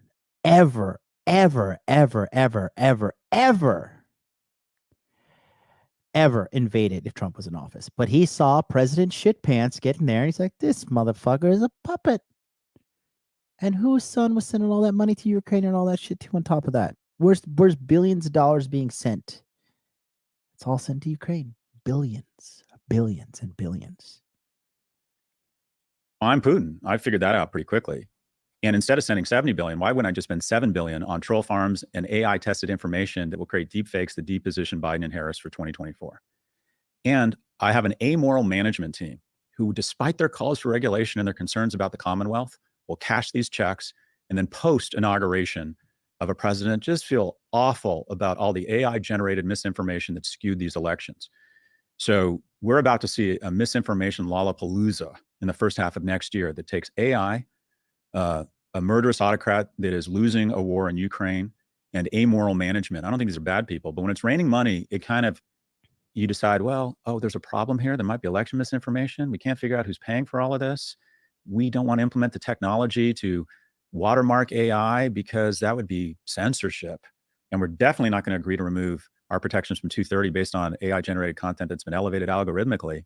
No, let's cash their check. Let's cash their damn check, and then we'll revisit what this all means. So I think aggressive regulatory oversight. I'm sick of calling on the better angels of CEOs. I'm sick of for them that waiting to show up. We live in a capitalist society.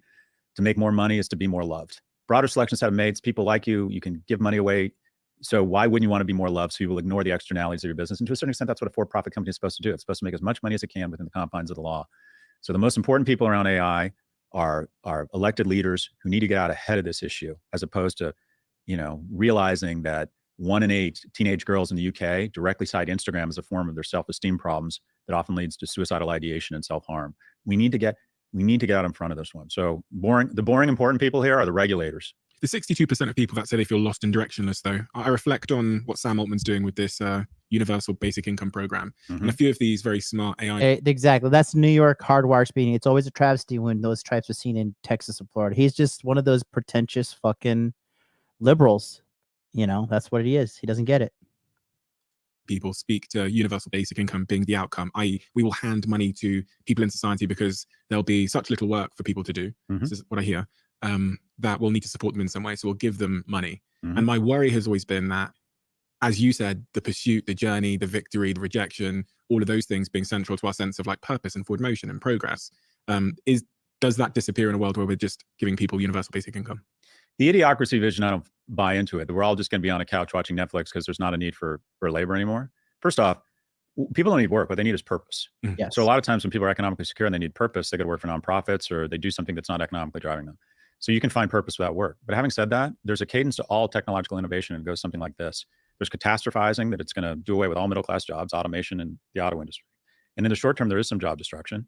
But we couldn't have envisioned heated seats or car stereos, and employment goes up because there's new ways to leverage technology.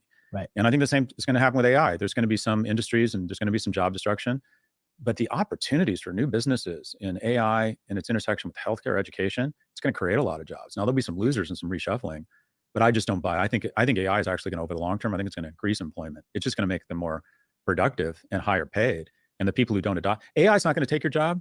Someone who understands AI is going to take your job. Yeah. But every technology in history has ultimately usually been some job destruction on the short end. 1 in 3 people in America used to make their living in farming. And so we were worried about all these technologies to increase output. Guess what? Now it's only 1 in 25, but employment has gone up. But we make our money now from what we describe as, if you think about both of our careers, like some form of intelligence, whether that's, so that's what I think. None of those revolutions have taken on human intelligence. I think they've taken on our muscles.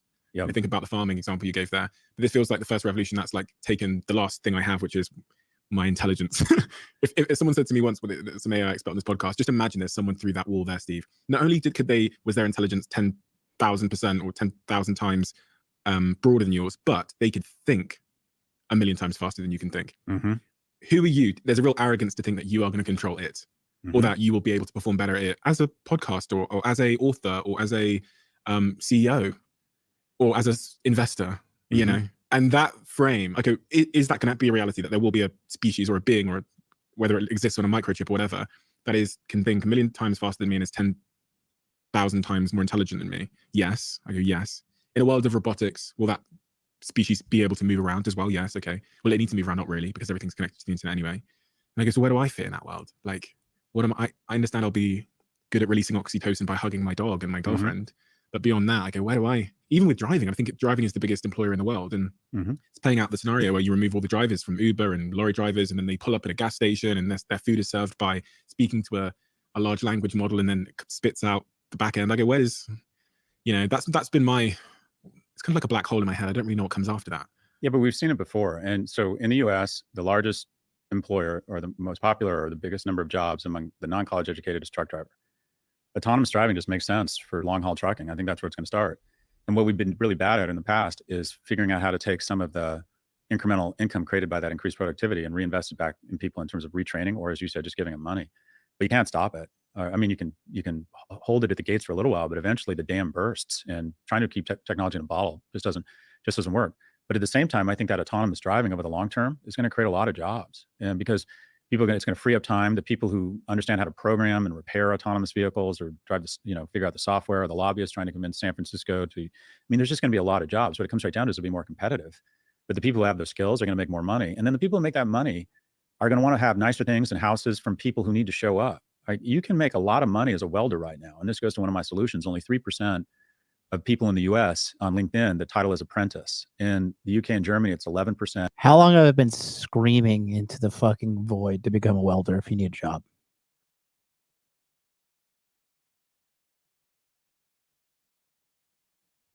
And in Germany, 50% of the population has some vocational certification. In the US, it's 5%. We need much more, not only vocational training, but we need to stop shaming it. If you build a house, you're going to see that anyone who has these types of skills actually makes a really good living. And I don't know if AI is coming for those jobs. So in the information sector, the communities that have had champagne and cocaine, and it's been disco for 30 years, programmers, services people, or lawyers, those people are going to probably get hit disproportionately hard. Yep. But the incremental productivity gains, productivity isn't everything, but in the long run, it's almost everything. That's a Paul Krugman quote. This is supposedly going to increase productivity in the US over the next 10 years, 1.2%. That's probably going to translate to trillions of dollars in incremental value. So I'm looking forward to the conversation in 20 years. Yeah. I think AI is going to create more jobs, more opportunities, and it's going to destroy. I'm an AI optimist. You definitely inspired my thinking to be a little bit more optimistic there, because you're right. Thinking forward, if we were in, I don't know, the Industrial Revolution, I never would have been able to, I could think about the things we'd lose, but I couldn't think about the things that we'd stand to gain through innovation and disruption and the internet that was to come and all these other things. It's really hard for us to think about what will exist in the future and the opportunities, but it's really easy for us to think about the things we'll lose within the coming revolution, because I can just point at them because they're all around me, but I can't point at things that I've never seen before. Right. If you see what I'm saying. So thank you, Scott. Thank you again for returning. The conversation we had last. So great podcast overall. I think that we are kind of making some headway with the situation for men to be better in the United States. I am not a fatalist. Okay. I am also an AI optimist. I don't think that they're going to become sentient and kill us all. The only thing I do worry about is the bias being programmed into AI by these fucking libtards. But you know, I mean, it's just it's something that needs to be taken a look at, because I think, you know, these useless jobs are eventually going to be phased out, as they should. Like, you know, because like, you know, dude, finding a good programmer is a fucking hard thing to do, and that all of them have fucking attitudes because they know that there's so much need. But you know, lo and behold, AI is coming to fucking bring balance to the force, and lawyers too. No offense to my lawyers, but you guys know you guys are cocksuckers. I mean, a good lawyer is different, but like a shitty lawyer is just like, I got scammed by a shitty lawyer last year, and I want to beat this fucking guy's ass, quite frankly. But you know, there is going to be a lot of balance being brought to the whole thing. But again, I just want to let you guys know, like, it does seem to me like the money muscles game frame thing is becoming more and more popular in the mainstream, and people are slowly but surely coming together to get it together. You could start now, though. You don't need a you don't need regulation. You don't need a revolution. You don't need a regulation. You don't need any of that. All you need to do is focus on the core 4, make money, make muscles, learn game, hold frame. Core 4 get you through any door. Until then.